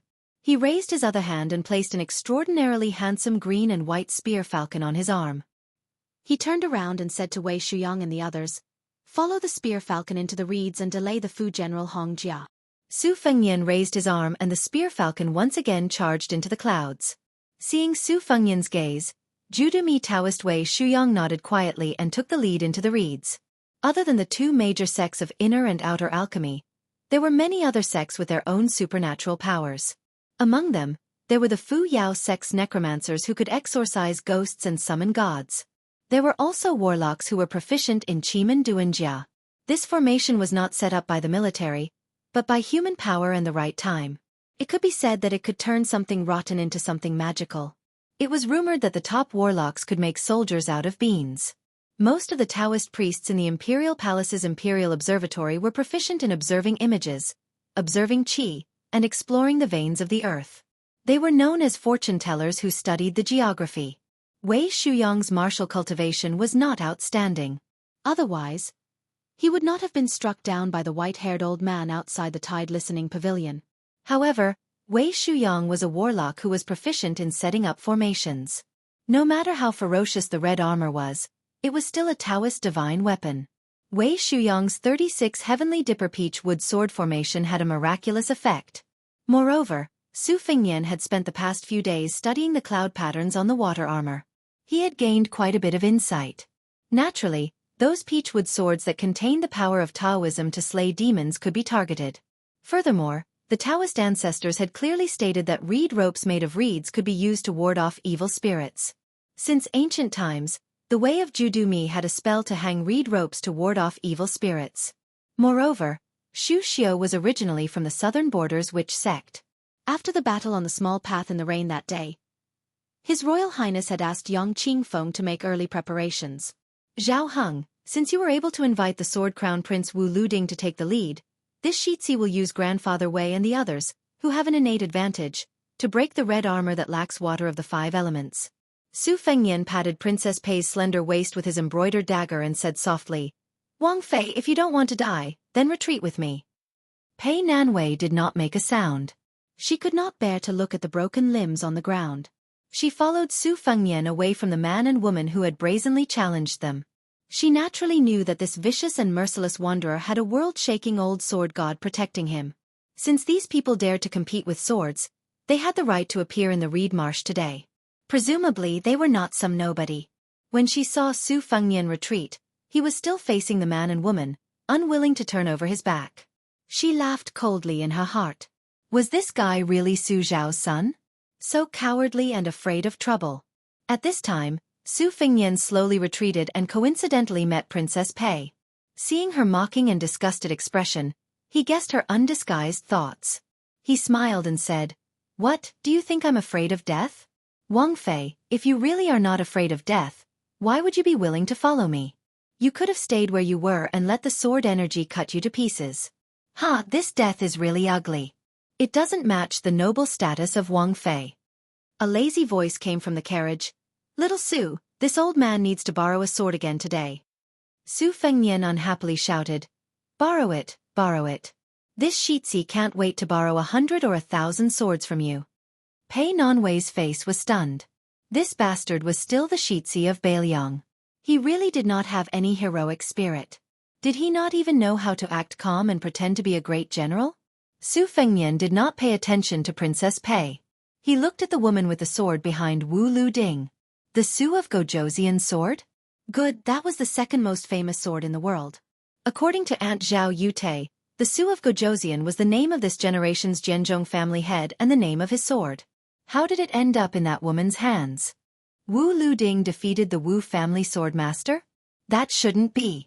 One had to know that his master Li Yishan, who lived in seclusion on the top floor of the Tide Listening Pavilion, was one of the judges of the previous generation's civil, military, and general evaluations. He had also mentioned some secrets. There was an unwritten rule in the civil, military, and general evaluations. The experts from the 2 Zen temples of Mount Longhu and the Wu family sword tomb would not be considered for the rankings.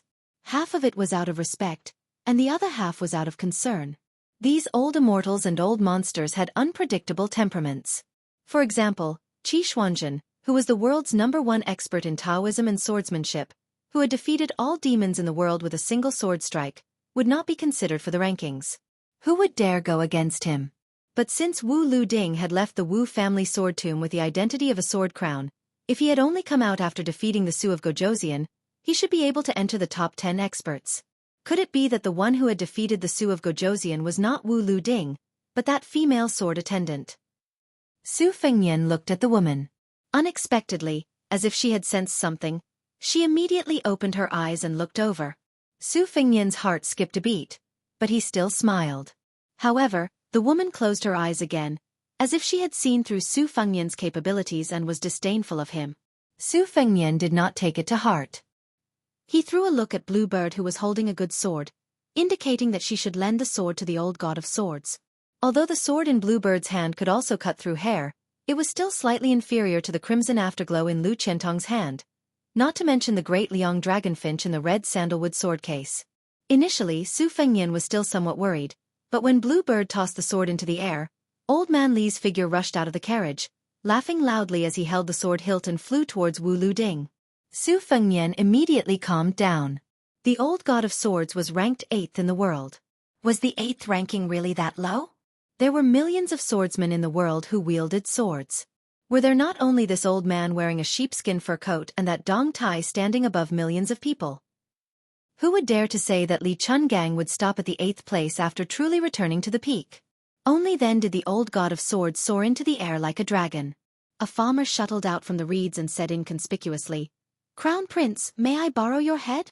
Chapter 203. 11th had finally arrived. Regardless of whether it was a meticulous plan or an unintentional one, this most tragic character of the top 10 had stepped on the most appropriate place at the most appropriate time. Almost instantly, He had grasped Su Fengnian's Achilles heel. Li Chungang was going to fight with Wu Lu Ding, who carried the Su of Gojoseon's sword. Both of them represented the new and old sword masters of Jianghu. Naturally, they would not be able to escape with just a few moves. Wei Shuyang, Lu Qiantang, and the other three had all gone to the Reed Marsh. This was a bloody battle where the outcome was hard to predict. It was possible that all of them would die. At this moment, Su Fengnian was only left with the death warrior Blue Bird, Ning Amei, and the 100 light cavalry behind him. Su Fengnian turned his head to look at the eager halberd Ning Amei. Without needing to ask, the Bailiang general with the word bow in his hand nodded. He raised one hand and the 30 light cavalry spread out in a fan shape. 30 crossbows were pointed directly at the master who had long been famous in Jianghu. Without a doubt, this was another grudge match between an iron-blooded soldier and a martial artist. With the halberd Ning Amei blocking the crossbows, Su Fengnian temporarily did not look at 11th. He only stared at the old sword god. It was not that he had underestimated Wang Mingyin, but in a battle of life and death between masters, it was destined that the moves would be extremely ingenious. Whether it was Li Chungang or Wu Lu Ding, they were both masters of the sword. Perhaps any one of their moves would be even more ingenious than the moves he had learned from the secret manuals. Looking at them and remembering their outlines would be a good thing. Su Fengnian could not help but murmur in a low voice, "They're really at daggers drawn." Li Chungang raised his sword and went forward. Wu Lu Ding faced the senior swordsman who had been famous for 60 years. Not only was he not afraid, he laughed heartily, and with a twist of his hand, the bamboo pole spun off his shoulder and flew forward. Dressed in a green robe, he rushed forward and grabbed one end of the bamboo pole. Just like on the river, he used the bamboo as a sword and stabbed the other end of the bamboo pole into the road.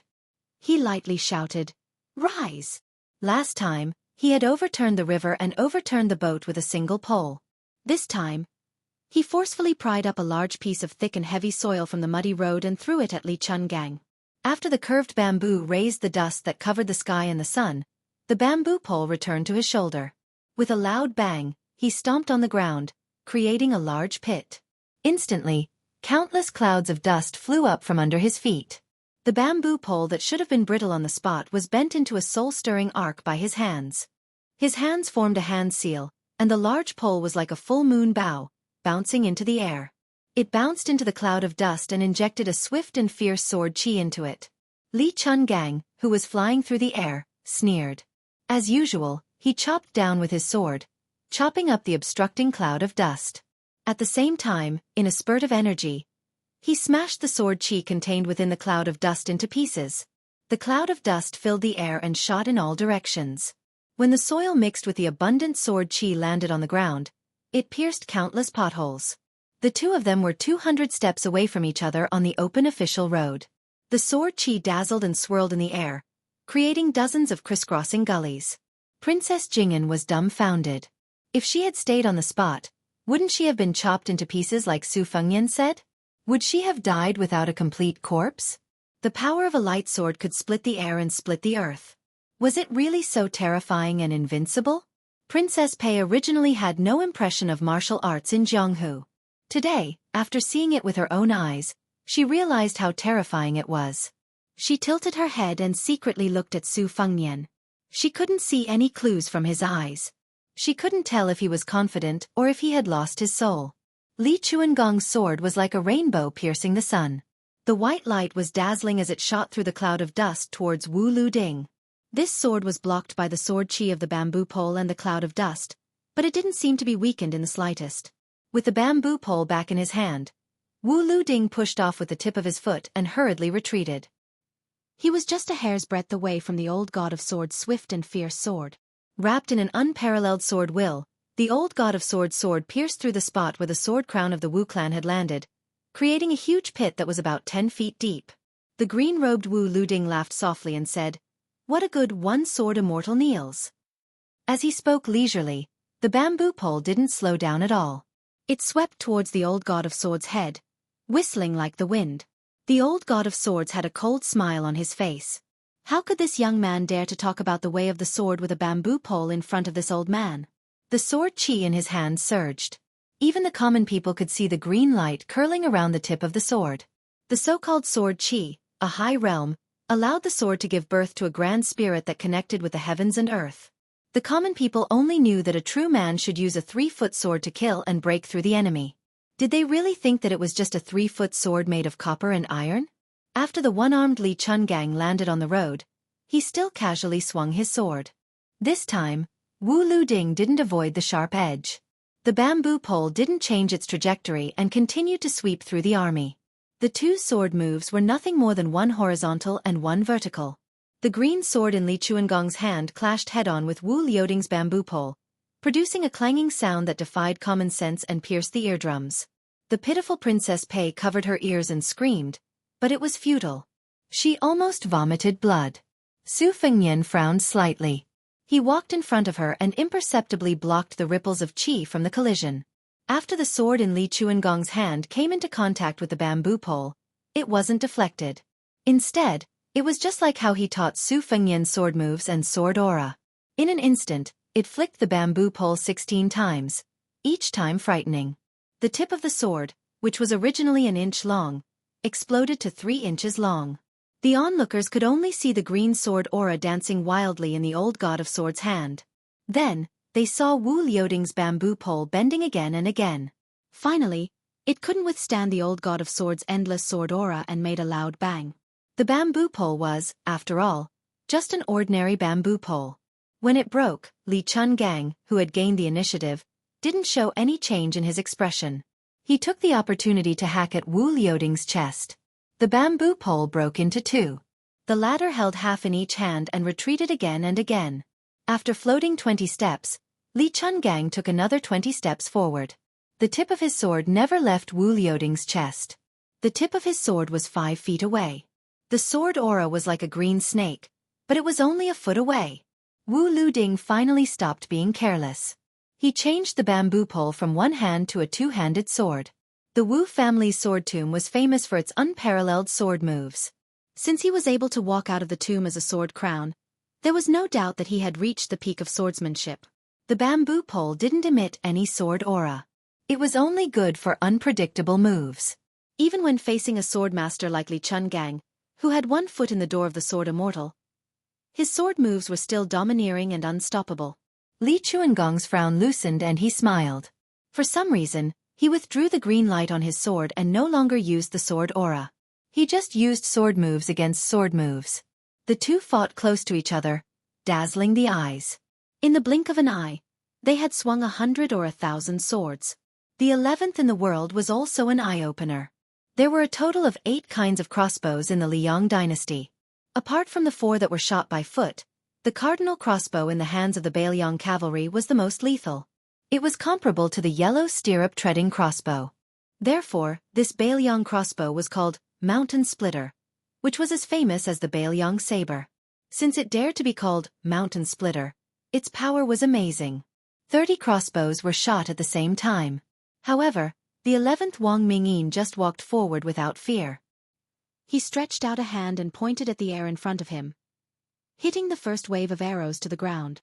After the first wave of arrows was splashed, the second wave of arrows came in rapid succession. The old-fashioned Wang Mingyin no longer pointed at the world with one hand. Instead, he clenched his fists and his clothes puffed up. He actually assumed a rude posture of resisting the crossbows. Several waves of arrows were violently bounced off by the qi around his body and stabbed into the ground at an angle. For a moment, Wang Mingyin's back was covered with arrows. Only when the crossbow was angry could it be called a crossbow. However, this farmer was able to block the arrows that were like splashing ink on his head without batting an eyelid. He said that he wanted to borrow His Royal Highness's head. He would do what he said. Chapter 204. The captain of the Phoenix Battalion, Yuan Meng, narrowed his eyes as he stared at the unknown Jianghu man. He pulled on the reins of his horse and charged forward with his saber. The Beiliang light cavalry cooperated with each other skillfully. The 20 men on either side of Yuan Meng raised their crossbows and prepared to attack. The remaining 10 men behind them charged forward with their sabers drawn. The Beiliang army placed great importance on horse management. Not to mention how majestic the heavy armored cavalry was, the light cavalry was equipped with horses that were far superior to the cavalry outside of Beiliang. Furthermore, the Phoenix Battalion was the personal guard of the Beiliang army. The horses they rode were all heavy breeds. They were 7 feet tall and weighed more than 2,000 jin. When they charged forward, regardless of whether they were carrying sabers or spears, the cavalry charged forward like a mountain torrent. Their horses were extremely powerful. Pei Nanwei did not know much about the Spring and Autumn War. She had only heard rumors that the Bailiang cavalry was invincible. Today, when she saw the charging power of the 10 cavalry, she could not help but feel dazzled. If 10 men and 10 horses were already like this, then the 300,000-strong cavalry under the command of the king of Bailiang must have trampled over the 6 nations. But what happened next made Princess Pei's eyes widen. The strong man who looked like a farmer charged toward the 10 cavalry. His hands parried the rain of arrows that came from the 2 sides of the fan. He ran with large strides and collided with the tall horse of the captain, Yuan Meng, who bore the brunt of the charge. As Princess Jing'an expected, the cruel scene of the farmer's blood splattering 3 feet high did not occur. Instead, the dull man used the mountain crash to break the neck of the warhorse and sent Yuan Meng and his horse flying. Yuan Meng did not even have time to chop down with his saber. The man quickened his pace. His feet rumbled on the ground, not losing to the sound of the horse's hooves. He spread out his hands and placed them on the bodies of the 2 horses. With a sudden burst of strength, he threw the 2 horses behind Yuan Meng into the air. Pei Nanwei, who was born in a literary and aristocratic family and then raised in a golden and jade cage by King of Jing'an, opened her mouth slightly in disbelief. How could there be such a godlike martial artist in the world? The farmer threw off the 3 warhorses in one go, and the 2 Bailiang sabers at his sides finally took the opportunity to chop down. The man with the strength to pull mountains and rivers had a gloomy face. Both of his hands gripped the world's sharpest standard cold saber. With a twist, he curled it up. "Come down." Hearing him calmly say 2 words, 2 valiant light cavalrymen were pulled off their horses and thrown out. The man's horse came to an abrupt halt, raised its hooves high, and stomped down heavily. His hands, which were as big as praying mats, retracted at lightning speed. He raised them above his head and grabbed the horse's hooves that weighed 1,000 catties. With a cold snort, he tore the horse apart. How much strength would it take to tear a charging warhorse into 2? Without a mount, the light cavalryman of the Phoenix Battalion fell down and was coincidentally punched in the chest by the farmer. His armor and chest exploded at the same time. He died on the spot, his flesh and blood badly mangled. Following that, the other cavalrymen were easily thrown out by the valiant man. None of them were lucky enough to escape. Pei Nanwei couldn't bear to watch any longer. She subconsciously glanced at the Bailiang heir standing in front of her. His back was still upright. She moved a little and could finally see some of his side profile. However, she didn't see the expected panic. This made Pei Nanwei very disappointed. That man was unstoppable and had even said that he wanted to borrow her head. Was this Su Fengnian really not afraid at all? Pei Nanwei looked at the battlefield again. In just one face-to-face encounter, His Royal Highness' personal cavalry had lost several men.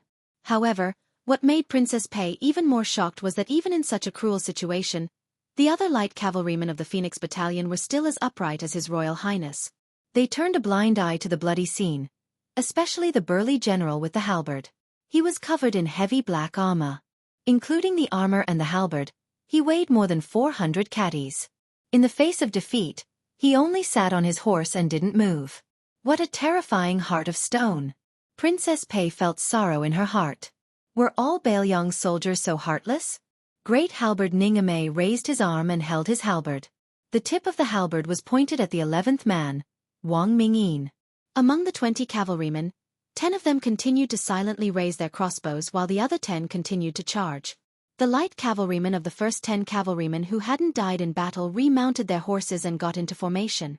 The heavily injured ones sat on the ground and picked up their crossbows. They were faintly forming a pincer attack. When Bailiang faced an enemy, they could only fight to the death. Princess Jing'an looked at the 10 cavalrymen who didn't care about their lives as they urged their horses forward. In the past, when she heard the king of Jing'an, Zhao Hang, talk about it, she didn't understand the bone-chilling coldness in his words. She finally understood the meaning of these words. She asked in a trembling voice, "Can your light cavalrymen block them?" Su Fengnian didn't make a sound. He focused his attention on the battle between Li Chungang and Wu Lu Ding. Beads of sweat had already formed on his forehead. The only thing he could do now was to memorize all the swordsmanship that he could see through. This was 1,000 times more exhausting than memorizing the rules of Go. The old god of swords didn't use the sword gang. Against Wu Lu Ding, he only used swordsmanship to fight swordsmanship. Both sides' swordsmanship had reached the point of perfection and was extremely ingenious.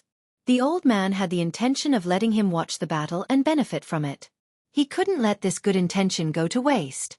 The Wu family's sword catacomb took a narrow and winding path. They abandoned the faintly discernible swordsmanship and sought only one sword move that no one could understand. It was rumored that the swordsmen in the sword catacomb were all withered like ghosts. There was no lack of brilliant swordsmanship masters who had been imprisoned by the Wu family. They could only feed and nurture the swords of the younger generation of the Wu family for the rest of their lives. Over time, not only did the sword catacomb contain hundreds of thousands of swords, but it also recorded 80 to 90% of the world's sword moves in detail. On the road, although Wu Liuding's bamboo sword was getting shorter and shorter, his moves were becoming more and more overbearing and fierce. As the saying goes, an inch shorter is an inch more dangerous. Even though Wu Lu Ding was at a disadvantage, he was still able to use his bamboo sword to fight the old god of swords, who had the sword gang, for 100 moves without losing. This was something to be proud of. Su Fengnian slowly exhaled a turbid breath and muttered to himself. Behind him, Princess Pei was confused and said, "Skill reward." When Princess Pei saw the second group of light cavalry being destroyed by the man who had trampled all the way here, she couldn't help but ask worriedly, "If even this general can't stop him, what will you do?"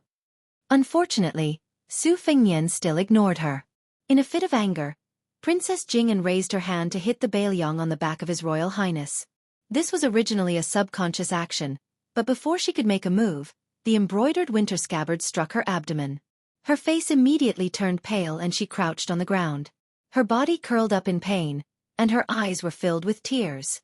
She almost thought she was going to die. Su Fengnian, who didn't show any mercy to the fairer sex, narrowed his eyes and looked at the reeds. He still ignored the great halberd Ningame. Bluebird said softly, "If Ningame is defeated, I ask for a weapon." Su Fengnian asked curiously, "What is it?" Bluebird's expression was complicated. She lowered her head and said, "The spear of Xona." Su Fengnian was stunned. He turned his head and said, "Where did I get this famous weapon that the spear immortal king embroidered?" Bluebird looked at the carriage and said calmly, "It has always been hidden in the axle." Su Fengnian said in surprise, "Bluebird, tell me the truth. What is your relationship with Wang Xiao?" Bluebird said softly, "He is my father. He killed my mother." Su Fengnian sighed in his heart. He hesitated and said, "If Ningame is defeated, then so be it. I didn't think that he and the 100 light cavalry could exhaust Wang Mingyin to death. When the time comes, when the 11th person in the world is exhausted, then you can make your move."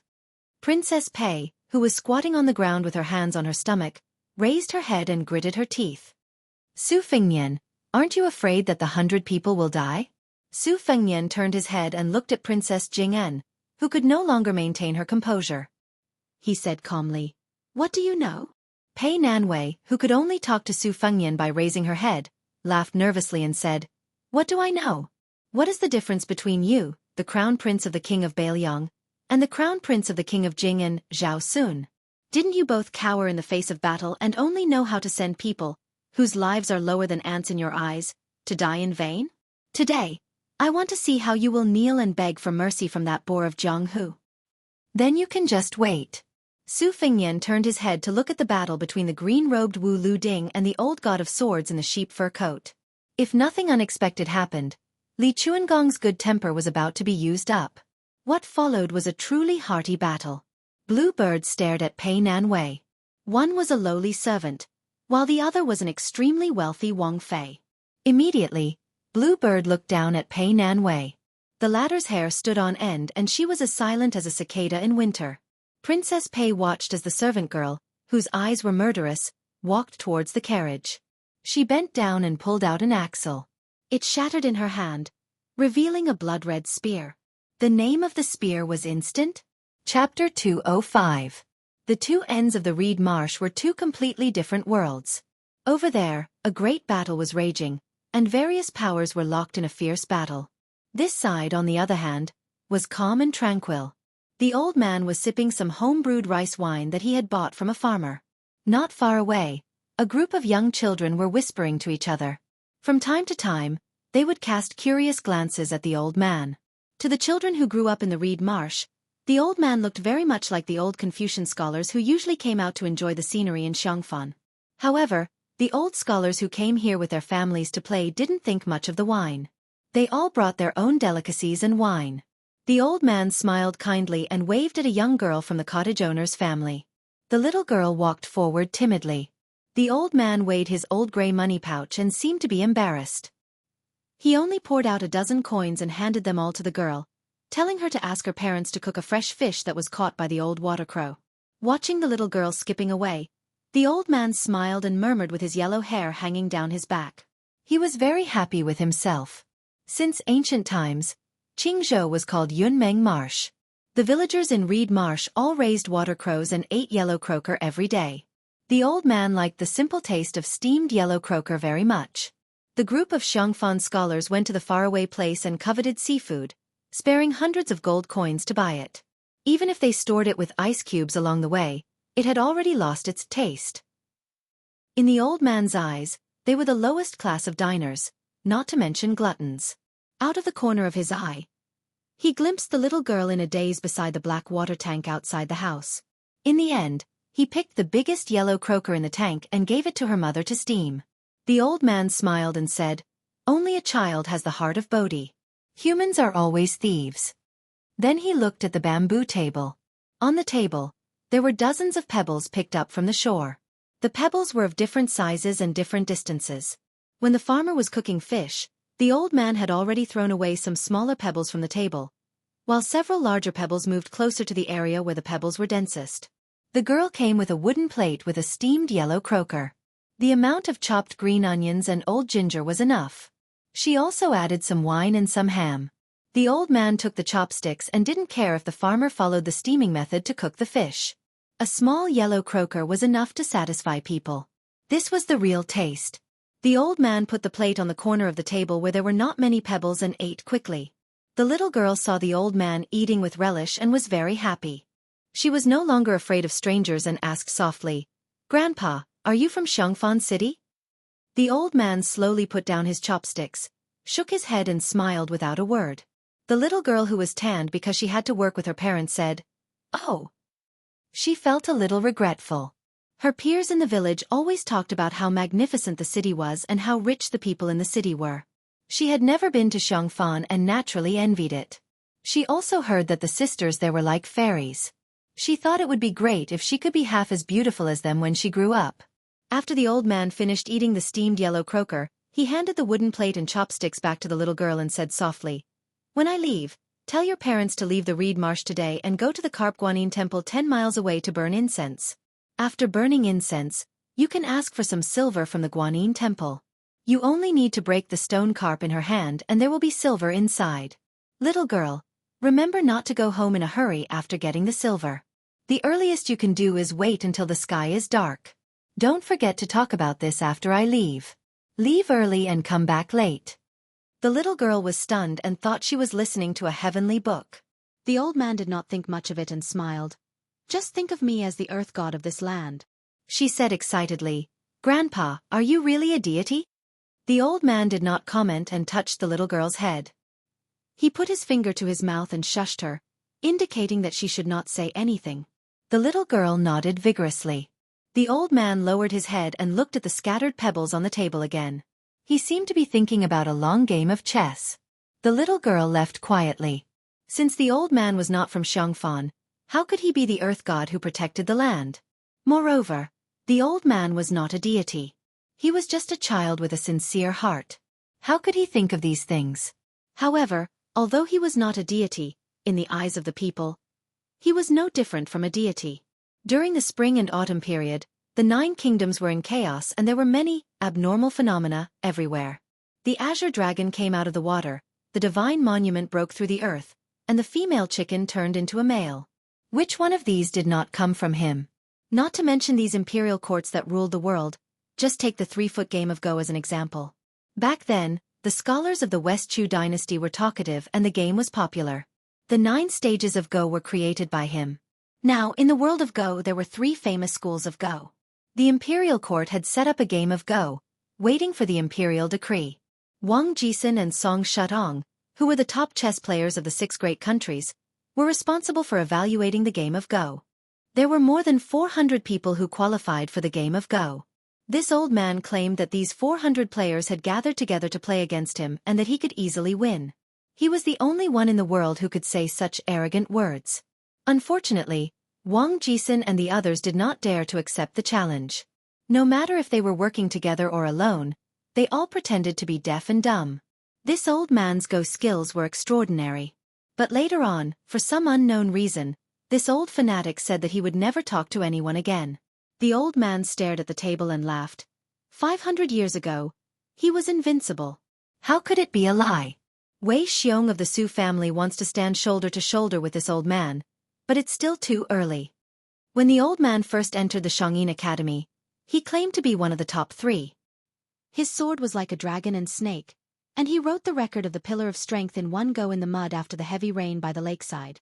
At the beginning, he said that he wanted to establish his heart for heaven and earth, establish his life for the people, inherit the lost knowledge for the past saints, and establish peace for all ages. These years, he had traveled all over the world and had nothing to do, so he taught Lu Su how to place his pieces and take root, and how to be grounded.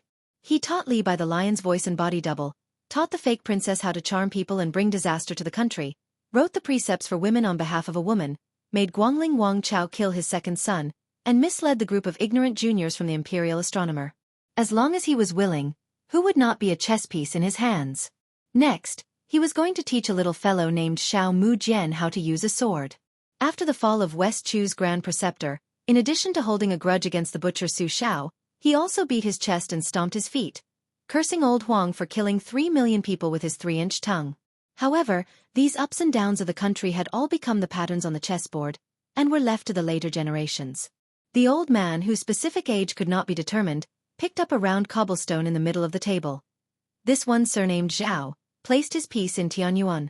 He doesn't know the immensity of heaven and earth, but his actions are cute. The old man sitting on a small stool changed his gaze, and it fell on a large stone that was the densest among the stones. The 11th Wang Mingyin will be the first to charge. Will he be able to survive if he is placed in a death trap?